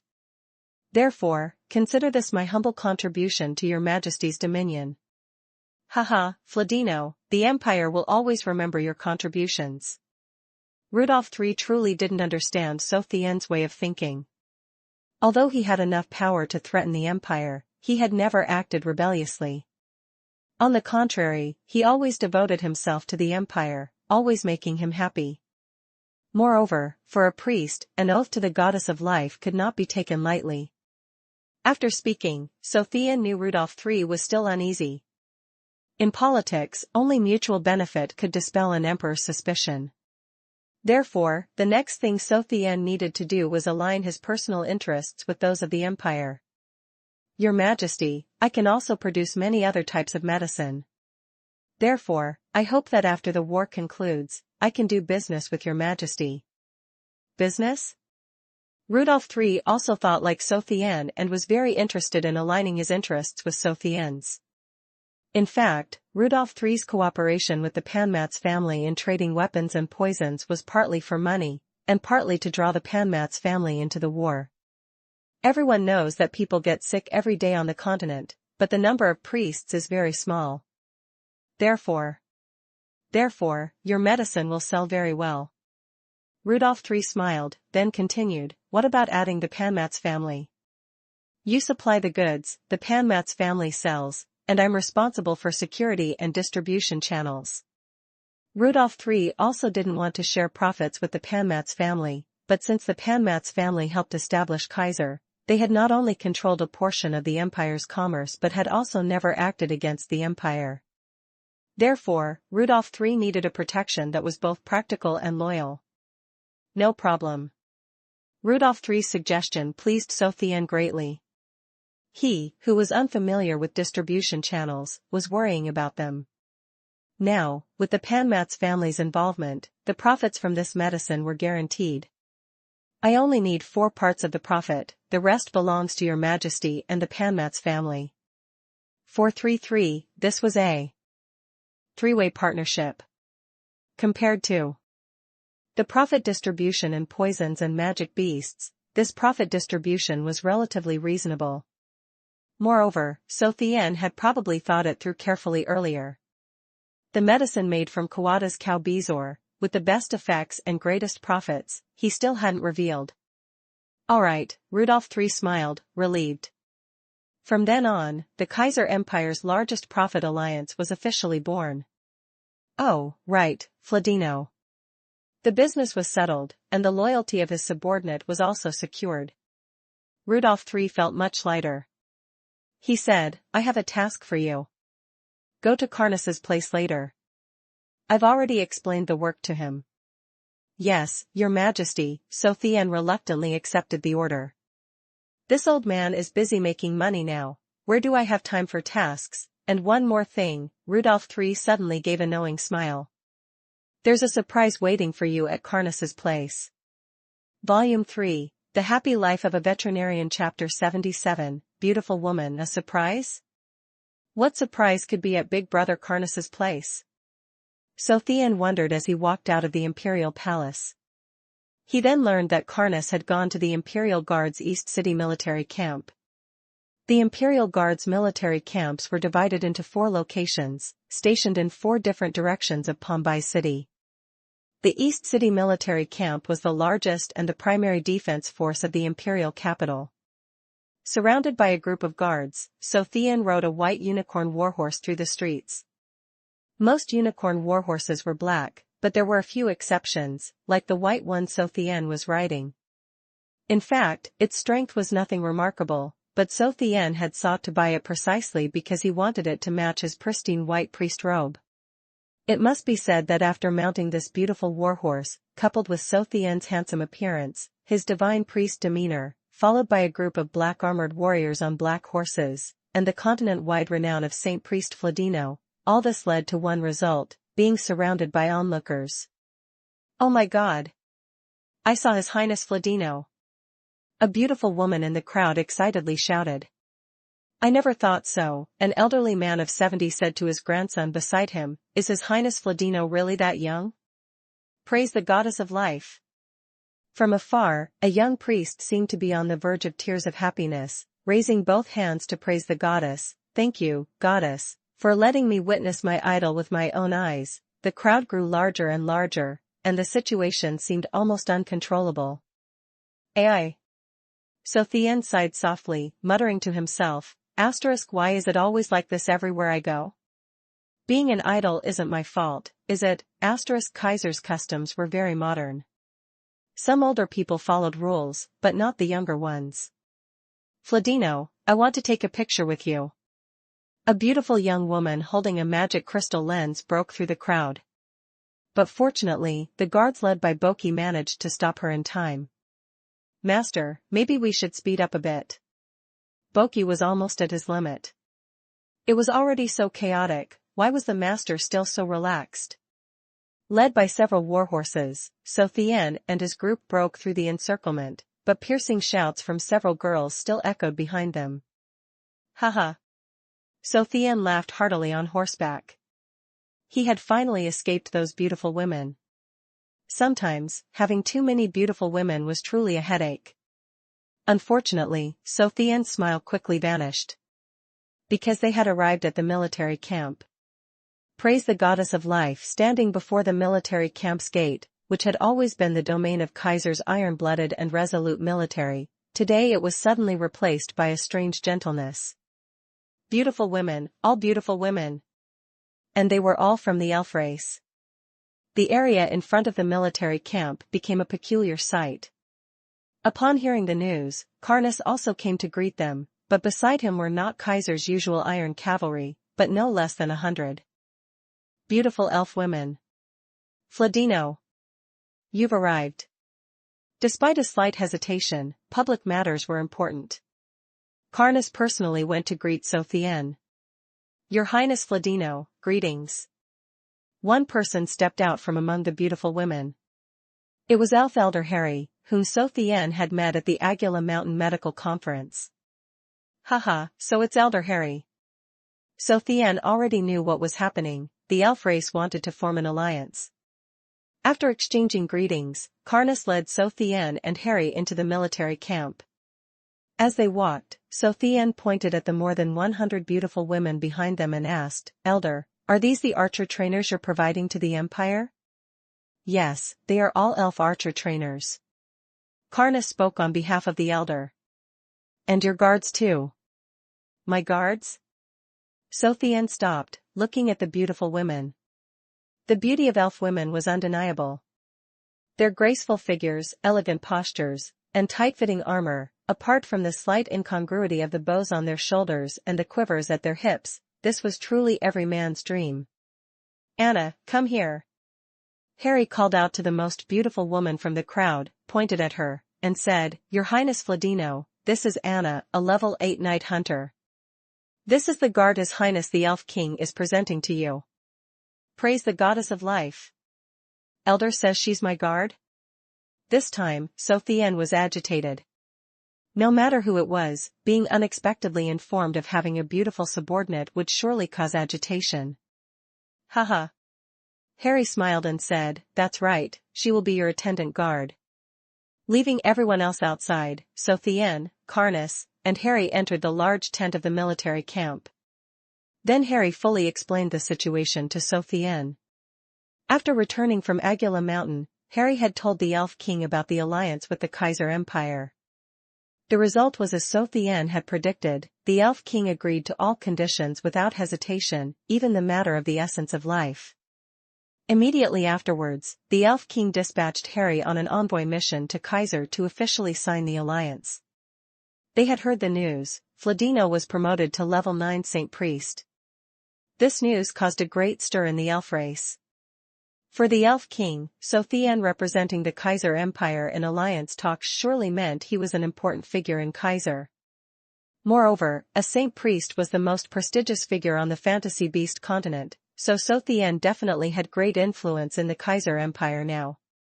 Therefore, to facilitate the alliance, for the elf race's great cause of national restoration, they had to win over Chu Tian. As for how to win him over? The Elf King felt that Chu Tian could spend 200,000 gold coins to buy the essence of life, so he was probably not short of money. But he heard that Chu Tian had no magic power, so what he lacked must be a guard force. Therefore, the Elf King, along with a few elders, decided to give Chu Tian a level 8 night hunter. Anna was young, only a little over 100 years old. Converting to human age, probably around 20 years old. She was the most talented archer in the elf race of this generation, even reaching level 8 100 years earlier than Elder Harry. Just imagine, at Anna's current age, she could very well become a level 9 Night Divine Archer in the future. Praise the Goddess of Life. Chu Tian narrowed his eyes, smiled and said, "Please convey my gratitude to His Highness the Elf King." Though he spoke politely, Chu Tian inwardly sneered. A guard?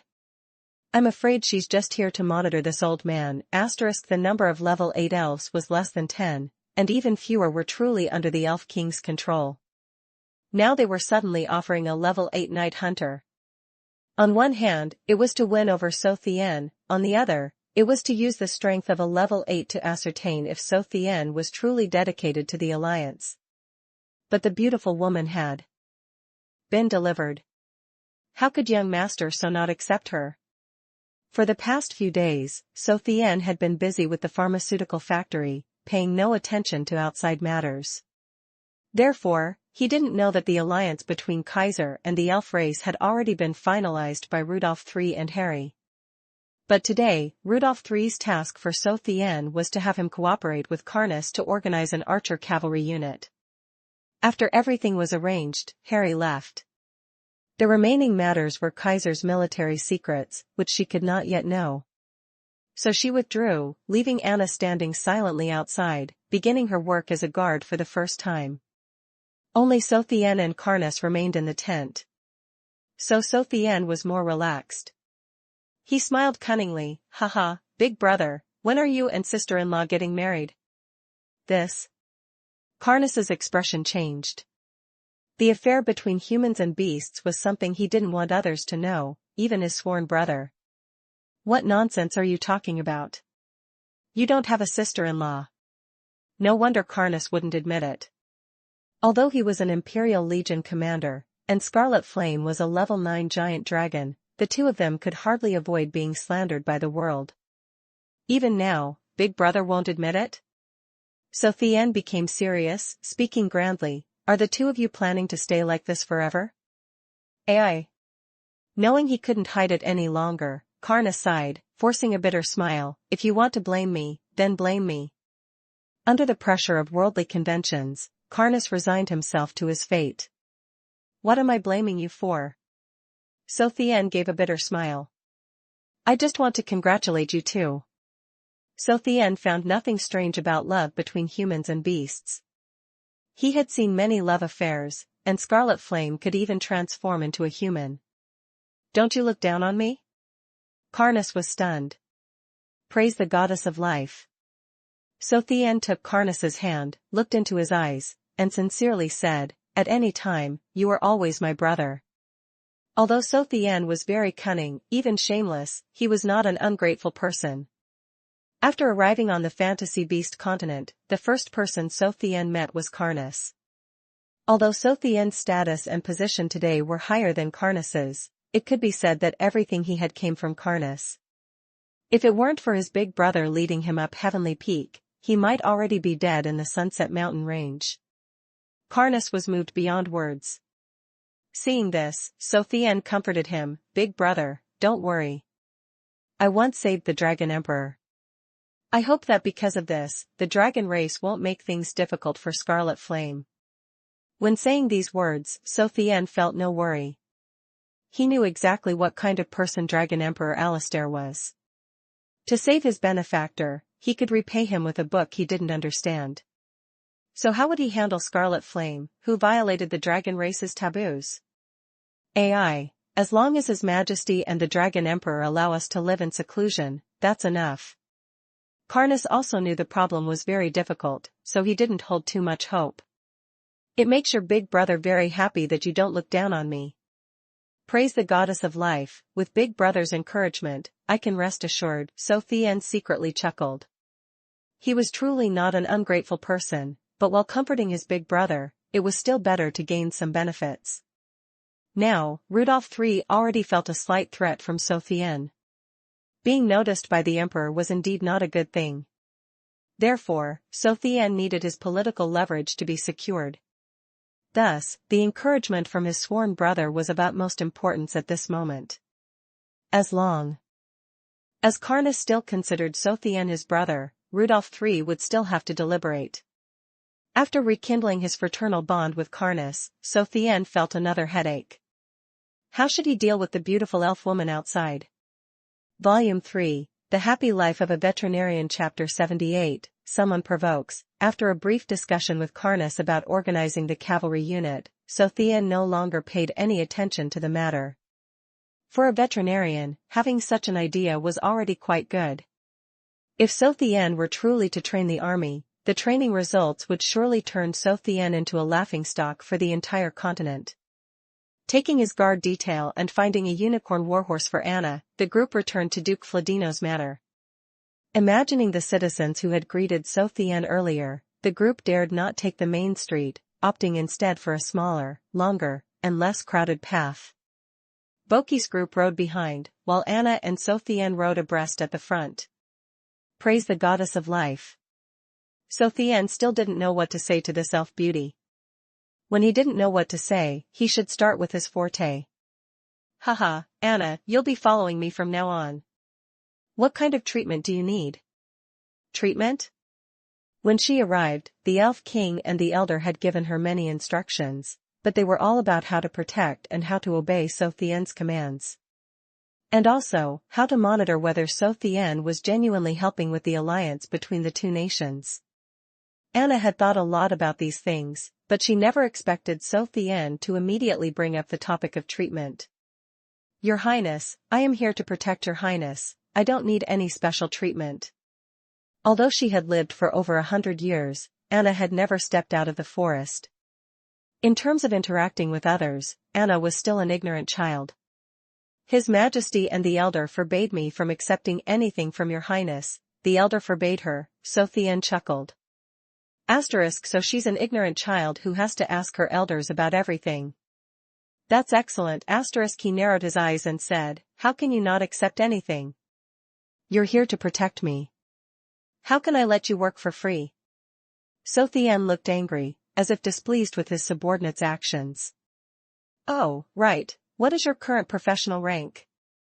Earlier, when Harry introduced her, Chu Tian was more captivated by the century-old elf beauty and paid no attention to Anna's professional rank. This also had an effect. In Harry's eyes, Chu Tian showed no change in expression when he acquired a level 8 Night Hunter, and even seemed not to pay attention. What did this mean? It surely means he doesn't care about a level 8 Night Hunter, so the gift was too light. Your Highness, I am a level 8 Night Hunter. Anna answered honestly. In the elf race, level 8 was already very rare, but to a peculiar priest above level 9, it was nothing. Level 8? Not bad at all.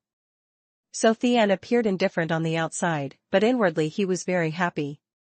To have a level 8 bodyguard was truly something one could only dream of. Moreover, the bodyguard was a beautiful woman always by his side.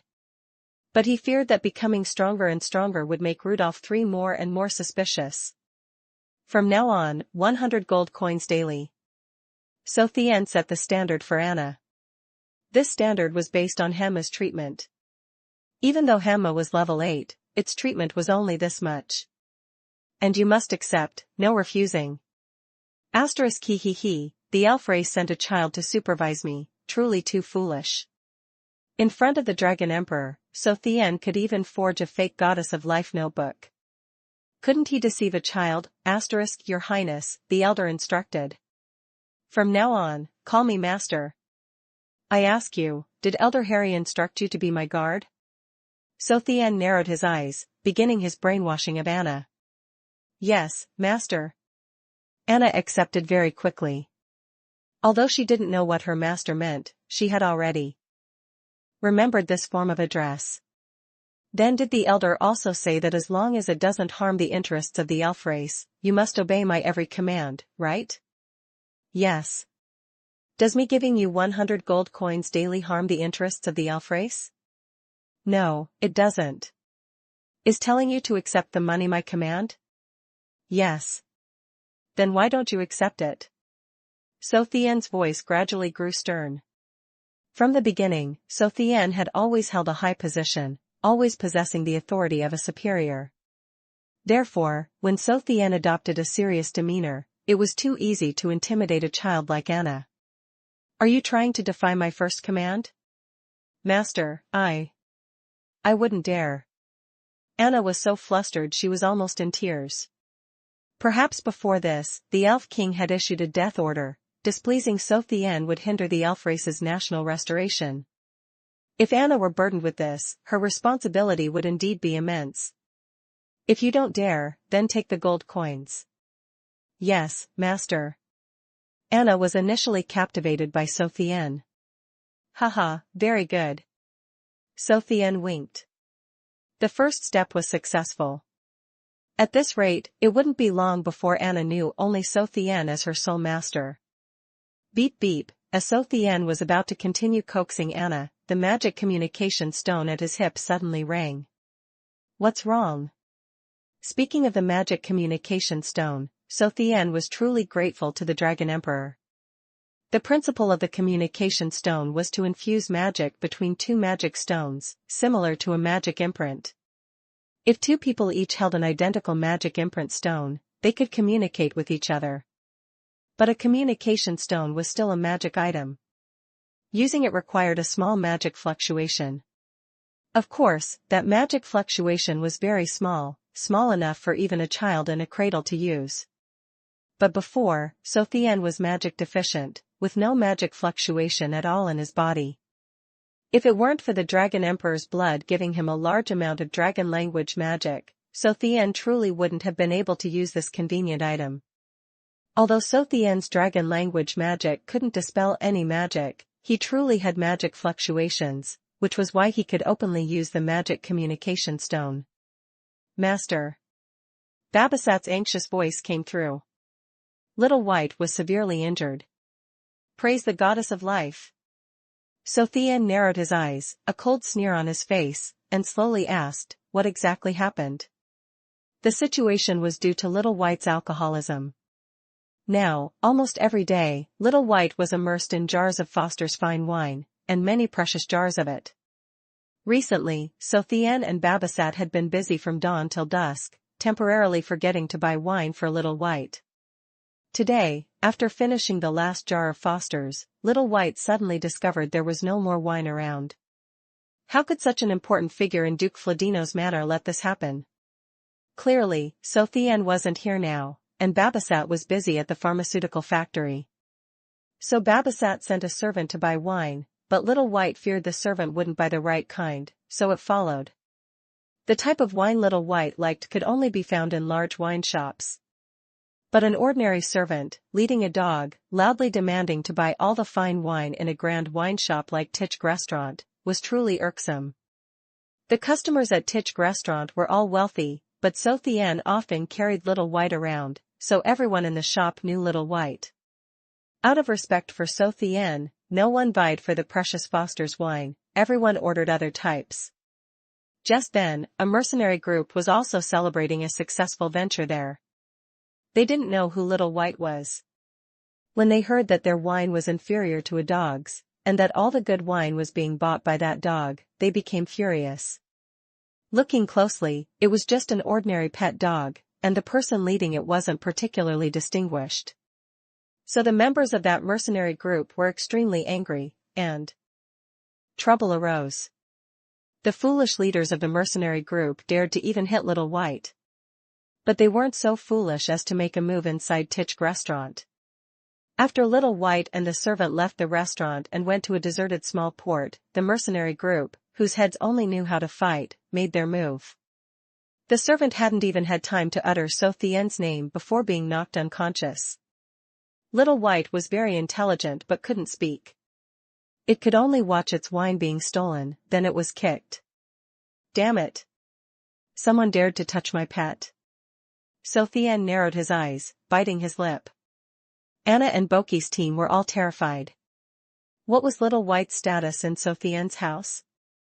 To Chu Tian, it was number one. If it were to bite Chu Tian, everyone would worry whether Chu Tian's flesh was too tough or if it would hurt Little White's teeth. In Chu Tian's heart, Little White's status was unparalleled. Though it was just a dog and couldn't speak, it was so intelligent that others couldn't treat it as just a dog. Moreover, after arriving on the fantasy beast continent, Little White was the first intelligent creature Chu Tian met. In a strange world, first impressions were very special. Coupled with Chu Tian's profession as a veterinarian, he had a great fondness for animals. Therefore, an intelligent and adorable dog like Little White was Chu Tian's treasure. All in all, Little White had been with Chu Tian for over a year. During that year, Little White ate and slept with Chu Tian. Now, Chu Tian was used to being woken up every morning by Little White biting his ear. Now someone dared to stab Chu Tian in the heart. Did they not want to live anymore? Which mercenary group did it? Chu Tian's face turned pale as he sternly asked. It's the Earth Dragon Mercenary Group, one of the Empire's 3 largest mercenary groups. Their headquarters are located in the southern suburbs, and the terrain there is wide open, very suitable for battle. Through the communication stone, Babasat's voice was cold, as if reminding everyone not to forget the terror of the necromancer god. Master, everything is ready here. Humph, Chu Tian sneered. He took out an Imperial Duke's token from his pouch and handed it to Boki. Go find Marquis Carnus. Have Big Brother dispatch an iron cavalry unit for me. Then go find Damar and bring me 300 mages. Furthermore, order all priests in the Empire, anyone who dares to treat a member of the Earth Dragon Mercenary Group, this old man will flay them alive. Boki took the order and left. Chu Tian spurred his horse towards the South City, while also calling out to the elf beauty, who was still stunned, Anna, follow me, Volume 3, The Happy Life of a Veterinarian Chapter 79, I Bite You Slap. At the Earth Dragon Mercenary Group's headquarters, Leiden slapped his younger brother, sending him flying. He cursed, Oak, are you trying to kill the entire mercenary group? Leiden was almost driven mad by Oak. This useless younger brother, apart from causing trouble, hardly knew how to do anything better. Originally, a few days ago, Oak had successfully concluded a big deal. Leiden happily allowed him to go to Titchk restaurant to celebrate, but he never expected this brat to cause a major disaster even while drinking. Commander, don't worry. The speaker was the Earth Dragon Mercenary Group's vice commander, level 7 mage Daniel. Perhaps the situation isn't as serious as you think. Big brother, what trouble did I cause? Oak crawled up, wiping the blood from the corner of his mouth, panting, wasn't it just disciplining a dog? Cough cough, Oak naturally coughed a few times. Being struck by a level 8 subdragon knight like Leiden was not light. I looked closely, the person holding the dog was just an ordinary person. After all, Oak had been a mercenary for many years. So before taking action, he had carefully observed that the person leading the dog was a servant. But he never expected that distinguished and extraordinary-looking person to be Chu Tian's servant. Thump. Leiden slapped Oak again. How could I have a younger brother like you? You're even dumber than a pig. Why are you hitting me, big brother? Oak clutched his face, shouting, the dog's master was knocked out by me, he didn't see me make a move, and he's not some important figure either. You. Leiden was so angry he didn't know what to say. Oak, you're too reckless. Daniel explained on behalf of Leiden. What kind of place is Titchk restaurant? Anyone who can go there is an important figure in the Empire. And a dog can buy all the fine wine there, but everyone there has to accept it silently. Tell me, what kind of person is the owner of that dog? The person I knocked out isn't the dog's owner? Oak finally understood a little. Nonsense, Leiden wanted to hit Oak again, but Daniel stopped him. Look closely at this magic collar. As he spoke, Leiden threw Little White's magic collar in front of Oak. It's full of wine. Do you know what that means? This. Oak knew nothing, asking tentatively, did the dog's owner buy this magic collar for it to hold wine? That's right. Daniel nodded, confirming Oak's words. Seeing Daniel nod, Oak felt a chill run through his body. Such an expensive magic collar, containing over 100 jars of Foster's wine. These two things combined were worth at least 100,000. Over 30,000 people in their mercenary group worked hard for a month and only earned that much money. But now someone was telling Oak that all of this was prepared for a dog. Big brother, what do we do now? Oak was scared. An ordinary pet dog was treated like that, so what kind of person must its owner be? I don't know either. Lydon shook his head, forcing a bitter smile. This time you've caused me no small trouble, but I can't ignore it. Daniel, have you found out who the dog's owner is?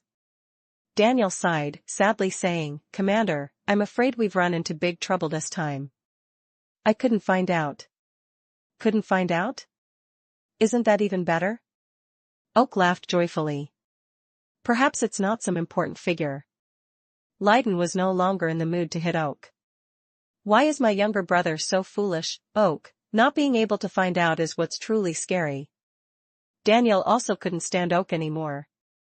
I went to see the owner of Titchk restaurant, and all the customers who were drinking there at the time. They all told me one thing. What did they say? Oak quickly asked. If the Earth Dragon mercenary group wants to die, then don't involve us. So Tian's precious pet already had some reputation in the Empire. Even if those nobles hadn't seen it, they had heard of it. Even at the banquets hosted by Rudolph III, So Tian would carry Little White. And in front of the high-ranking officials and nobles, if Little White bit So Tian's ear, he would only chuckle.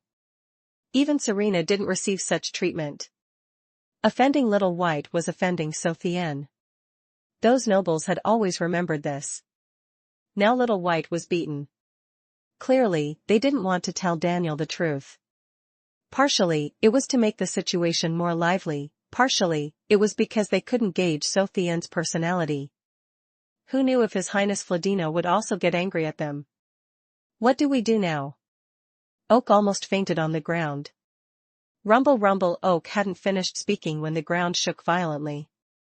Commander, the headquarters are surrounded. A scout rushed in to report.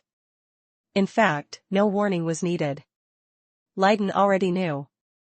As a level 8 subdragon knight, only the invincible Kaiser Iron Cavalry could possess such prestige. Inform everyone in the headquarters, prepare for battle. Lydon had decades of military experience and had cultivated calmness in the face of emergencies. Although the person who came could mobilize the Imperial Guard of the Imperial capital, he couldn't just sit there and wait for death.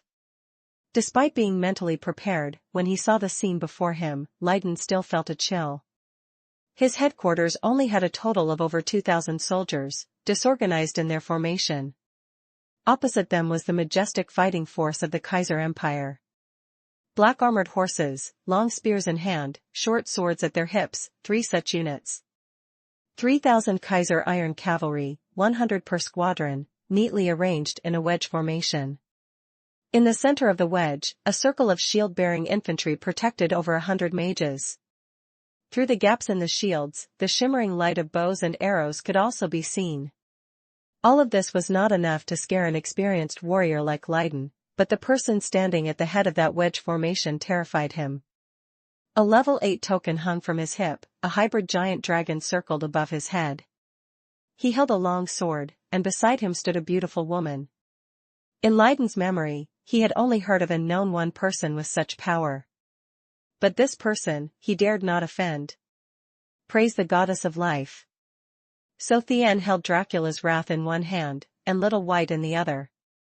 He said loudly, Commander Lydon, please give me an explanation. Aye. Lydon knew he couldn't escape today. He grabbed Oak, tied him up, and slowly walked towards So Tian. Suddenly, a long green arrow shot between Lydon's legs, stopping his steps. Lydon looked up at the elf beauty beside So Tian, cold sweat dripping down his face. Only a level 8 knight hunter could shoot an arrow that a level 8 subdragon knight like him couldn't hear. Fortunately, I didn't resist just now. Otherwise, even if I dodged this arrow by lying down, someone else would have. Your Highness Fladino, please please forgive me. Leiden knelt on the ground in a knight's salute, throwing Oak, tied up like a dumpling, onto the ground. He said, today's trouble was all caused by my useless younger brother. I now hand him over to your highness. Please, your highness, do not make things difficult for anyone else. Being quite perceptive, Chu Tian nodded, then bent down and asked Little White, what do you think should be done? Today, Chu Tian was here to vent Little White's anger. To what extent he would vent it depended on Little White's opinion. Ooh. Little White glared, pointed at itself with its paw, implying, leave it to me. Then Little White jumped from Chu Tian's arms onto Hema's back, patted Hema's ear. Hema obediently lowered its nose to the ground, allowing Little White to dismount. Ooh. Little White walked up to Oak, who was kneeling on the ground. It looked at his frightened face, then gave a wicked grin and barked, ooh ooh. Ah. Oak let out a tragic cry. It hurt so much, Little White bit him, almost tearing off half his ear. But then? Little White, satisfied, ran back to Chu Tian's arms along the same path, then licked Chu Tian's finger, yawned, and fell fast asleep. Others didn't know what Little White meant, but Chu Tian knew very well. Little White had taken its revenge. In fact, Little White's injury wasn't severe, it was just kicked. Biting back once was enough. But Chu Tian wasn't satisfied. This old man made such a grand entrance, just for a single bite, haha, this. Commander Leiden. A cunning person like Chu Tian had never encountered such a situation. In his plan, there should have been an earth-shattering battle, and then he would seize something with his power. One must know that it wasn't every day Chu Tian had a legitimate excuse to plunder. But now? Leiden looked so remorseful, and Little White had also let it go. Asterisk haha, Little White let it go, but this old man cannot, asterisk bokeh, order the entire army to hold its position. After the several thousand men had settled down, Chu Tian led Leiden into the tent, haha, Commander Leiden, please sit. In reality, to vent Little White's anger, he didn't need such a formidable force. But it wasn't easy for Chu Tian to get such a legitimate opportunity, so how could he let it go? Your younger brother injured my pet. It's nothing, Little White's injuries aren't severe, but... Chu Tian narrowed his eyes, this was his cunning sign, smiling, now the nobles in the empire all know that my pet was injured by your mercenary group. This causes a duke like me to lose a lot of face. Yes, we indeed caused trouble for your highness. Leiden was already 40 years old. Although not completely worldly wise, he was very experienced. Hearing Chu Tian's words, he knew that Chu Tian didn't want to destroy the mercenary group, but rather wanted to use this excuse to his own advantage. Thinking of this, Leiden breathed a sigh of relief. As long as he could preserve his mercenary group and his younger brother, sacrificing a little money was nothing. After all, he usually bribed officials and nobles quite a bit. Moreover, if His Highness was pleased today, perhaps the mercenary group might even climb onto a big tree later. Haha, I understand your highness's meaning. Leiden smiled, relieved. I wonder what your highness lacks recently? Praise the goddess of life, I lack nothing. Chu Tian wagged a finger, I just want to do business with you. Volume 3, The Happy Life of a Veterinarian Chapter 80, Business? Leiden didn't quite understand Chu Tian's meaning. How could an ancient priest do business with a small mercenary group? Haha, your highness, how can we do business with you? If you need anything, please just tell me. Praise the goddess of life. Chu Tian said grandly, how can I take things from you for free? It's not easy for you to earn money. Oh, right, what is your mercenary group's annual income? This. Like everyone else, a mercenary group's annual income was a trade secret. Leiden wanted not to tell, but under Chu Tian's piercing gaze, he wasn't allowed to do so. Your highness, about 1 million. 1 million? So little? Chu Tian seemed a little disappointed. 1 million was indeed not much for Chu Tian. Currently, young Master Chu Tian's income was almost countless. Trading poisons and magic beasts, monopolizing medicine production in the empire, and successfully opening a veterinary hospital. These were all profitable ventures. So Tian had never calculated his annual income, but he could be sure it exceeded 1 million. Haha, it's indeed not much. Mercenaries don't earn much these days. Leiden was startled by Tian's indifferent expression. Few people on the continent considered 1 million gold coins to be insignificant. So how many people are in your mercenary group, and what is your strength? Tian continued to ask in detail, how many high-level magic beasts do you have? As soon as he mentioned his mercenary group, Leiden felt proud. Under his leadership, the Earth Dragon mercenary group had grown from a small unit of a few hundred people into one of the Empire's 3 largest mercenary groups. Leiden had truly put in a lot of effort. The mercenary group has a total of 30,000 people. The headquarters are in Pombai City, but there are branches in the main countries on the continent. The main powerhouses include myself, and a few other level 7 powerhouses. As for magic beasts, the highest is my magic beast, a level 8 subdragon beast, the Earth Dragon. I heard your mercenary group is ranked 3rd in the Empire. What rank would it be on the continent? Tian was slightly suspicious. Such limited strength can be considered one of the Empire's 3 largest mercenary groups, on the entire continent, probably around 20th. Leiden was a little dejected when he said this. In fact, on the continent, the Earth Dragon mercenary group's ranking was relatively low, not because of its strength, but because of the Kaiser Empire's national policy. Although Kaiser valued martial arts, imperial power was centralized, and civilian armed forces were tightly controlled. Even a duke like Tian only had 3,000 guards. And even powerful nobles could only recruit under 10,000 private troops. Nobles were treated like this, so a civilian mercenary group being controlled was nothing to be surprised about. In reality, Leiden's mercenary group's annual income exceeded 1 million, but to maintain a scale of 30,000 people, all the money they earned went to bribing officials. After understanding the basic situation of the mercenary group, Tian closed his eyes and began to discuss business. I want to invest in the mercenary group. What do you think? Praise the goddess of life, although the Empire strictly controlled private armed forces of nobles, those nobles were not pigs. They naturally had to find ways to strengthen their own power, and establishing a mercenary group was the best option. Apart from official positions, mercenary groups were the only civilian armed force allowed by imperial law. Therefore, most mercenary groups had powerful patrons behind them. Tian had been on the fantasy beast continent for some time and naturally understood this. Able to earn money normally, and able to fight when important. Tian had long wanted such a mercenary group, but for a long time, he feared arousing Rudolph III's vigilance, so he hadn't made a move. But now it was good. His interests and Rudolph III's were intertwined, so His Majesty would turn a blind eye to his expansion of power. After all, the greater Tian's power, the more benefits Rudolph III would receive, as long as Tian didn't grow strong enough to threaten the imperial family.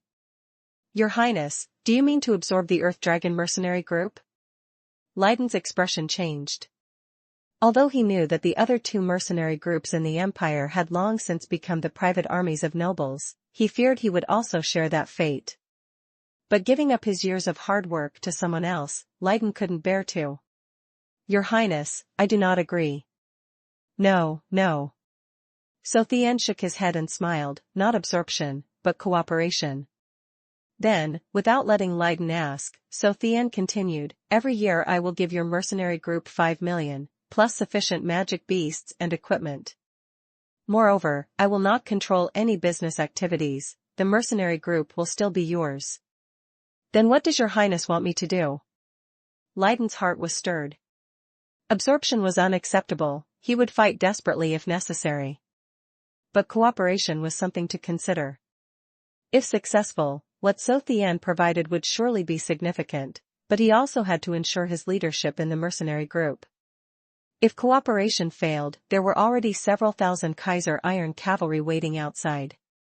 If the benefits were balanced, only one problem remained: what did Tian want?